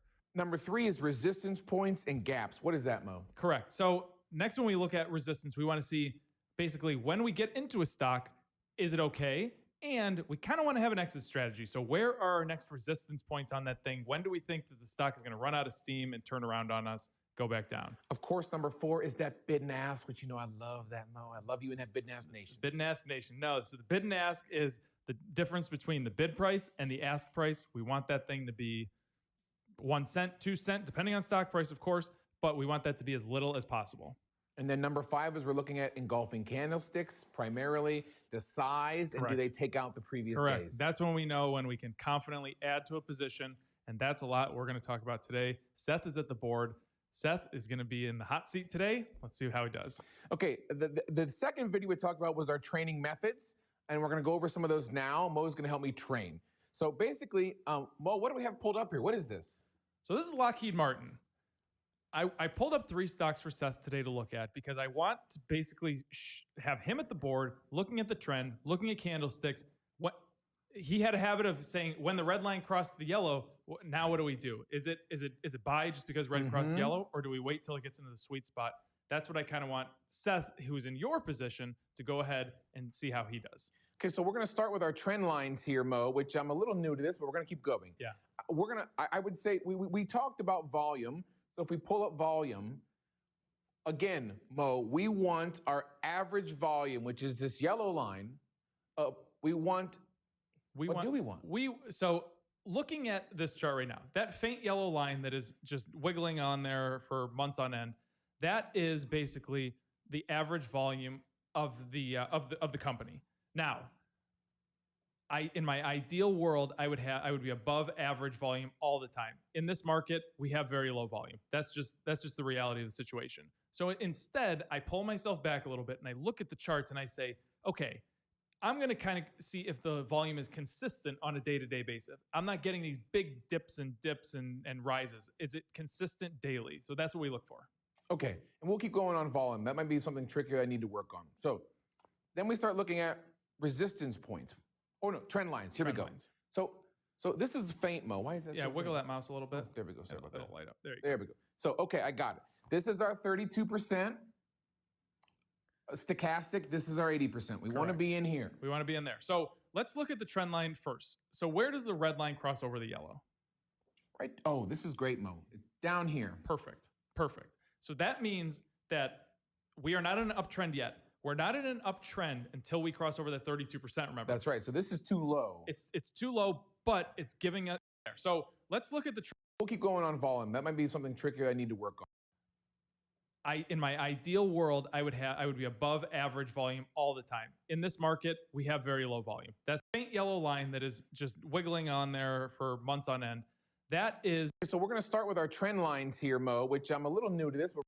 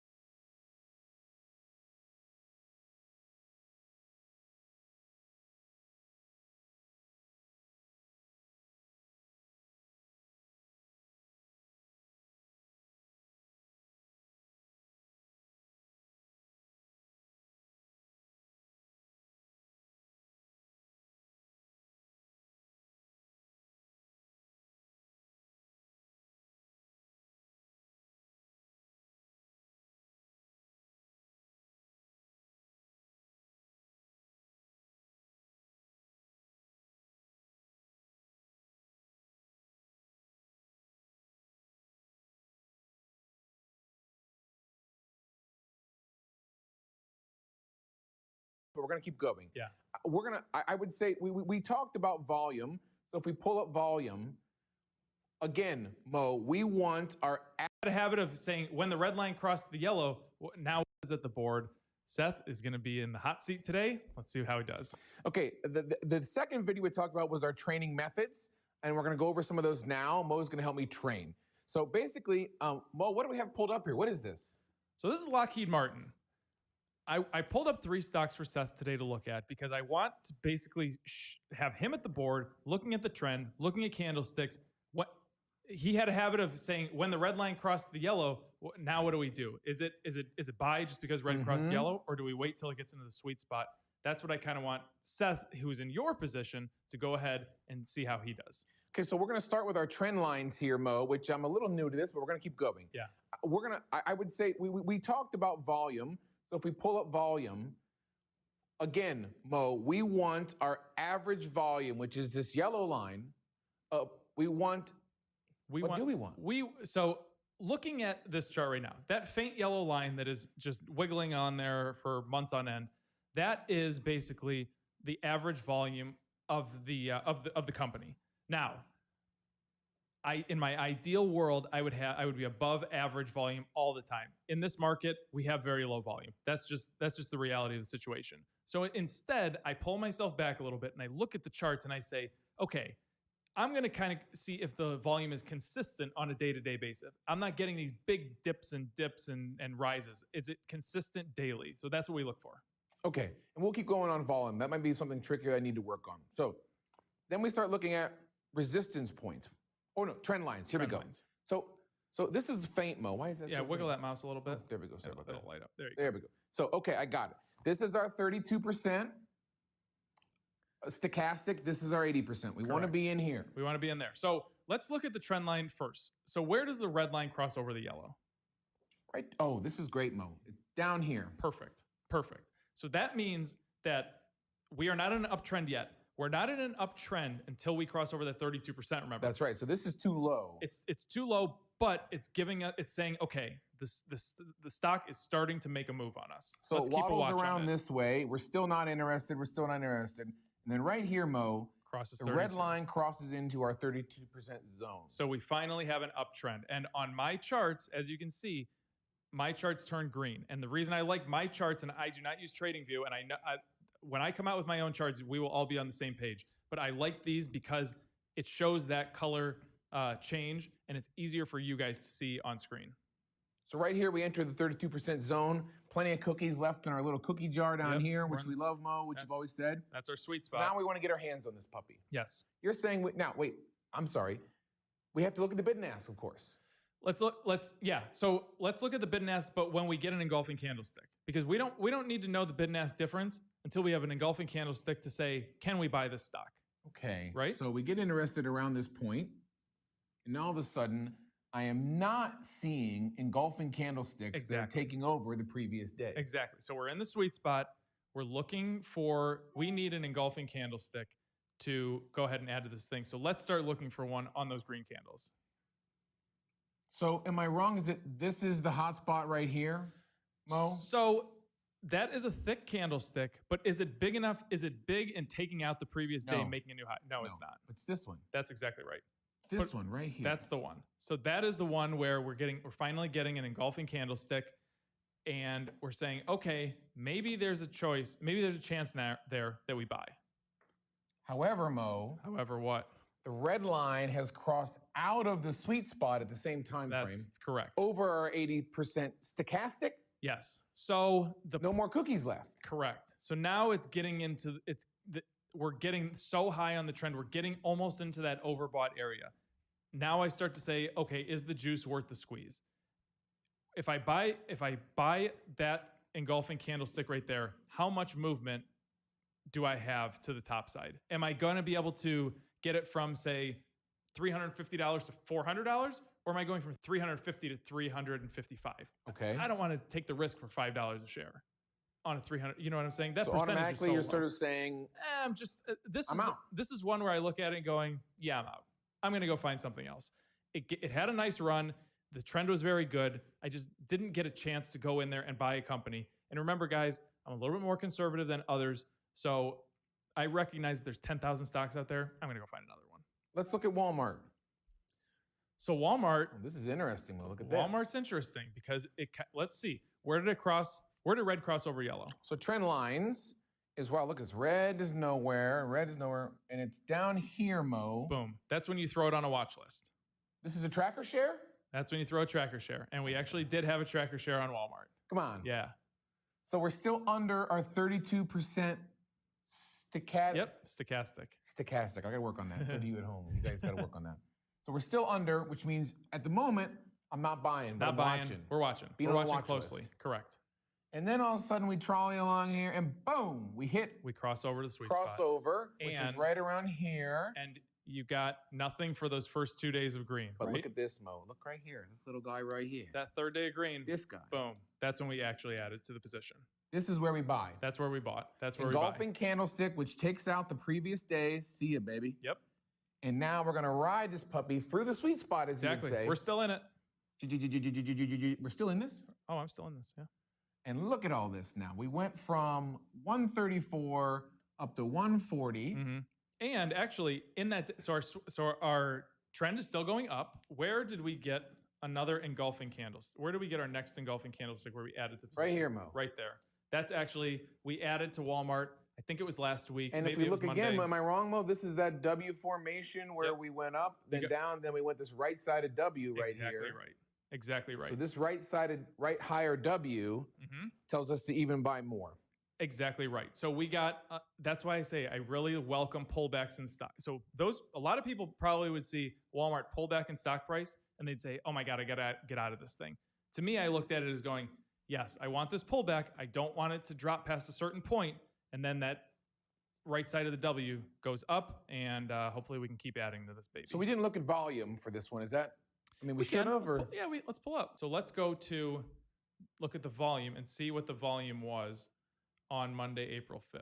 So we're talking about volume here on Walmart, and we wanted to pull up April 5th. That's where we got this large engulfing candlestick. That's the day that the Bid and Ask Nation added on that big engulfing candlestick on the Who other told chart. you? Somebody in the nation told you about this, or you Somebody, had it on the watch? No, somebody did. I think it was Simple Living Cash. He's my guy. He figures these things out. It's like I have my own watch list of minions. And sure enough, Mo, Look at that here's our volume. volume well over the average. It's exactly right. And typically when you see a big engulfing candlestick like that, you're going to have a lot of volume coming into the stock. And that gives us the confidence to go in and buy that thing. Now, let's go look. So it puts along here. And again, look at the next big boom in volume. Where was that? Right here, Exactly. May 4th. And that's the day that we added the second time to our position. So really you follow engulfing candlesticks. Volume is going to lead the engulfing candlestick. You get the energy, the stock is going to go. It's like you put gas in the car, hit the accelerator, it's going to go. So it's worked out so far. Should we keep looking at this another company here? Yeah, go back to the weekly chart and let's go to Cardinal Health, CAH. This is a trade that we made as a bid and ask nation. We did not have a tracker share on this one because you're going to see how when the thing crossed, it crossed in the sweet spot. Where did that red line cross over yellow? Right here on March 10th, it crossed over, Exactly. and we're in the 32% zone. Exactly. So we didn't even have time to throw a tracker share on this thing. It just crossed and started to look really good for us. Sure enough, we get this engulfing candlestick right here, Exactly. which takes out the previous days. Exactly. And look at the separation in the sweet spot. Red line was moving up, kind of separating away from the yellow, which is even better. Perfect. And look at this run up. This is 55 all the way to 62. Yep. And sure enough, Mo, if we have any sort of W, it's obviously we're still going in this direction. And you got some little pullbacks in there, but they were minor pullbacks, but it was enough to create W formations to give us that energy to keep going forward and creating those new support lines. Now it looks like we're approaching the 80% overbought zone. So what are you guys currently doing with this stock? So we exited this thing. Here. We exited it there. How did you how did you know? Because we got this W going the wrong direction, Mo? No, so the reason was we were getting into that overbought area up there. You can kind of see where we exited was let's erase the board and draw a line where we exited. That was at that highest last peak. Yep, pretty much right there. So if you look at the chart zoomed out, you kind of had that resistance point there for the past 2 years. This is 2 years. And it couldn't break over that point. That's right. So I looked at it saying the probability of it breaking out of that point is not very high. And remember, trading it on charts is all about the probability that you're wanting to make the most money you can without losing. And it got to that point and I said, I don't really think it's going to break through there. That's the reason that we sold. It turned out that it's worked out for us. There's going to be times where the stock price does go through and sometimes you just lose. But that was the reason that we sold, because it was hitting that resistance point that it couldn't break through the last 2 years. And I said, all right, guys, let's exit this thing. Does that make sense? This is starting to make sense. And I can now see why you guys say this is not as scary as I thought. Yeah. You know, we start looking at these things. It seems like these rules you've developed. Yeah. Just follow the rules. Follow the rules. And it's just, and how many have we looked at? I mean, we've been recording here this afternoon for maybe an hour. It's just been the same thing over and over and over. It's just repetition. There's 300 people that have gotten it. Anybody can get this. And I love when people come in that have zero experience because they have no bad habits. Yeah, that's me. Yeah, that's why you're the perfect candidate. You can't come in here and say, oh, well, what about wedge patterns? I don't care about wedge patterns. I don't even know what that is. If you want to be an employed trader and this is speaking to you, follow the video series. Keep your training methods going. Your trend lines, your W formations, relative strength, big pullbacks, and whether it's a power stock or not, Mo, this is all starting to make sense. Yeah. If it's making sense to you, join our Patreon. The link is in the description below. You can get on our team. And learn about these stocks. Oh yeah, we'd love to have you. And the Bid and Ask Nations at middle Patreon tier, folks in this tier are making their entire year's Patreon costs back in just a couple trades. Yeah, right, a couple Mo? trades. Yeah, I have one person. He goes, I just paid for my entire month of Patreon in one trade. Somebody else came in. I just paid for 10 years of Patreon in one trade. It's incredible. I gotta get after this. Okay, make sure you follow that like button on the way out, the little thumbs up, and we'll continue this. For sure, this is good. This is the third part of the series, and soon I'll be paper trading and buying these stocks myself. I'll show you how much money I'm moving, and it should be interesting. This is gonna be great. Thanks for watching, guys. See you.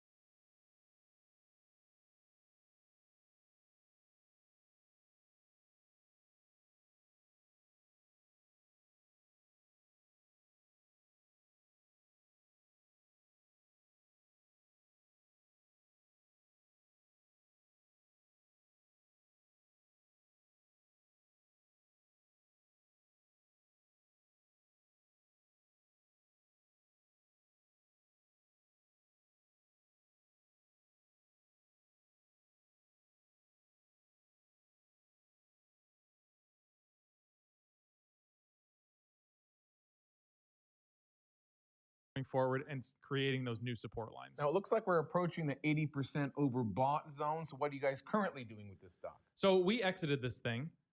Here. We exited it there. How did you get to, how did you know? Oh, because we got this W going the wrong direction, Mo? No, so the reason was we were getting into that overbought area up there. You can kind of see where we exited was let's erase the board and draw a line where we exited. That was at that highest last peak. Yep, pretty much right there. So if you look at the chart zoomed out, you kind of had that resistance point there for the past 2 years. This is 2 years. And it couldn't break over that point. That's right. So I looked at it saying the probability of it breaking out of that point is not very high. And remember, trading it on charts is all about the probability that you're wanting to make the most money you can without losing. And it got to that point and I said, I don't really think it's going to break through there. That's the reason that we sold. It turned out that it's worked out for us. There's going to be times where the stock price does go through and sometimes you just lose. But that was the reason that we sold, because it was hitting that resistance point that it couldn't break through the last 2 years. And I said, all right, guys, let's exit this thing. Does that make sense? This is starting to make sense. And I can now see why you guys say this is not as scary as I thought. Yeah. You know, we start looking at these things. It seems like these rules you've developed. Yeah, just follow the rules. Follow the rules. And it's just, and how many have we looked at? I mean, we've been recording here this afternoon for maybe an hour. It's just been the same thing over and over and over. And we wanted to pull up April 5th. That's where we got this large engulfing candlestick. That's the day that the Bid and Ask Nation added on that big engulfing candlestick on the Who other told chart. you? Somebody in the nation told you about this, or you had it on the watch? Nope, somebody did. I think it was Simple Living Cash. He's my guy. He figures these things out. It's like I have my own watch list of minions. And sure enough, Mo, look at that here's volume. our volume well over the average. It's exactly right. And typically when you see a big engulfing candlestick like that, you're going to have a lot of volume coming into the stock. And that gives us the confidence to go in and buy that thing. Now, let's go look. Puts along here. And again, look at the next big boom in volume. Where was that? Right here. Exactly. May 4th. And that's the day that we added the second time to our position. So really you follow engulfing candlesticks. Volume is going to lead the engulfing candlestick. You get the energy, the stock is going to go. It's like you put gas in the car, hit the accelerator, it's going to go. So it's worked out so far. Should we keep looking at this another company here? Yeah, go back to the weekly chart and let's go to Cardinal Health, CAH. This is a trade that we made as a Bid and Ask Nation. We did not have a tracker share on this one because you're going to see how when the thing crossed, it crossed in the sweet spot. Where did that red line cross over yellow? Right here on March 10th, it crossed over. Exactly. And we're in the 32% zone. Exactly. So we didn't even have time to throw a tracker share on this thing. It just crossed and started to look really good for us. Sure enough, we get this engulfing candlestick right here. Exactly. Which takes out the previous days. Exactly. And and look at the separation in the sweet spot. Red line was moving up, kind of separating away from the yellow, which is even better. Perfect. And look at this run up. This is 55 all the way to 62. Yep. And sure enough, Mo, if we have any sort of W, it's obviously we're still going in this direction. And you got some little pullbacks in there, but they were minor pullbacks, but it was enough to create W formations to give us that energy to keep going forward and creating those new support lines. Now, it looks like we're approaching the 80% overbought zone. So what are you guys currently doing with this stock? So we exited this thing. Here. We exited it there. How did you get to, how did you know? Because we got this W going the wrong direction, Mo? No, so the reason was we were getting into that overbought area up there. You can kind of see where we exited was let's erase the board and draw a line where we exited. That was at that highest last peak. Yep, pretty much right there. So if you look at the chart zoomed out, you kind of had that resistance point there for the past 2 years. This is 2 years. And it couldn't break over that point. That's right. So I looked at it saying the probability of it breaking out of that point is not very high. And remember, trading it on charts is all about the probability that you're wanting to make the most money you can without losing. And it got to that point and I said, I don't really think it's going to break through there. That's the reason that we sold. It turned out that it's worked out for us. There's going to be times where the stock price does go through and sometimes you just lose. But that was the reason that we sold, because it was hitting that resistance point that it couldn't break through the last 2 years. And I said, all right, guys, let's exit this thing. Does that make sense? This is starting to make sense, and I can now see why you guys say this is not as scary as I thought. Yeah. You know, we start looking at these things. It seems like these rules you've developed. Yeah, just follow the rules. Follow the rules. And it's just, and how many have we looked at? I mean, we've been recording here this afternoon for maybe an hour. It's just been the same thing over and over and over. It's just repetition. There's 300 people that have gotten it. Anybody can get this. And I love when people come in that have zero experience because they have no bad habits. Yeah, that's me. Yeah, that's why you're the perfect candidate. You can't come in here and say, oh, well, what about wedge patterns? I don't care about wedge patterns. I don't even know what that is. If you want to be an employed trader and this is speaking to you, follow the video series. Keep your training methods going. Your trend lines, your W formations, relative strength, big pullbacks, and whether it's a power stock or not. Mo, this is all starting to make sense. Yeah. If it's making sense to you, join our Patreon. The link is in the description below. You can get on our team. Oh, yeah. And learn about these stocks. Oh, yeah. We'd love to have you. And the Bidnass Nations at middle Patreon tier, folks in this tier are making their entire year's Patreon costs back in just a couple trades. Yeah, right, a couple Mo? trades. Yeah, I have one. Hey, welcome to Everything Money. We are glad you joined us. This is part 4 of our series on the employed trader. The vision for this was that in Everything Money, we offer a lot of videos on value investing and how to control your portfolio. But a lot of people said, dang it, Paul, there's more ways to make money in these hyperinflated times of stock climbing, going up and down. So that's where Trader Mo joined the channel here in maybe January, Mo, or something. Yeah. And boy, has it changed everything. We created the Bidnass Nation, which is the trading tier of our Patreon page. Trading Mecca. Trading Mecca. They talk every day as a team. They go into trades. They let you know about specific trades. Yeah. And we're finishing up this series about Mo training me on how to move forward. So in the earlier episodes, we've seen our top 5 metrics we can use when looking at trades, day trades, 15-minute long-term week trades. We've looked at our practice sessions, what we need to keep looking at. Hopefully, if you've been doing this at home, you can pull up your charts. And if you're in the Patreon, of course, we give you access to those free charts. But you can pull up your charts and get some practice. We're gonna finalize our approach to this in this video about talking about what goals can we be setting as traders. And again, this is not a 10x, 30x YouTube channel where everything is massive and exploding.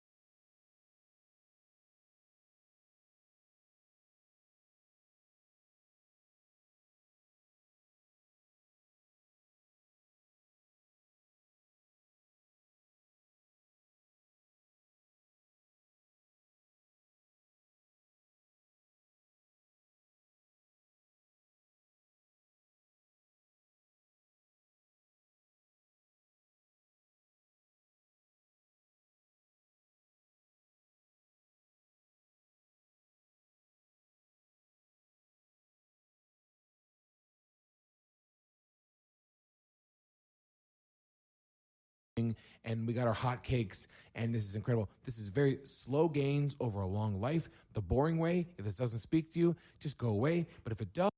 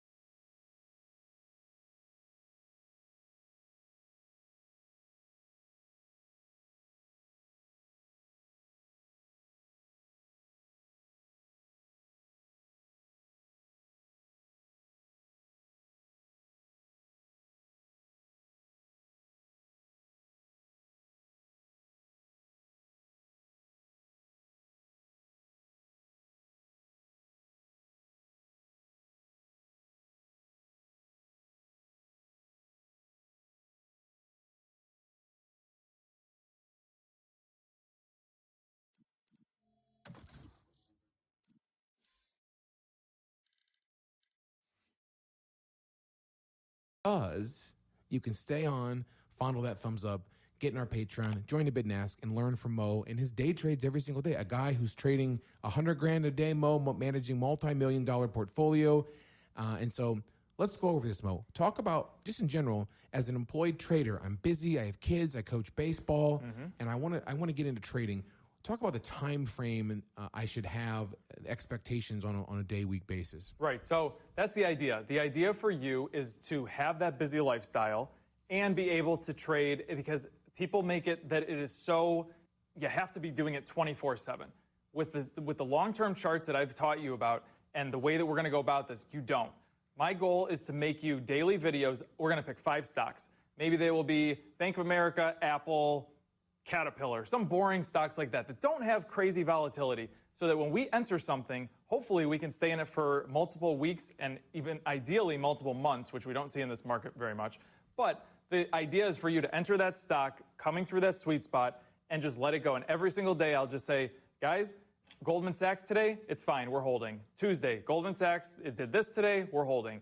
Eventually, maybe a month down the road, I'm going to say, guys, we made our money on Goldman Sachs. It's turning into a downtrend. Let's exit the position and move on. So your time to this would be, if you want to, watch the video, watch my 3 to 5 minute update per day. You don't really have to do anything on most days. Found.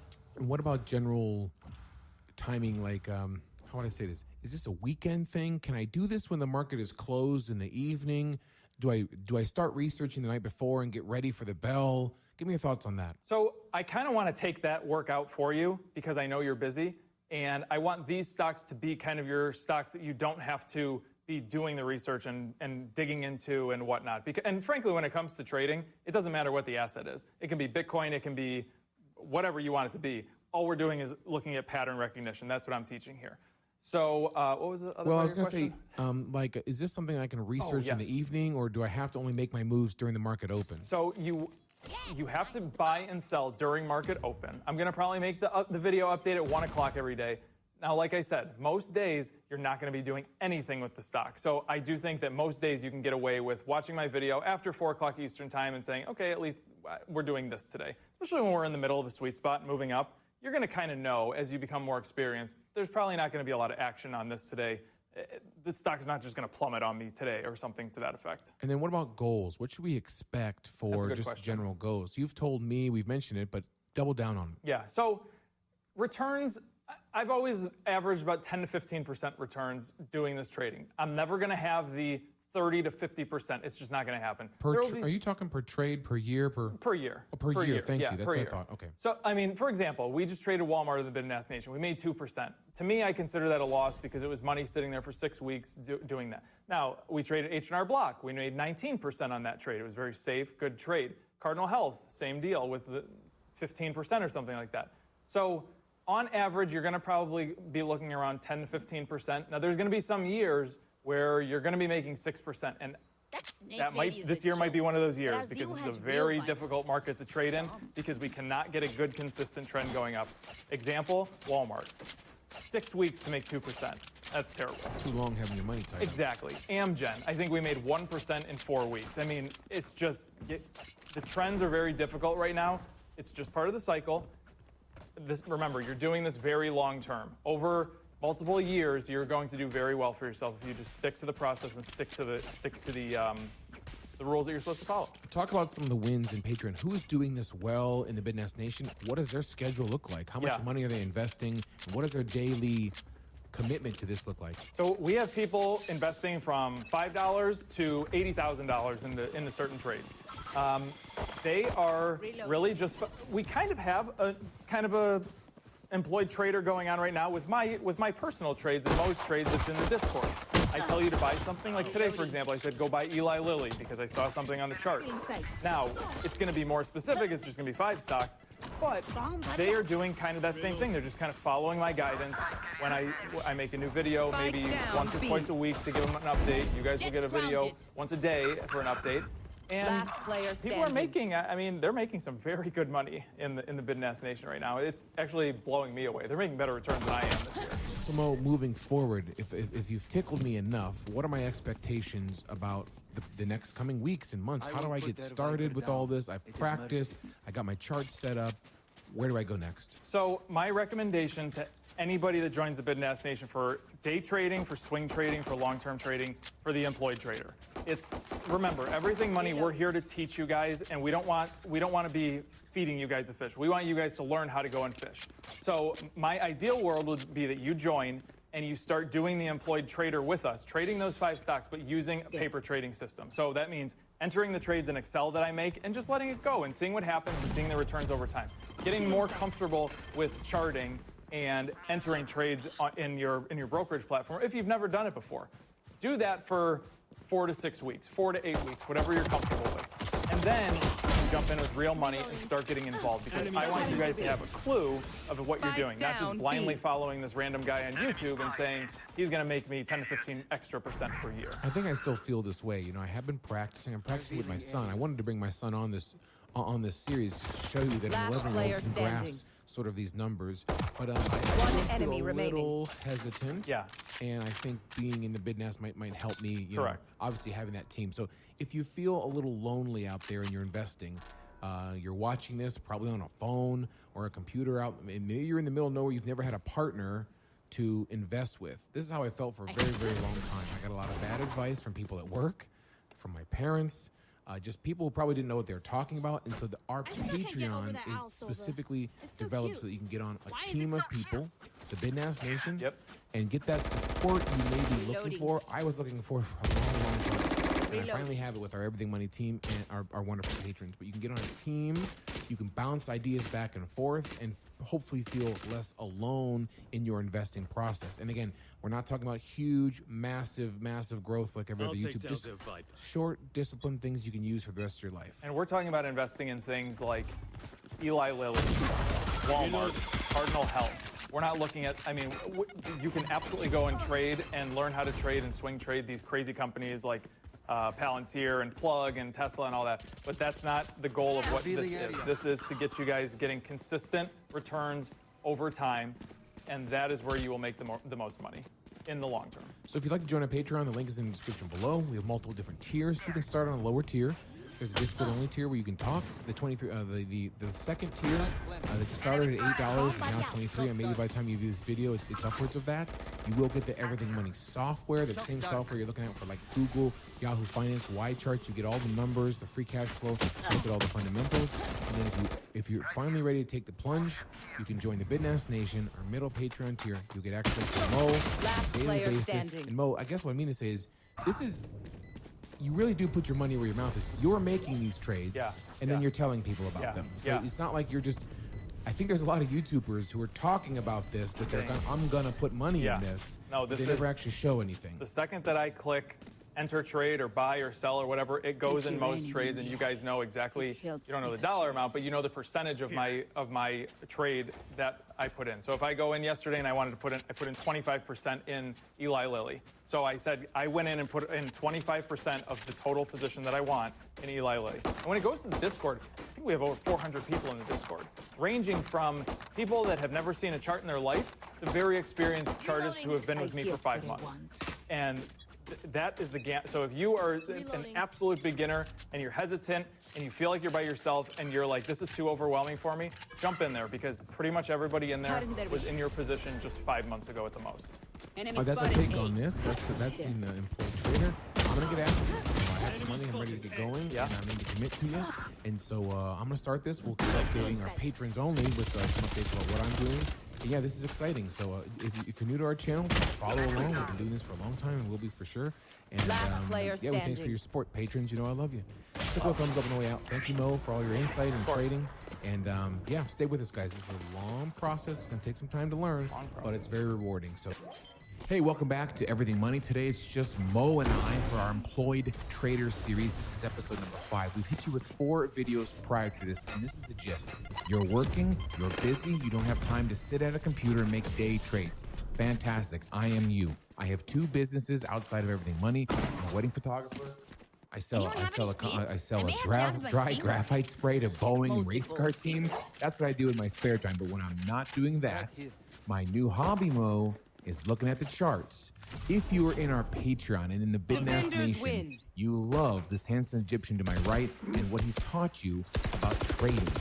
And so what he's been teaching me, which used to be, Mo, when I peered over to you at these charts, it looked like complete chaos. You were speaking a different language. Foreign language. But oh, wait, now, after just maybe 60 days, maybe less than a couple months, myself, my 11-year-old son can pop up the trading view, look at the charts, and he's falling in love with some of these companies. So this employed trader series is just for you. Mo, what time frame are we talking about being an employed trader? People who don't have time for this, how much of their life can they put towards some trades, especially with your guidance in the Bid-Nas Nation? So the idea for the Employed Trader series is to get you guys, I'm basically doing the work for you. And this is only for patrons in the Bid-Nas Nation.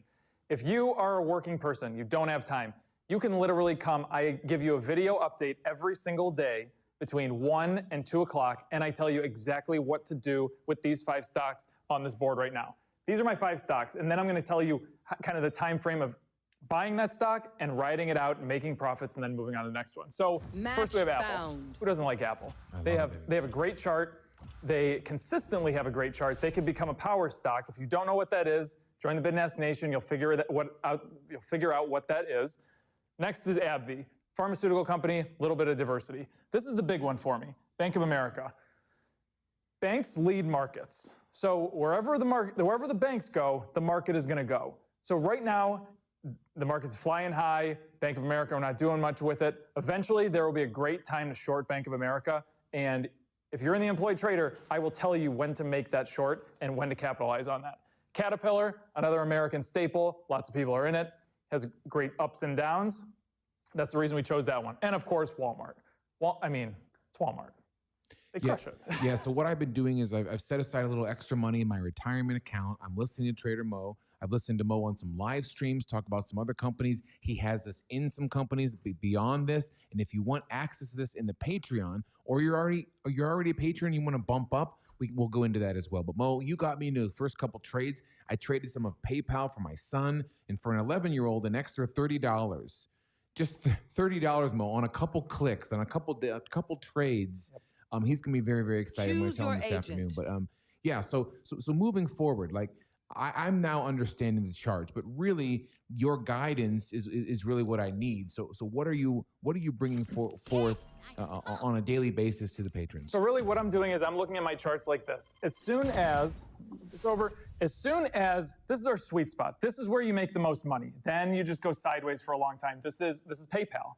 So I'm looking at things and I'm picking out when they're coming through the sweet spot, when we buy them, when we take profits on them, etc. And we can make this entire run up. This is the idea of the employed trader, to find stocks like this and just run up in price. And when it gets to a certain point where it's getting a little dicey and you say, oh my God, I don't know. Am I supposed to sell right now? Am I supposed to take profits? Should I stay with it? I don't know what to do. Well, I know what to do. And I will tell you when to exit this position and how to keep that money in your pocket. And then we'll go the opposite direction. We'll go right down with it too. Yeah, I was lucky enough. Mo just texted me and said I would exit my PayPal position. I made 2.5% on a couple weeks, and it was a couple $100, and it was great. So that's great to hear. So so moving forward, I think some of our main fears I'm hearing, and if you've watched the Employee Trading Series, you might be struggling with this, or you're explaining this to a spouse, which I had to do as well. Is like, is this risky? Day trading is risky. 90% of day traders lose all their money. How can we ensure that? Mo, talk about your success in this field and how you can not assure or guarantee your thoughts on people sort of following. So everything that I do with this, I take a very conservative approach to this. I'm not looking for, if you're going to come out and look for the company that's going to go up 10-fold or 20-fold or this, you're not going to find that with me. We're looking for 15, 20% gains at the most. Most of your plays are going to be in that 10% range, 5 to 10% range of gains. Now, the important thing is when you're losing money, you're not losing as much. Maybe you're losing, right now, I consider a lot of my trades that I make 1 or 2% in, say, 6 weeks. That's a loss for me. That's money sitting there that gained 1% over a very long amount of time. I see. And that to me is a loss. But even with that, you're not going into the negative. So that's the great thing about the way that I trade. And I've been doing this since I was 14 years old. I'm 32 years old now. So I've perfected this method, and it works. I've gotten so many comments from people, whether they're doing long-term trading like this for staying in a stock for multiple weeks to months, to people that are doing swing trades that are 1 to 5 days, to people that are doing day trades, which is 1 to 15 to 30 minutes or something like that. They say, if we stick to the process that you're telling us and the rules, and we just follow your rules, we're successful.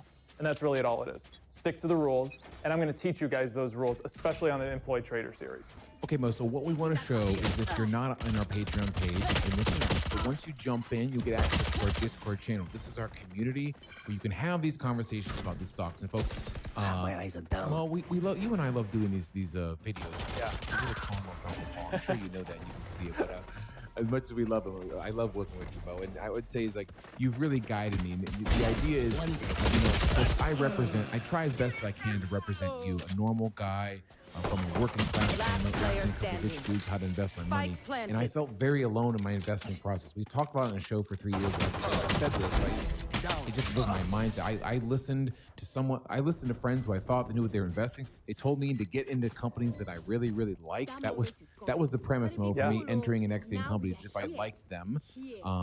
And I got very lucky on some. For sure. But in essence, if you feel alone out there, we have patrons all over the world. You might be in the middle of nowhere.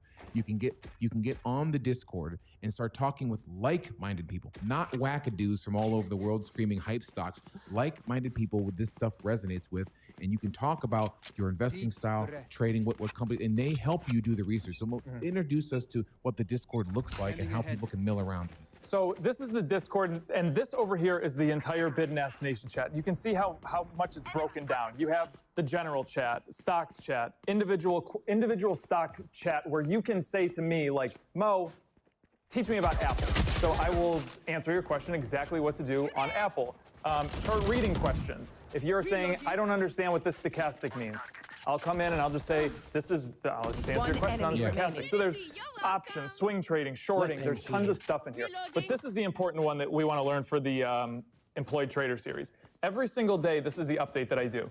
I tell you exactly what to do with each stock. For example, this day was 610. Apple, nothing. AbbVie, hold. Bank of America, nothing. Tracker share on Caterpillar. Walmart, hold. So, and it comes with a video update. Each day I make a video and you guys have it. So you guys are seeing exactly what I'm seeing on the charts, and I'm explaining it to you and hopefully teaching it to you. My goal is for those that watch the video, they're watching it for confirmation. They know what to do, but it just confirms what they're doing, because I want you guys to know what you're doing with me. Now, if I'm employed and I don't want this to bog me down, or I'm still new at this, how many trades am I making? Because I'm getting antsy, Mo. You know, I wanna get that cheddar, but I see all these holds, and I have to learn, little Paul on my shoulder, learn the patience of investing. So how many trades are we talking? So it's patience. When I was trading a lot and I was crushing it, I was making 1 to 2 good trades per month. And that's basically the premise of this Employed Trader series. You're not going to be doing something every day. And that's great for you if you're a busy person. Just check, watch a 3 to 4 minute video every day. What am I doing with this? It really comes down to, I am looking for very perfect setups so that when we do actually enter a position with 100% of our money that we're going to allocate to that trade, we are making the most out of it, and we're not worrying about any pullbacks or this or that. So when I make these trades 1 to 2 times a month, I want you to capitalize on that 10+%. Catching this Employed Trader Series video number 5, make sure you go back. We can put a link in the description below, of course, on the previous 4 videos where I start from scratch on learning how this is. And now, like I said, myself and my son can pull up these charts and have a nice language and knowledge of what's going on. So an 11-year-old is figuring this out. It's true. And you can figure this out. You can. What is this chart behind you? Wait, I can scan that. This is PayPal. This is the, let's see what we did with your trade. A little bonus here. So I saw with yours that this is the all-time high for PayPal. And you were getting this really nice run-up coming through the sweet spot. This day right here, that was Friday, I told you to take profits on it. Yep, that's right. Now, the reason I told you to take profits, let's go to a daily chart, just so I can show you a little bit more detail. You were running in, this orange line right here was right there. So I saw that your stock price popped up a little bit over resistance, and then it fell right back down. And today, you're not really doing that much. So the trade isn't over. You can always get back in, but we took profits on it because I wanted Seth to put money in his pocket. So the next time he goes in, he's basically playing with house money. Yep. He can add back to the position and then run it up from there. So there's still potential on this thing, but now you have money in your pocket. Yeah, and so does my son. So yeah. So if you're in the Patreon, a lower tier, you'd like to try this for a month. This is a huge step. Right, Mo? This is a huge step. Yeah. I mean, this is our goal. We want you to get a meager 1, 2, 3% gain to drastically change your financial outlook over the course of an entire lifetime. Yeah. So Mo, talk about what people can do if they want to bump up for a month. If you want to bump up for a month, if you are in the, if you're an Everything Money Minion, if you want to bump up for a month, you have 30 days to come up to the Bid and Ask Nation, try it, pay the $68 a month, what it is right now, and if you like it, you stay. If you don't like it, you can go up. Expect to be paying $68 a month because you're not going to go back. Spike down, C. Give me a Mo. Good stuff. All right, folks, that's our take on Employed Trader. We're going to keep updating you with some videos, some of my wins, some of my losses, and of course, Gio has the summer off now, so we might actually get my son in the studio to show you that an 11-year-old can grasp this concept with a little bit of practice. It's gonna be great. This is not overnight. It's going to take some time. But boy, that Bid and Ask Nation is growing. It's growing. So I have to believe it's around 600 people now, and come on. Yeah, and the chats are just I really love how much Tim and I have broken down the chats because they're becoming so much more useful. 30 seconds if you want to talk about this situation or this category, you go there, and it's really broken it down. It's not just everything thrown at you at one time. It's really great. That's our take. Tickle a thumbs up. We'll see you guys on Mo's live stream. Mo talks news and stock analysis, trading stock analysis every morning at 9 a.m. on our page live. You can ask him these questions. So that's our take. Final thumbs up. Thanks for watching, everybody. Keep trading out there, you employed people. I love you.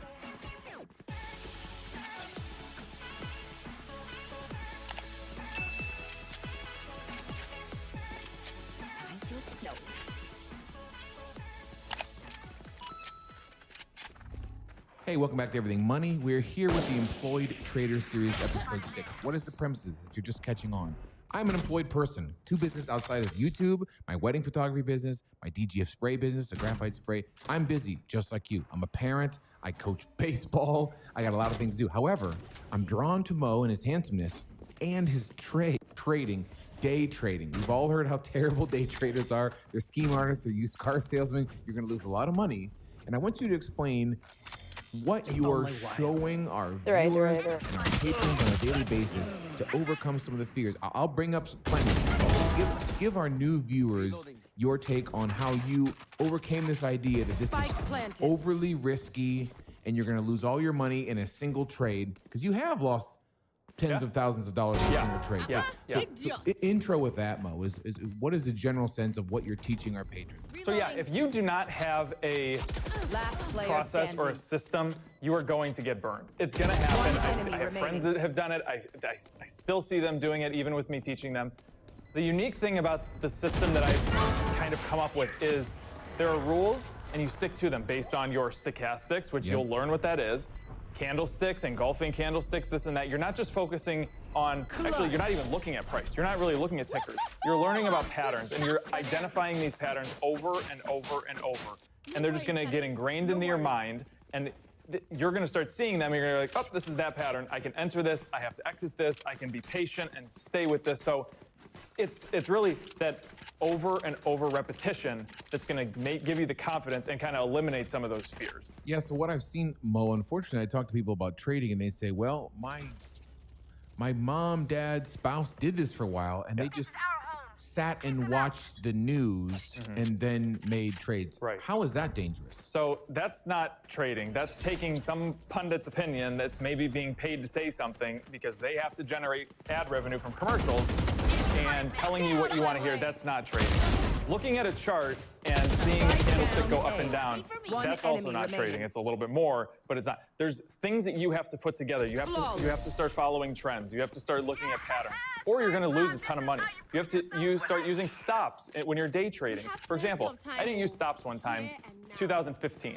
I lost $27,000 in a matter of 8 minutes. And it's just because I wasn't following my rules. I was trying to get a little bit cocky, and that's what happens. And that's what is going to happen to a lot of trying to get a little bit cocky. 2015.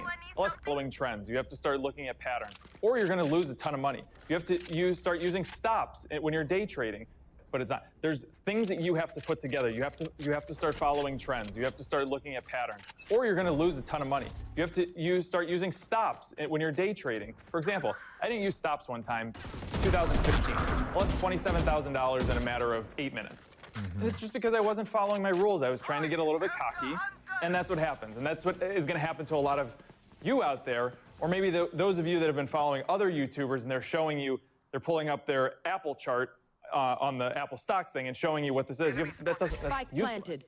You need to have a chart set up that is conducive for you to be successful. And there's so many of them that aren't. So again, folks, the goal with trading, at least what Mo was telling me, is I just want a few percentage points higher than the market. Getting my returns from 10% to 12 can drastically change the outcome of my life, millions of dollars. So what I've been straying away from is thinking about that I need the millions I'm going to get from investing in Bitcoin and Tesla and Dogecoin, and just to make 2 or 3% would make my kids' future much more prosperous. And so, for example, overcoming fears is, I definitely talk to a lot of, my job is to bring your sort of normal person questions. Mo, I talk to a lot of normal people. If this just sounds frightening, that I can lose all my money, I'll make single trades. You don't really get us in super volatile trades. Is that true? No, you're not going to get, the only way that you're going to get crazy, this is Smith & Wesson, for example. This is this morning. Over the last 2 days, this thing is shot up. Reloading. That, to me, is considered lucky. I don't know if they had earnings, maybe some kind of news report. It doesn't really matter. This is where you're going to get big bumps and where you're going to be thanking me, and I really have nothing to do with it. I'm not going for stocks that look like this. I'm going for the gradual approach to make profits. You're not going to make 10-fold with me or 20-fold, and you can buy Bitcoin, but I expect you to make a couple % a day because it swings so much. Yeah. That's going to be where you're going to be able to capitalize on those Neos and Tesla trades and all of these hype things that are going on. Absolutely trade them. Just know how to trade them and know when to exit them for either a gain or a loss. Can you pull up what we did with PayPal last week and why it was advantageous for myself, my child, my son Gio, who's been on the show multiple times, 11-year-old. He's picking this up. We'd love to have him on the show to show you that a young person can grasp this. But Mo, talk about what we did with PayPal last week. So PayPal was a great trade for Seth. He's the one that brought it to me. So you're coming through the sweet spot. That means that your red line is on top of your yellow. And if you're in the Bid and Ask Nation or you watch any of these other series, you can go back and understand what these red and yellow lines mean. Now, Seth started adding here with this nice engulfing candlestick. It was coming through the sweet spot very nicely, and it just continued to go up in price. This day right here, it had that engulfing candlestick. We were running into some kind of resistance. It was trying to create new all-time highs. And when something is trying to create new all-time highs, it needs a lot of volume, a lot of energy to push it through that next level. And you can kind of see that PayPal is just kind of hovering at this area. Very long. So with this little, from here to here, Seth made 2.5% in 7 days or whatever it was. Yeah, I bought about $2,700 worth, 10 shares, and made $155 out of it. I mean, not bad for a couple clicks. Not bad. And also, he didn't exit the stock right here. All he did was take his profits. So I'm going to use, for example, if he went in with $1,000 and say the stock price went up 10%, he would have $1,100. So he would sell $100, leave his initial investment of $1,000, and then if you get an engulfing candle that goes like this, go ahead and say add your $100 back to it, add whatever you want to it. But this taking profits is a way for you to put some money in your pocket, and that's how we mitigate risk. Yeah, so this is the downside risk I think a lot of people don't think about, or at least are heavily afraid of. You know, like I said, I have people saying I can't get in this, I can't lose all this. I'd rather only make 3 or 4% in a high interest bank note, or you know what I mean, high yield bank note. Locking your money up for a very long time. Yeah, as opposed to trading. So moving forward, this is the we're gonna keep going with this employed trader series, learning the moves I'm making. You know, Mo, how much money, going back, how much money do you need to get started with potentially trading some of this? Look, we have people in the Bid and Ask Nation that have joined with $100. We have people that are jumping in there with 6 figures. Anywhere in between, they're making money. It's all relative to what you want to make. Now, the common question I get is, when can I do this for a living? It honestly depends on what kind of lifestyle you want to live. If you have $250,000 to play with, you want to make $40,000, $50,000 a year, that's a lot, but it really depends. It depends on what kind of lifestyle you want to live. You do this for a living. Yeah, but the majority, I used to, but I was trading a lot of money. It was 7 figures. So it was easier for me to make money and live the lifestyle that I wanted to live. Last round in You're the saying half. like you're trading $1 million in what time frame? Like, oh, I mean, I was at any certain time I had over $1 million invested in 5 to 10 stocks. Ah, I see. Yeah. $1,000 to play with, you want to make 40, 50,000 with $100. We have people that are jumping in there with 6 figures. Anywhere in between, they're making money. It's all relative to what you want to make. Now, the common question I get is, when can I do this for a living? It honestly depends on what kind of lifestyle you want to live. If you have $250,000 to play with, you want to make $40,000, $50,000 a year, that's a lot, but it really depends. It depends on what kind of lifestyle you want to live. You do this for a living, right? Yeah, but the majority, I used to, but I was trading a lot of money. It was 7 figures. So it was easier for me to make money and live the lifestyle that I wanted to live. You're saying like you're trading $1 million in what time frame? Like, oh, I mean, at any certain time, I had over $1 million invested in 5 to 10 stocks. Ah, I see. Yeah. When did you back this off? What is your plan besides teaching all the people in the business? Yeah, so right now I trade about $500,000, and the rest of my portfolio is really tailored towards value. Just because I'm busy with this now, it's not. It used to be a lot more fun to me to want to sit on the computer and day trade and make these, just sit there all day. Now I just don't really have the time to do it, so that's kind of the reason that I haven't. But I can teach it to you, and I can still do it. So if you guys want to watch me do it, join the Bidnast Nation. What will you provide for the patrons in the Bidnast Nation? Hold on a second. Before you say that, Mo, my apologies. If you're in a lower tier and this is speaking to you and you like to bump up, Mo, tell them about that. So if you want to bump up into the Bidnast Nation, let's say you're paying $15 for the software. If you want to join the Bidnast Nation, you can jump up for 30 days, pay the $68 a month, try it for 30 days. If you do not like it, you can go back down and you will be able to pay your $15 a month again. You get one trial. It's not free. You have to pay for that month, but we'll take you back down to that trial. But I caution you, if you do come up into the $68 level, you're going to be stuck there, so be prepared to pay $68. And the Bidnast has been growing. I would say if you're joining, I preface with this, is you jump in the Discord. It might seem overwhelming. This takes time. There's patience. There's different channels. Follow along, read some, get in for 5-10 minutes a day. Mo, I've been doing this, I do take my baths in the morning when I watch your show, but I jump on Discord, I get in there, I start reading what people are saying, and it doesn't need to be overwhelming, and we've done a great job of making it not overwhelming. This is broken down into so many different chats. None of them are overwhelming, and this is the Employed Trader. This is where I update you with a video every single day telling you what I'm doing with my 5 stocks, which I told you about in the last video. And we make this very easy. I understand that this can be extremely overwhelming, and some of you don't even know what a candlestick is. We have people in there that don't know what candlesticks are. It's people that are now pros. No worries. It's and I mean, we have 11-year-old kids doing it. Yeah, for sure. So yeah, that's our take. That's Employed Trader series, and follow along. I'm very open with my portfolio, what I'm making, and we'll keep this up. I'm in a couple other positions, and Mo's telling me to stay, so I'm staying true to the rules and the process, and we'll keep updating you. So thanks, Mo. That's our take. See you guys. Fondable thumbs up on the way out. Thanks for watching, guys. See you next time. Let's start the party.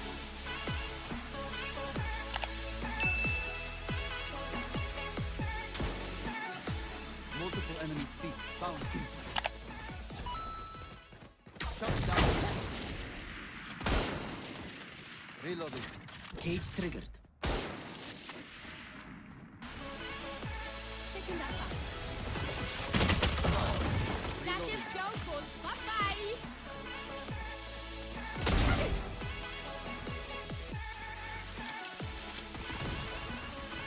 Enemy spotted C.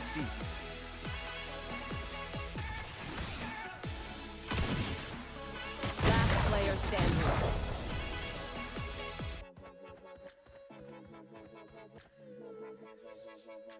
Level heads until we're home, yes? Good.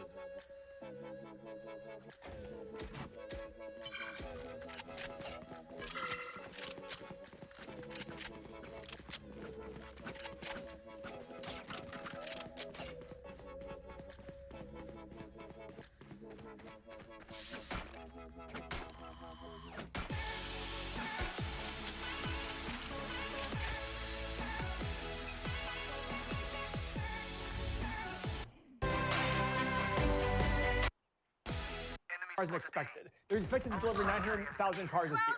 And the stock is down. This is my point. How can the stock be down if it's all about hype and the numbers are crushing? How can it? Tell us.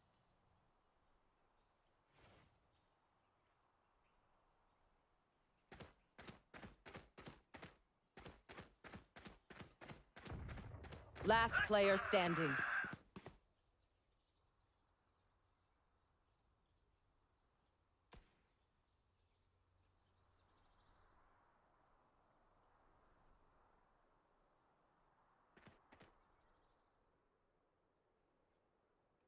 I have the spike.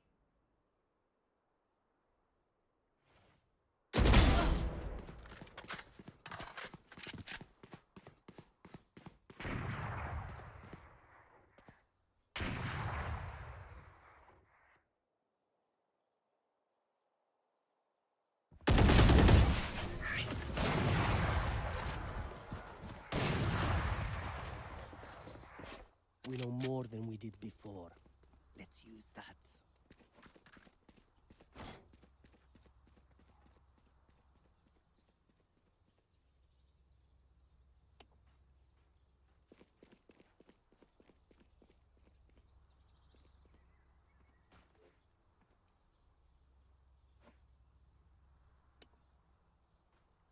Charlie, like move from here.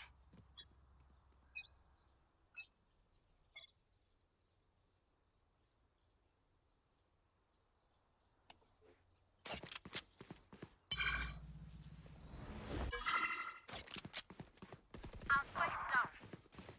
Spike down A. Enemy spotted A.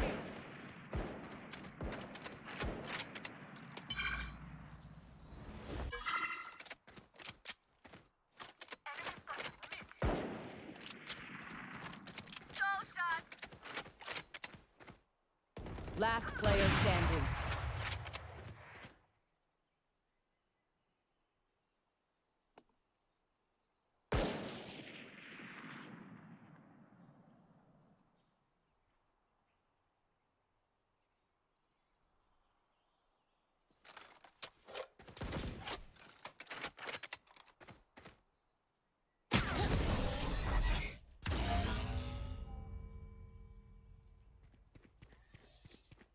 None of my stuff has malfunctioned yet. Can we celebrate that?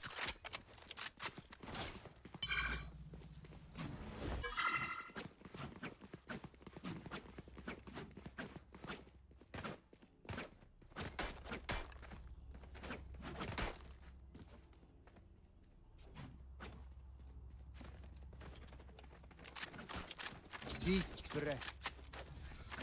Right there.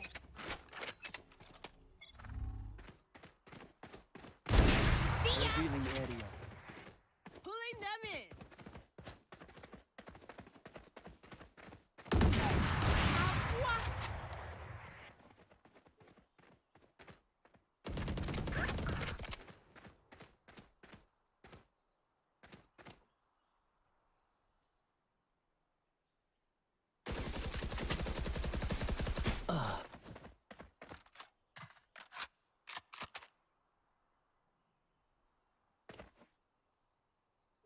Last player standing. Spike down C.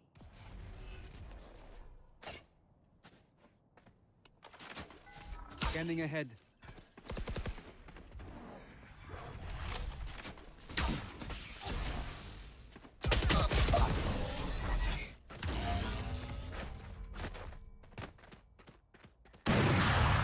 Stay taut as a bowstring. The fight demands it.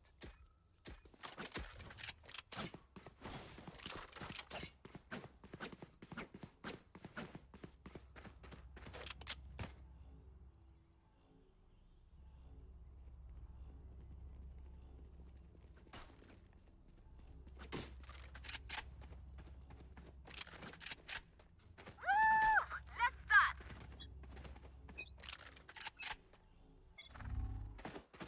Revealing area.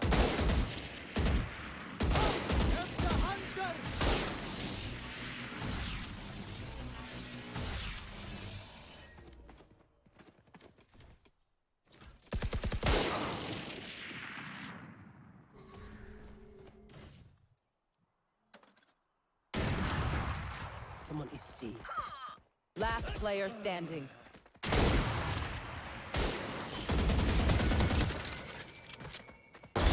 Headshot.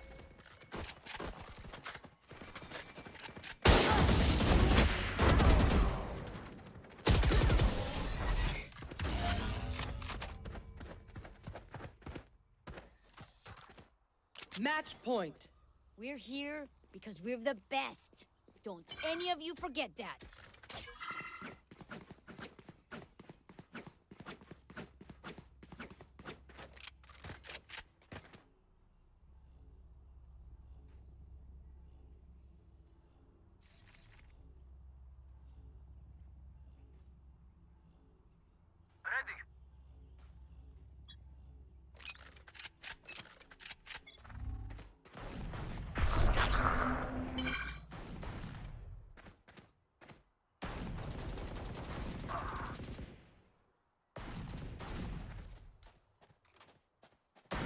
Get out of my way!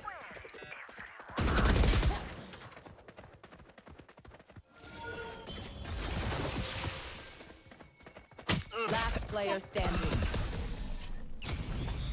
Defenders win.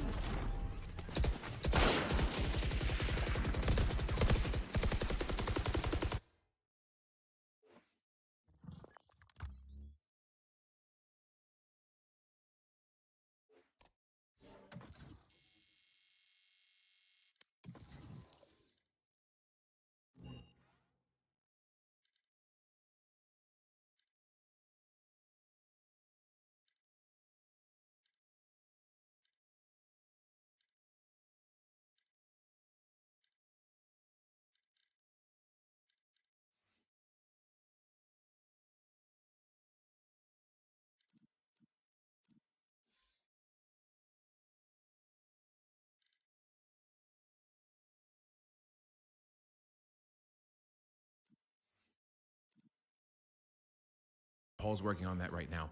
But in general, yes, in general, Paul, you ready? Yes, I am. Can I finish my Oreo? Yes. Talk about covered calls to the millions of people watching at home right now.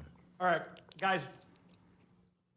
Options are a great way to generate income in a very conservative way. And it's funny because a lot of people think of options as very risky, and they very much can be. Very volatile. But when you use options to buy stocks at prices you want and to sell some of the right for you to, basically you're gonna get income while you watch a stock go up. This is a great way to generate extra return. Is there a catch? Ancient Legion. It's super easy. Loud is funny. Change my Player 2. Hey.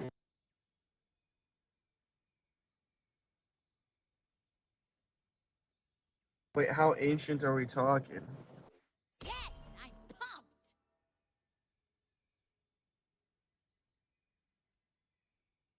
Oh, yay, another You guys game not with like us? nobody's speaking. Yeah, but you're an old man, but is your fucking cock huge?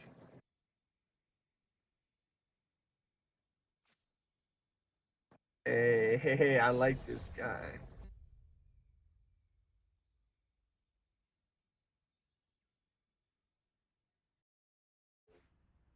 How are you level 208? You must be freaking ancient. Woman being easy to please? Split. Ah, they don't know the meaning of the word. Who the fuck plays Omen? What the fuck?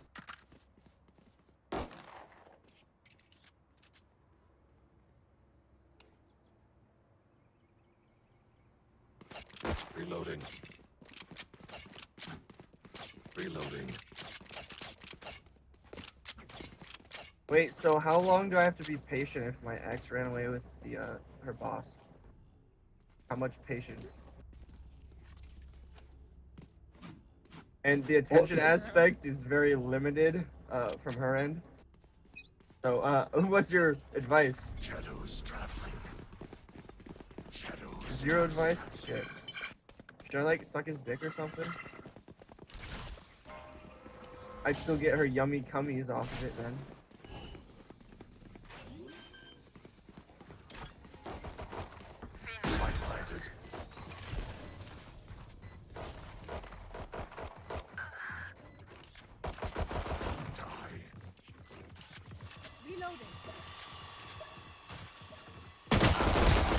One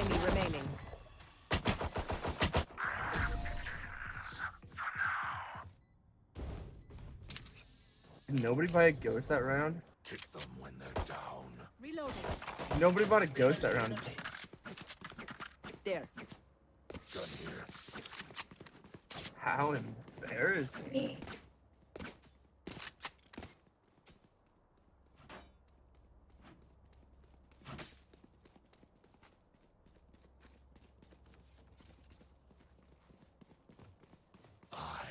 Hey, Ancient Legion. Should I fuck this girl with herpes? She says that it's completely safe if you use protection. So what's your advice on this? What if I stay safe though?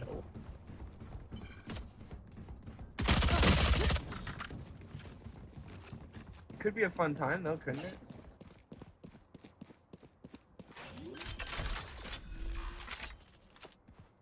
Red planet.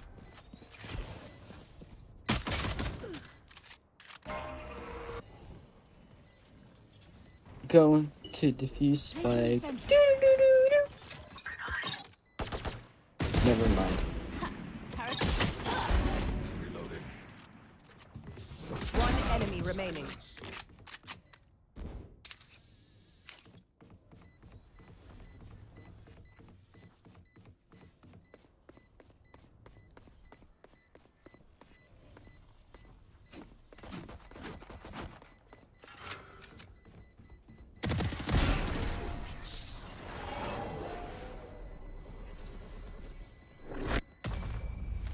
Try some Tracy race. You're good at that.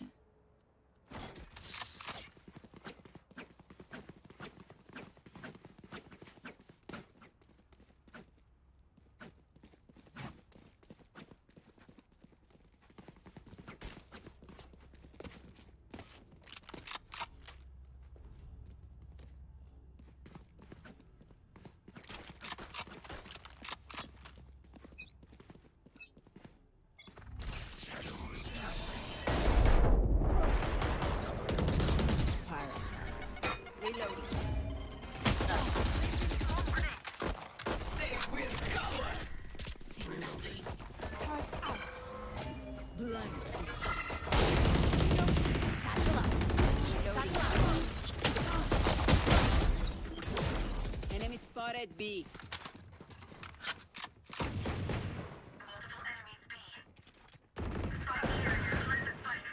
Spike down B. One enemy remaining. Me.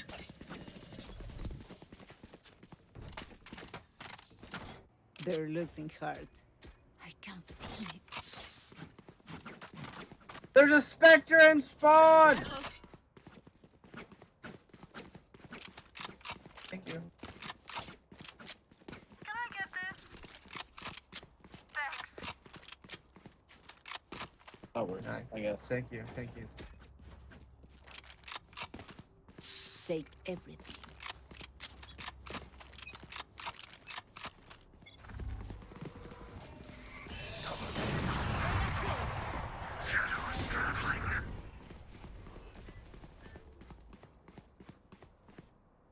Spike carrier's down.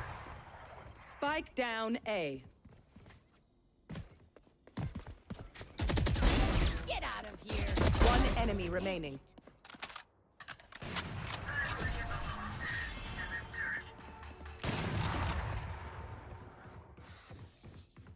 Who to smother first?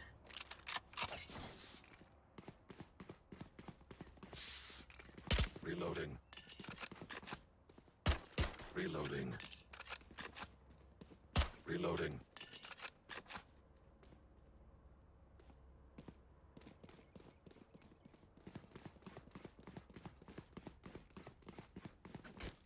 Breathe deep.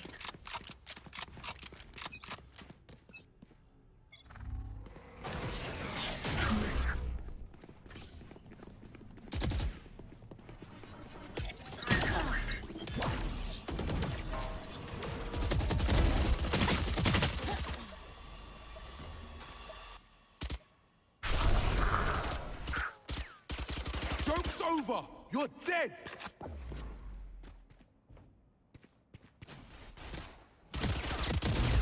Reloading.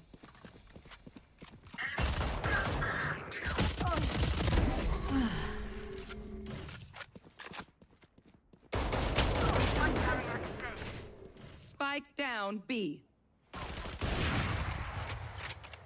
One enemy remaining.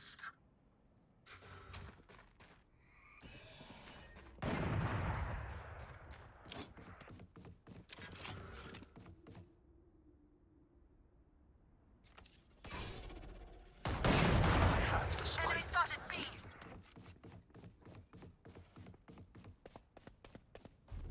Omen, what the fuck? 30 seconds left. Bye, bitch. I'm out of here.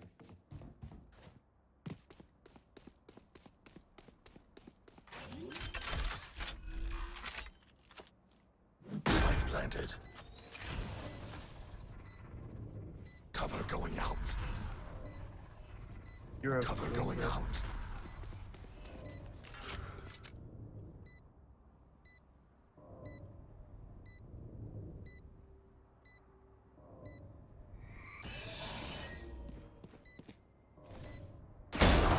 Five did it.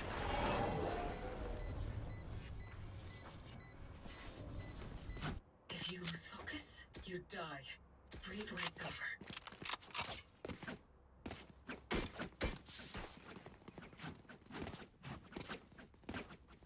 I can buy.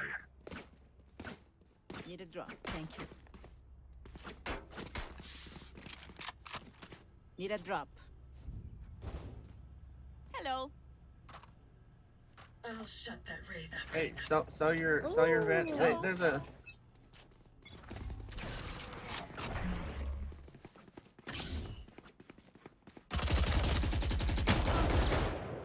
Alarm bot out. Turret out.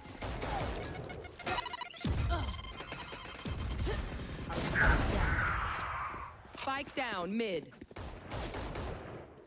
Placing swarm grenade. Swarm grenade out.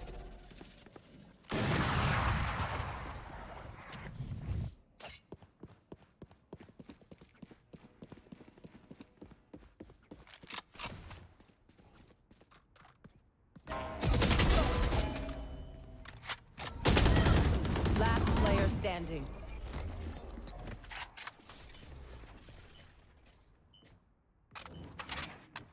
Toxin screen down.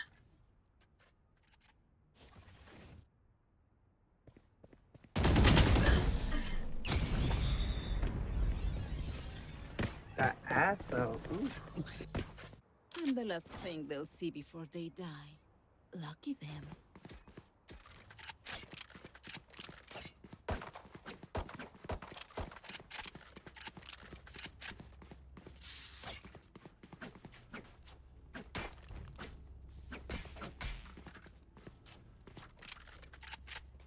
You know how like Reyna says that she's the last thing that Cool knife they'll see sniper. before they die? I just want to see a massive poop. Shadows traveling. They will cower.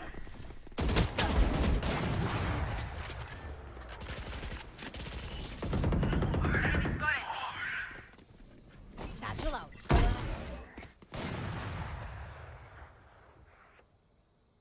Spike carrier killed. Spike down B.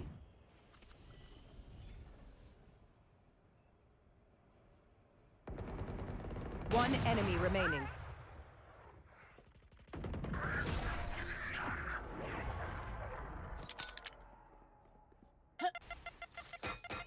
Oh, surrounded by minha família. We won't lose. Loaded.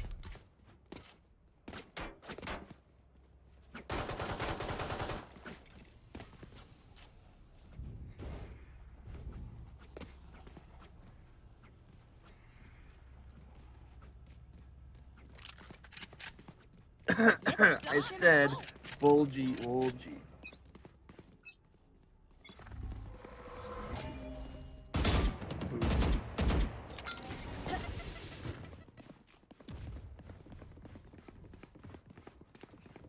Joke's over! You're dead!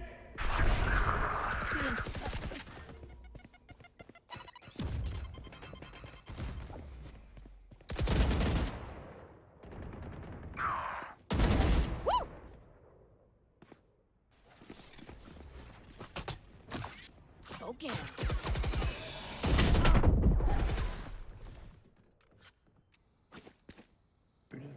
What are we doing?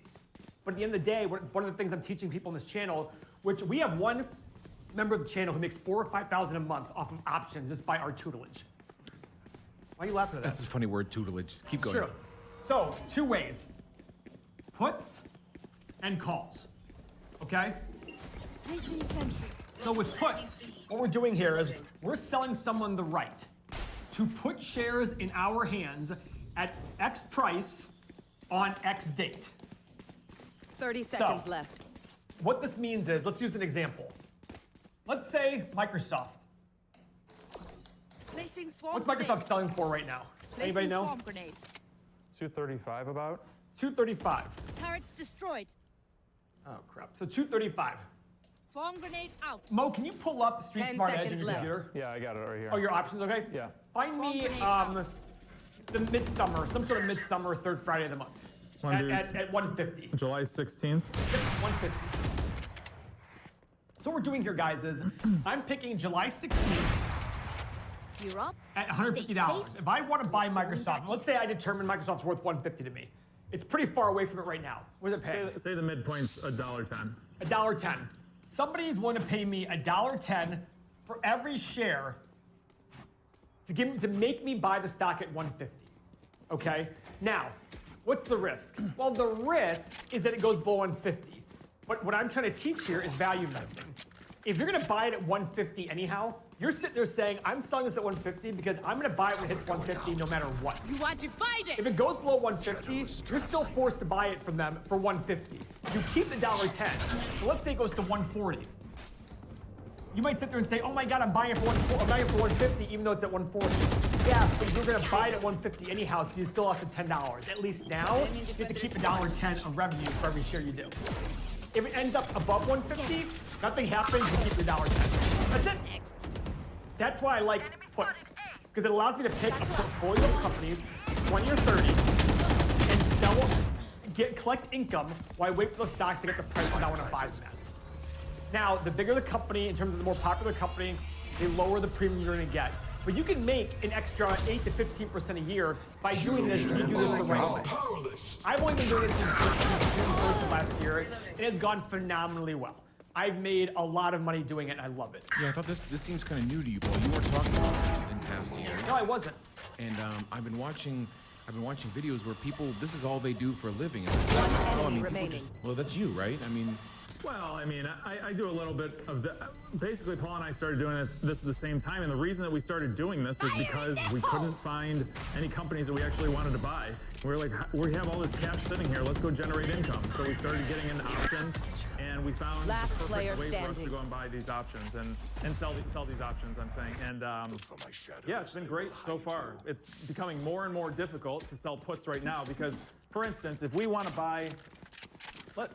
Where would we want to buy Microsoft? It wouldn't be 150. No, it's way lower. Okay, let's say Microsoft for right now is $100.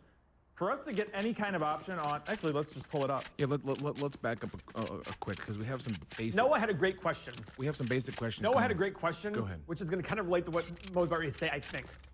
Noah said, hey, if the fundamentals change, can I sell the contract? Yes, you can. And that's the real risk in puts. The further out you go, the fundamentals could change along the way. Now, for a company like Microsoft, is that very likely? Apart from fraud, which we did see recently in EBIX, apart from fraud, it's not very likely. But the big risk in all this, the only risk I perceive, is that the fundamentals change that make this collapse. You'll probably have to sell it at a loss. Okay, that's why you do 20 or 30 companies at a time. Go ahead, Mo. So let's say that we wanted to get Microsoft at $100, and I'm doing this for a strike date of January 21st of 2022, so next January.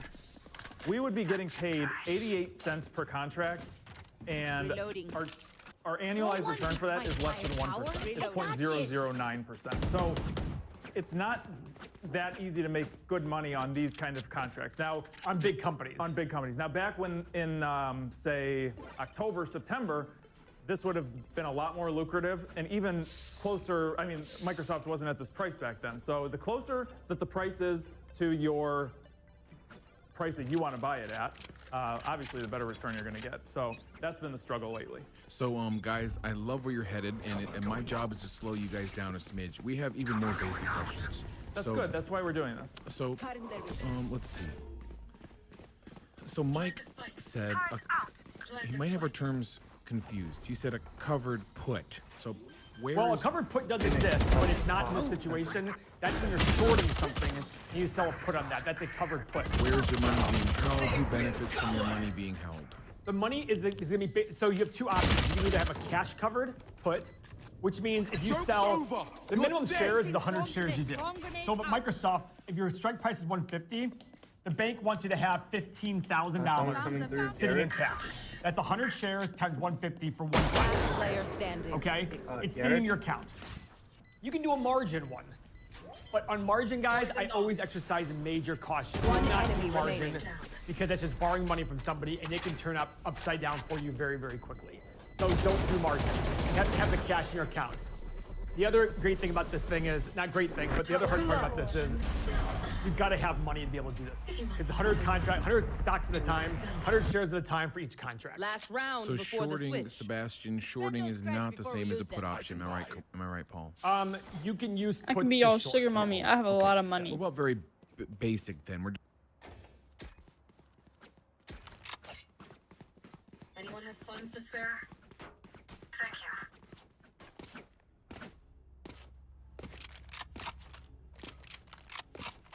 For you, hermanita.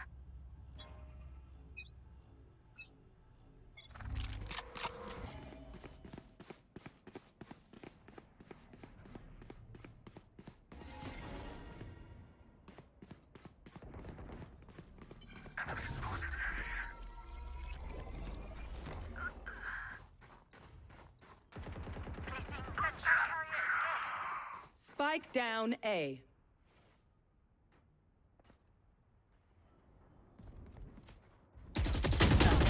Placing alarm bot. Talking about explain buy to open, Last sell to player open, standing. buy to close, sell to close. Okay, great. Oh boy. So we're still talking about puts. One down. Placing swarm When you're grenade. selling puts, the Swarm first thing grenade is out. sell, right? You're selling a put. You want to collect the income. You're giving somebody else the right to force you to buy the shares from them. That's selling a put. Placing swarm So grenade. you're selling to, you're opening the position. Open. When you're selling that's something, gonna be and then when boring. you want to close the position out, you're buying to close. 30 Right? seconds left. Because you're selling the put to get the money. When you sell something, you get the money. And when you're buying it back at a lower, or you want to close it out, you got to buy the options back to close it back out. You're buying to close. When you're selling puts and selling calls, you sell to open and buy to close. Or you can let it expire. 10 seconds That same left. example we had, Microsoft's at 235, and we want to see it at 150. If on that Friday, July 16th, it ends up at 165, you don't need to do a single thing. Nothing's gonna happen. You're gonna keep your $1.10, move on, and then you go write another one on Monday. That's it. So you sell to Switching open sides. on these puts and calls. You sell to open and buy to close if you want to close the position out beforehand. Again, going back in a second, guys. Going back very basic. Our man Llewellyn says, if I wanted to start, what is a cash minimum do you think we need to have to start selling options? Why does your face look like I a was shocked, pussy? Paul, to learn that I actually own, I have a portfolio of maybe 400,000, and I He even actually does like the own little pussy breath. quite a few thing. companies where I have over 100 shares Now of a that's for the stock. covered calls. Okay, for covered For calls. puts, guys, it's a lot of money. You probably need a couple hundred, probably need 6 figures to be able to do this in a way that I think would regulate your risk and not wipe you out if something ever happens. So this is for a smaller group. Now, covered calls are a different story altogether. Covered Yes. calls, all you need is 100 shares of anything, you can write covered calls on it. But for the puts, to place the shares, I think you should have a diverse, you should be able to cover 20 or 30 stocks at 100 shares each, which if the average stock is $40, that's $80 to $120,000 you need in cash to be able to do this. To be able to do this in a way that I think is reasonable. I think our patron who makes the $5,000 to $6,000 a He has month, 7 figures. He's Almost 7 figures. He's at about like 950,000 or $1 million right now. It was like $996, I think, before. So it's like $1 million. Yeah. You guys are basically like his financial guidance. All he does is pay us $100 a month, and now he makes $4,000 or $5,000 a month. Does that sound like a pretty good deal? Yeah. Should we talk about the And Patreon? he's not even Get running him, covered calls, I boys. don't think. He's selling puts. I'll be darned. Okay, so who buys the put? Somebody out there is going to buy it. It's the market. Yeah, the market maker. determines it. Yeah. By the way, I want everybody to see something here. For all you people out there. Uh-oh. You see this? 30 seconds left. 38 spots remaining in the 8-pillar Thrillers at $13. Spike 38 planted. remaining. What happens after that, Paul? It goes to $14 the second these spots are filled. And I tell you these spots will be filled by tomorrow. Get 'em, they will be filled by boys. tomorrow. 22 sprinting spots in muscles in Trader Moe's muscle tier. What's it going to go to? I have no idea. 18 remaining spots in the 250 per month. This is going to 500. I do not want this to grow much bigger. So if I'm going to do it, I'm going to make sure it's very, very valuable to everybody in the group. So guys, if you don't realize how valuable this is, everybody gets the Everything Money app website. It's coming out April 15th. It's absolutely, I've given it to people to beta test. Like, Paul, the site's awesome. And we only have 2 things in there, financials and 8 pillars. There's gonna be so much more. My Excel sheet for stocks will be in there. My real estate calculator will be in there. My momentum will be in there for a little upcharge because it's gonna cost me more. Charts, the same thing, and a bunch of calculators. And we're gonna have articles, we're gonna have a lot of stuff going. And if you sign up for today, at 13 bucks. This is your price forever. There will be increases every year. But for example, at some point in the future, this 13 will be 50. You'll still be at the 13 plus whatever yearly increases. You'll be at like 15 or 16 bucks. You're crazy not to sign up. It's absolutely the best deal out there. I'm not just saying that. I put a lot of money into this app. It was something I was gonna use anyhow for myself. You get to use it with me. We have over 1,130 patrons right now. Jim, go Mo. I want to answer a question. Go ahead. So Ben, he said in here, just because we were talking about the amount of capital that you need, he said that eliminates 90% of this group. The point is that, what's our average viewer? 30 to 40. 30 to 40 So you guys years are gonna old. make a lot of money over your lifetime. It's to teach you now so that you don't have to do it today. It's to teach you that when you get to that spot, you're going to be able to do it and just flawlessly move into it. You're not going to have to take the time to go and learn and say, no, you're going to be confident and ready to go. And Warren Buffett always says, I'll show you how somebody's going to turn out. Show me their friends. Yeah. Join the Patreon. You think this way, at some point in the future, you'll be making a lot of money. I only started doing this at the age of 38. I'm 39 right now. I only started doing this at the age of 38, and boy, do I wish I'd learned it at 30. If I'd been in a group like this, I could have learned it at 30 and been doing it. Yeah, I had the capital for it, but everybody who watches this takes money seriously. You guys are going to do very well in life. Guys, if you're worried about, like, can I understand this? I assure you, you just have to keep going through this process. My 10-year-old now wants to be Uncle Paul and Mo. Mo, you know this, right? This is what he wants to do in life. I know. I think he should. He's going to be good at it. What does he want to be? He wants to do what you guys do. He wants to write cover calls and watch the market. The kid's 10 talking about shorting stocks. But he's not a savant, guys. He's reading the little book that beats the market. He listens to the show. Paul, he takes notes on the show, and other people said, Paul, other people are saying they take notes during the show as well. Yeah, some of this stuff can be life-changing. So, Paul, I think backtracking a bit, Mo, is that we do get a little blowback in saying that you need hundreds and hundreds of thousands of dollars to write puts, but covered calls is covered calls, totally different. You can do it on anything. So covered calls, as long as you have 100 shares of something. Something we could start with. You have to have 100 shares. Paul, give us a little rundown for folks who've never heard. Tell me okay, so covered calls. So what covered call is the covered part means you already own the shares. So Seth, give me a stock you have over 100 shares. CCL. I have CCL. How many shares do you have? I don't know what you said that, but one enemy remaining. Sorry, I don't know. Can you look it up real quick? Yes, keep going.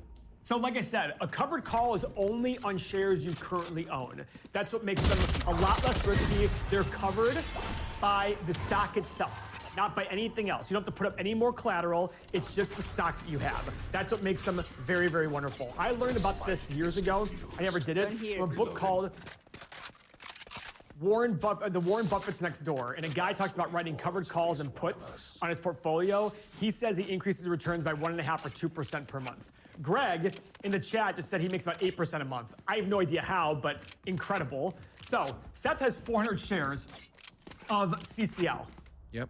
That's 4 contracts, because each contract is 100 shares. But to make it easy, we'll focus on this. So let me pull up CCL here. So CCL is currently at $27 a share. Jeez, oh Pete. Good or bad, jeez, oh Pete? I mean, it's a lot. It's awesome. Right. It's killing it. So now, Paul, you know I only bought CCL because we analyzed it on the show. You said it was a buy. You said it'd have enough free cash to withstand this downfall, and it's gone up 86% since I bought it. Yeah. So what we're looking at here, guys. we're looking at CCL, and I'm hoping, let me get this thing smaller so I can write on the right, because people said it was hard before. So CCL, right here. April 16th is our strike date. I'm gonna pick April 16th. It's 45 days out. April 16th. Now let's say, Seth, ideally, CCL is selling for a price pretty close to what he thinks it's worth. I think CCL is worth more than more than $27, but let's see right now. Here's a strike of $32.50. So we're gonna pick $32.50 as a strike price. So what this means is the company, the stock is currently at $27.33. Everything between today's price and $32.50, Seth makes. Yep. So it's just like I own the stocks, and if it rides up, I make that capital, or not capital, Now, equity, right? You're going to be paid $1.44 per share to sell this price, to sell this. So right now you're gonna get $1.44 per share. So times 400 shares is how much, Seth? $576. Now look at that, folks. This is what struck me, Paul, in that this is what really struck me is that, yeah, $576 on 4 contracts for me just to wait till this day. And if it sells, whoop-de-doo, I get the gain. You get all the way up to $32.50. The risk you have, Seth, is it goes way higher than $32.50. Essentially, Seth's break even is $32.50 plus $1.44 he got. So call it $33.94. So that's essentially his break even. As long as it stays below $33.94, he's made some sort of extra money. So if it goes to $32.50 tomorrow, I lose the 400 shares. Well, most people don't. I've only seen it happen once where the shares were taken beforehand. That was to Mo, like 2 days before. Yeah. Even though they can take the shares ahead of time, it's smarter for them just to sell the options, because if it's tomorrow, the option would be worth so much more. Okay. They would sell the option and make way more money than converting the shares. What matters is the strike date. Okay. If it's at or below $32.50, it's going to end up being, you're gonna end up keeping $1.44 per share, the $576, and you keep your shares. If it's at 30, you keep the $576 and your shares. Everything above that, you're probably going to, let's say it goes to $33. You lose the shares, so you lost 50 cents there, right? But you got $1.44, so you essentially made 94 cents overall. You still made money. By the way, that's a 43% annualized return. Now that's the big thing. That's what's next. What's the ROI? Well, I'll tell you what the ROI is here. It's $1.44 divided by things smaller, so I can write totally different. You can do it on anything. So covered calls. As long as you have 100. I'm 39 right now. I only started doing this at the age of 38, and boy, do I wish I'd learned it at 30. If I'd been in a group like this, I could have learned it at 30 and been doing it. Yeah, I had the capital for it, but everybody who watches us takes money seriously.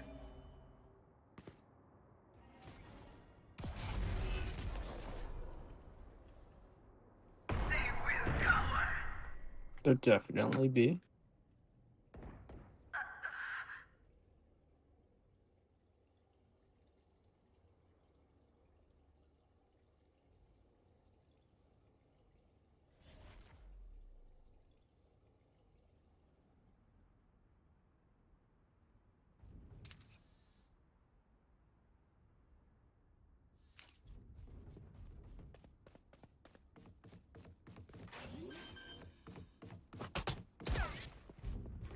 Spike planted.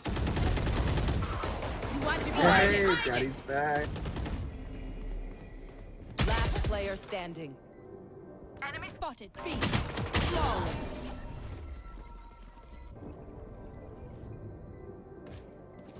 I have 1,000. As much as this world hurt me, it's mine, and I will kill to defend it.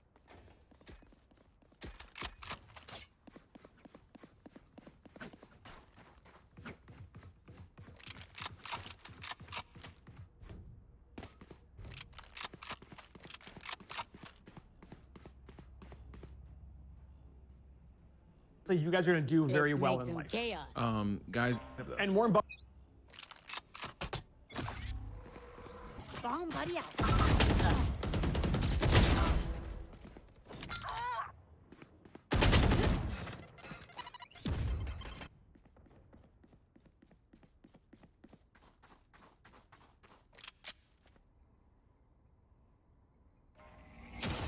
Buffett always says, I'll show you how somebody's going to turn out. Show me their friends. Yeah. Join the Patreon. If you think this way, at some point in the future, you'll be making a lot of money. I only started doing this at the age of 38. I'm 39 right now. I only started doing this at the age of 38, and boy, do I wish I'd learned it at 30. If I'd been in a group like this, I could have learned it at 30 and been doing it. Yeah, I had the capital for it, but everybody who watches this takes money seriously. You guys are gonna do very well in life. Guys, if you're worried about, like, can I understand this? I assure you, you just have to keep going through this process. My 10-year-old now wants to be Uncle Paul and Mo. Mo, you know this, right? This is what he wants to do in life. I know, I think he should. He's gonna be good at it. What does he want to be? He wants to do what you guys do. He wants to write cover calls and watch the market. The kid's 10 talking about shorting stocks. But he's not a savant, guys. He just he's reading the little book that beats the market. He listens to the show. Paul, he takes notes on the show. And other people said, Paul, other people are saying they take notes during the show as well. Yeah, some of this stuff can be life-changing. So, Paul, I think backtracking a bit, Mo, is that we do get a little blowback in saying that you need hundreds and hundreds of thousands of dollars to write puts, but covered calls is something. Covered calls, totally different. You can do it on anything. So covered calls as long as you have 100 shares of something. Something we could start with. You have to have 100 shares. Paul, give us a little rundown for folks who've never heard of this. Tell me okay, so covered calls. So what covered call is? Spike down A. Is the covered part means you already own the shares. So, Steph, give me a stock that you have over 100 shares. CCL. I have CCL. How many shares do you have? I have to. Now that you said that, but sorry, I don't know. Can you look it up? Okay, just came down to one. So, like I said, a covered call is only on shares you currently own. That's what makes them a lot less risky. They're covered by the stock itself, not by anything else. You don't have to put up any more collateral. It's just the stock that you have. That's what makes them very, very wonderful. I learned about this years ago. I never did it from a book called The Warren Buffett's Next Door, and a guy talks about writing covered calls and puts on his portfolio.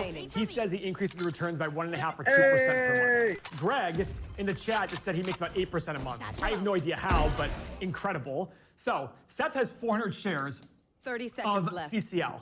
Yep. That's 4 contracts, because each contract is 100 shares. But to make it easy, we'll focus on this. So let me pull up totally different.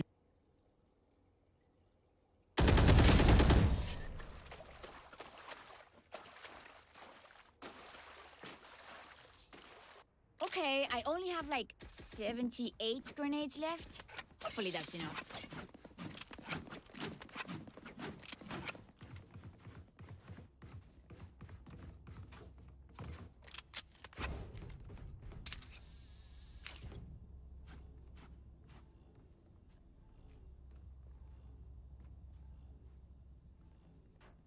Come on, let's go!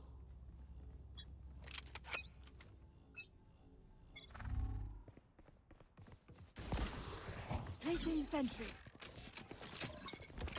Placing swarm grenade. Swarm grenade out. Ciao. Reyna killed. Spike down B. Reloading. One enemy remaining. Maybe that's out.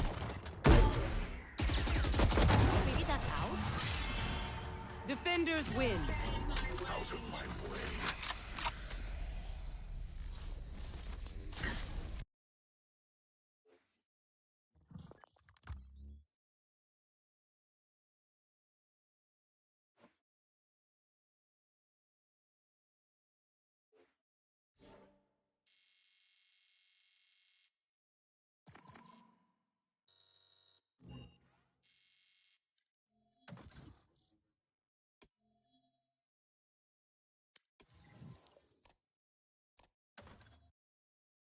You can do it on anything. So covered calls as long as you have 100 shares of something. Something we could start with. You have to have 100 shares. Paul, give us a little rundown for folks who've never heard of this. Tell me okay, so covered calls.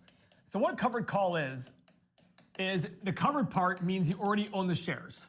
So Seth, give me a stock that you have over 100 shares CCL. I have CCL. How many shares do you have? I have to, now that you said that, but sorry, I don't know.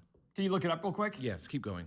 So like I said, a covered call is only on shares you currently own. That's what makes them a lot less risky. They're covered by the stock itself, not by anything else. You don't have to put up any more collateral. It's just the stock that you have. That's what makes them very, very wonderful. I learned about this years ago. I never did it from a book called the Warren Buffett's next door, and a guy talks about writing covered calls and puts on his portfolio. He says he increases returns by 1.5 or 2% per month. Greg in the chat just said he makes about 8% a month. I have no idea how, but incredible. So Seth has 400 shares of CCL.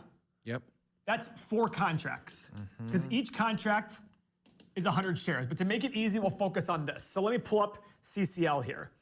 So CCL is currently at $27 a share. Geez, oh Pete. Good or bad, geez, oh Pete? I mean, it's a lot. It's awesome. Great. It's killing it. So now, Paul, you know I only bought CCL because we analyzed it on the show. You said it was a buy. You said it. I'm 39 right now. I only started doing. Sorry, I don't know. Can you look it up real quick? Yes, keep going. So like I said, a covered call is only on shares you currently own. That's what makes them a lot less risky. They're covered by the stock itself, not by anything else. You don't have to put up any more collateral. It's just the stock that you have. That's what makes them very, very wonderful. Give me a stock that you have over 100 shares CCL. I have CCL. How many shares do you have? I have to, well, now that you said that, but sorry, I don't know. Can you look it up real quick? Yes, keep going.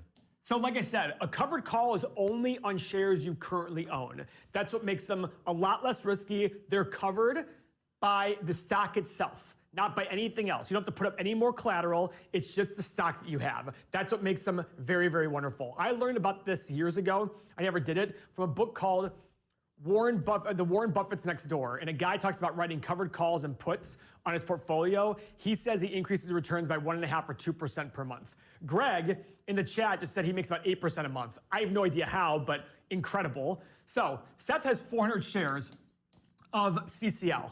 Yep.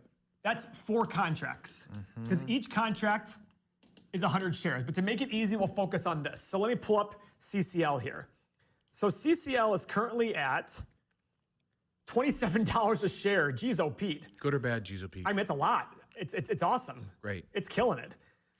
So now, Paul, you know I only bought CCL because we analyzed it on the show. You said it was a buy. You said it'd have enough free cash to withstand this downfall, and it's gone up 86% since I bought it. Yeah. So what we're looking at here, guys, we're looking at CCL, and I'm hoping, let me get this thing smaller so I can write on the right, because people said it was hard before.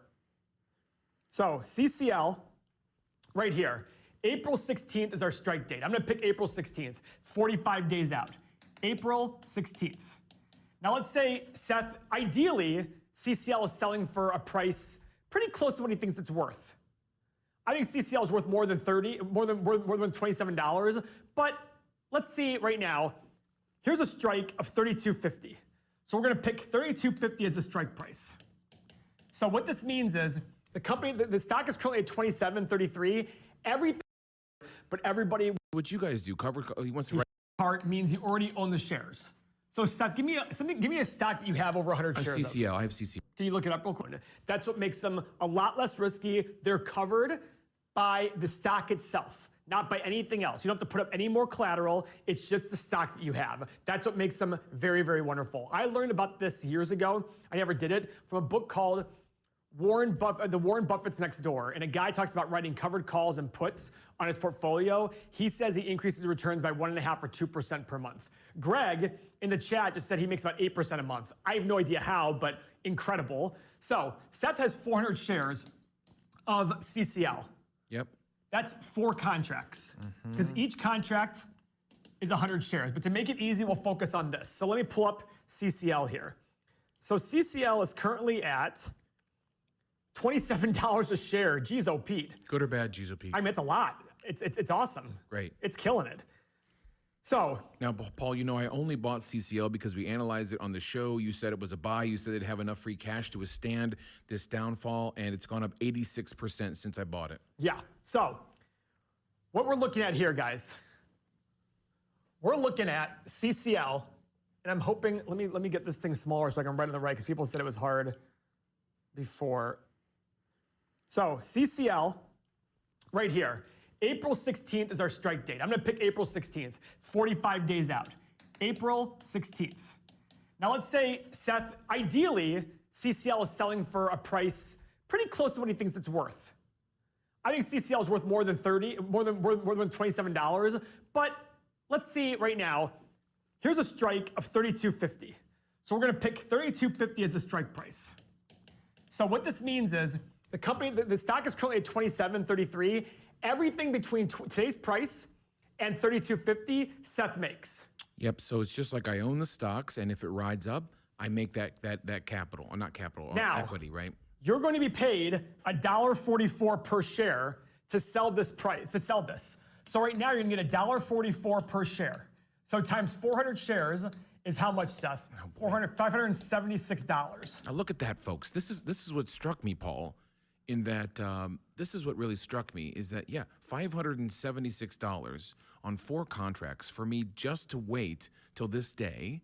And if it sells, whoop-de-doo, I get the gain. You get all the way up to $32.50. The risk you have, Seth, is it goes way higher than $32.50. Essentially, Seth's break even is $32.50 plus the $1.44 he got. So call it $33.94. So that's essentially his break even. As long as it stays below $33.94, he's made some sort of extra money. So if it goes to $32.50 tomorrow, I lose the 400 shares. Well, most people don't.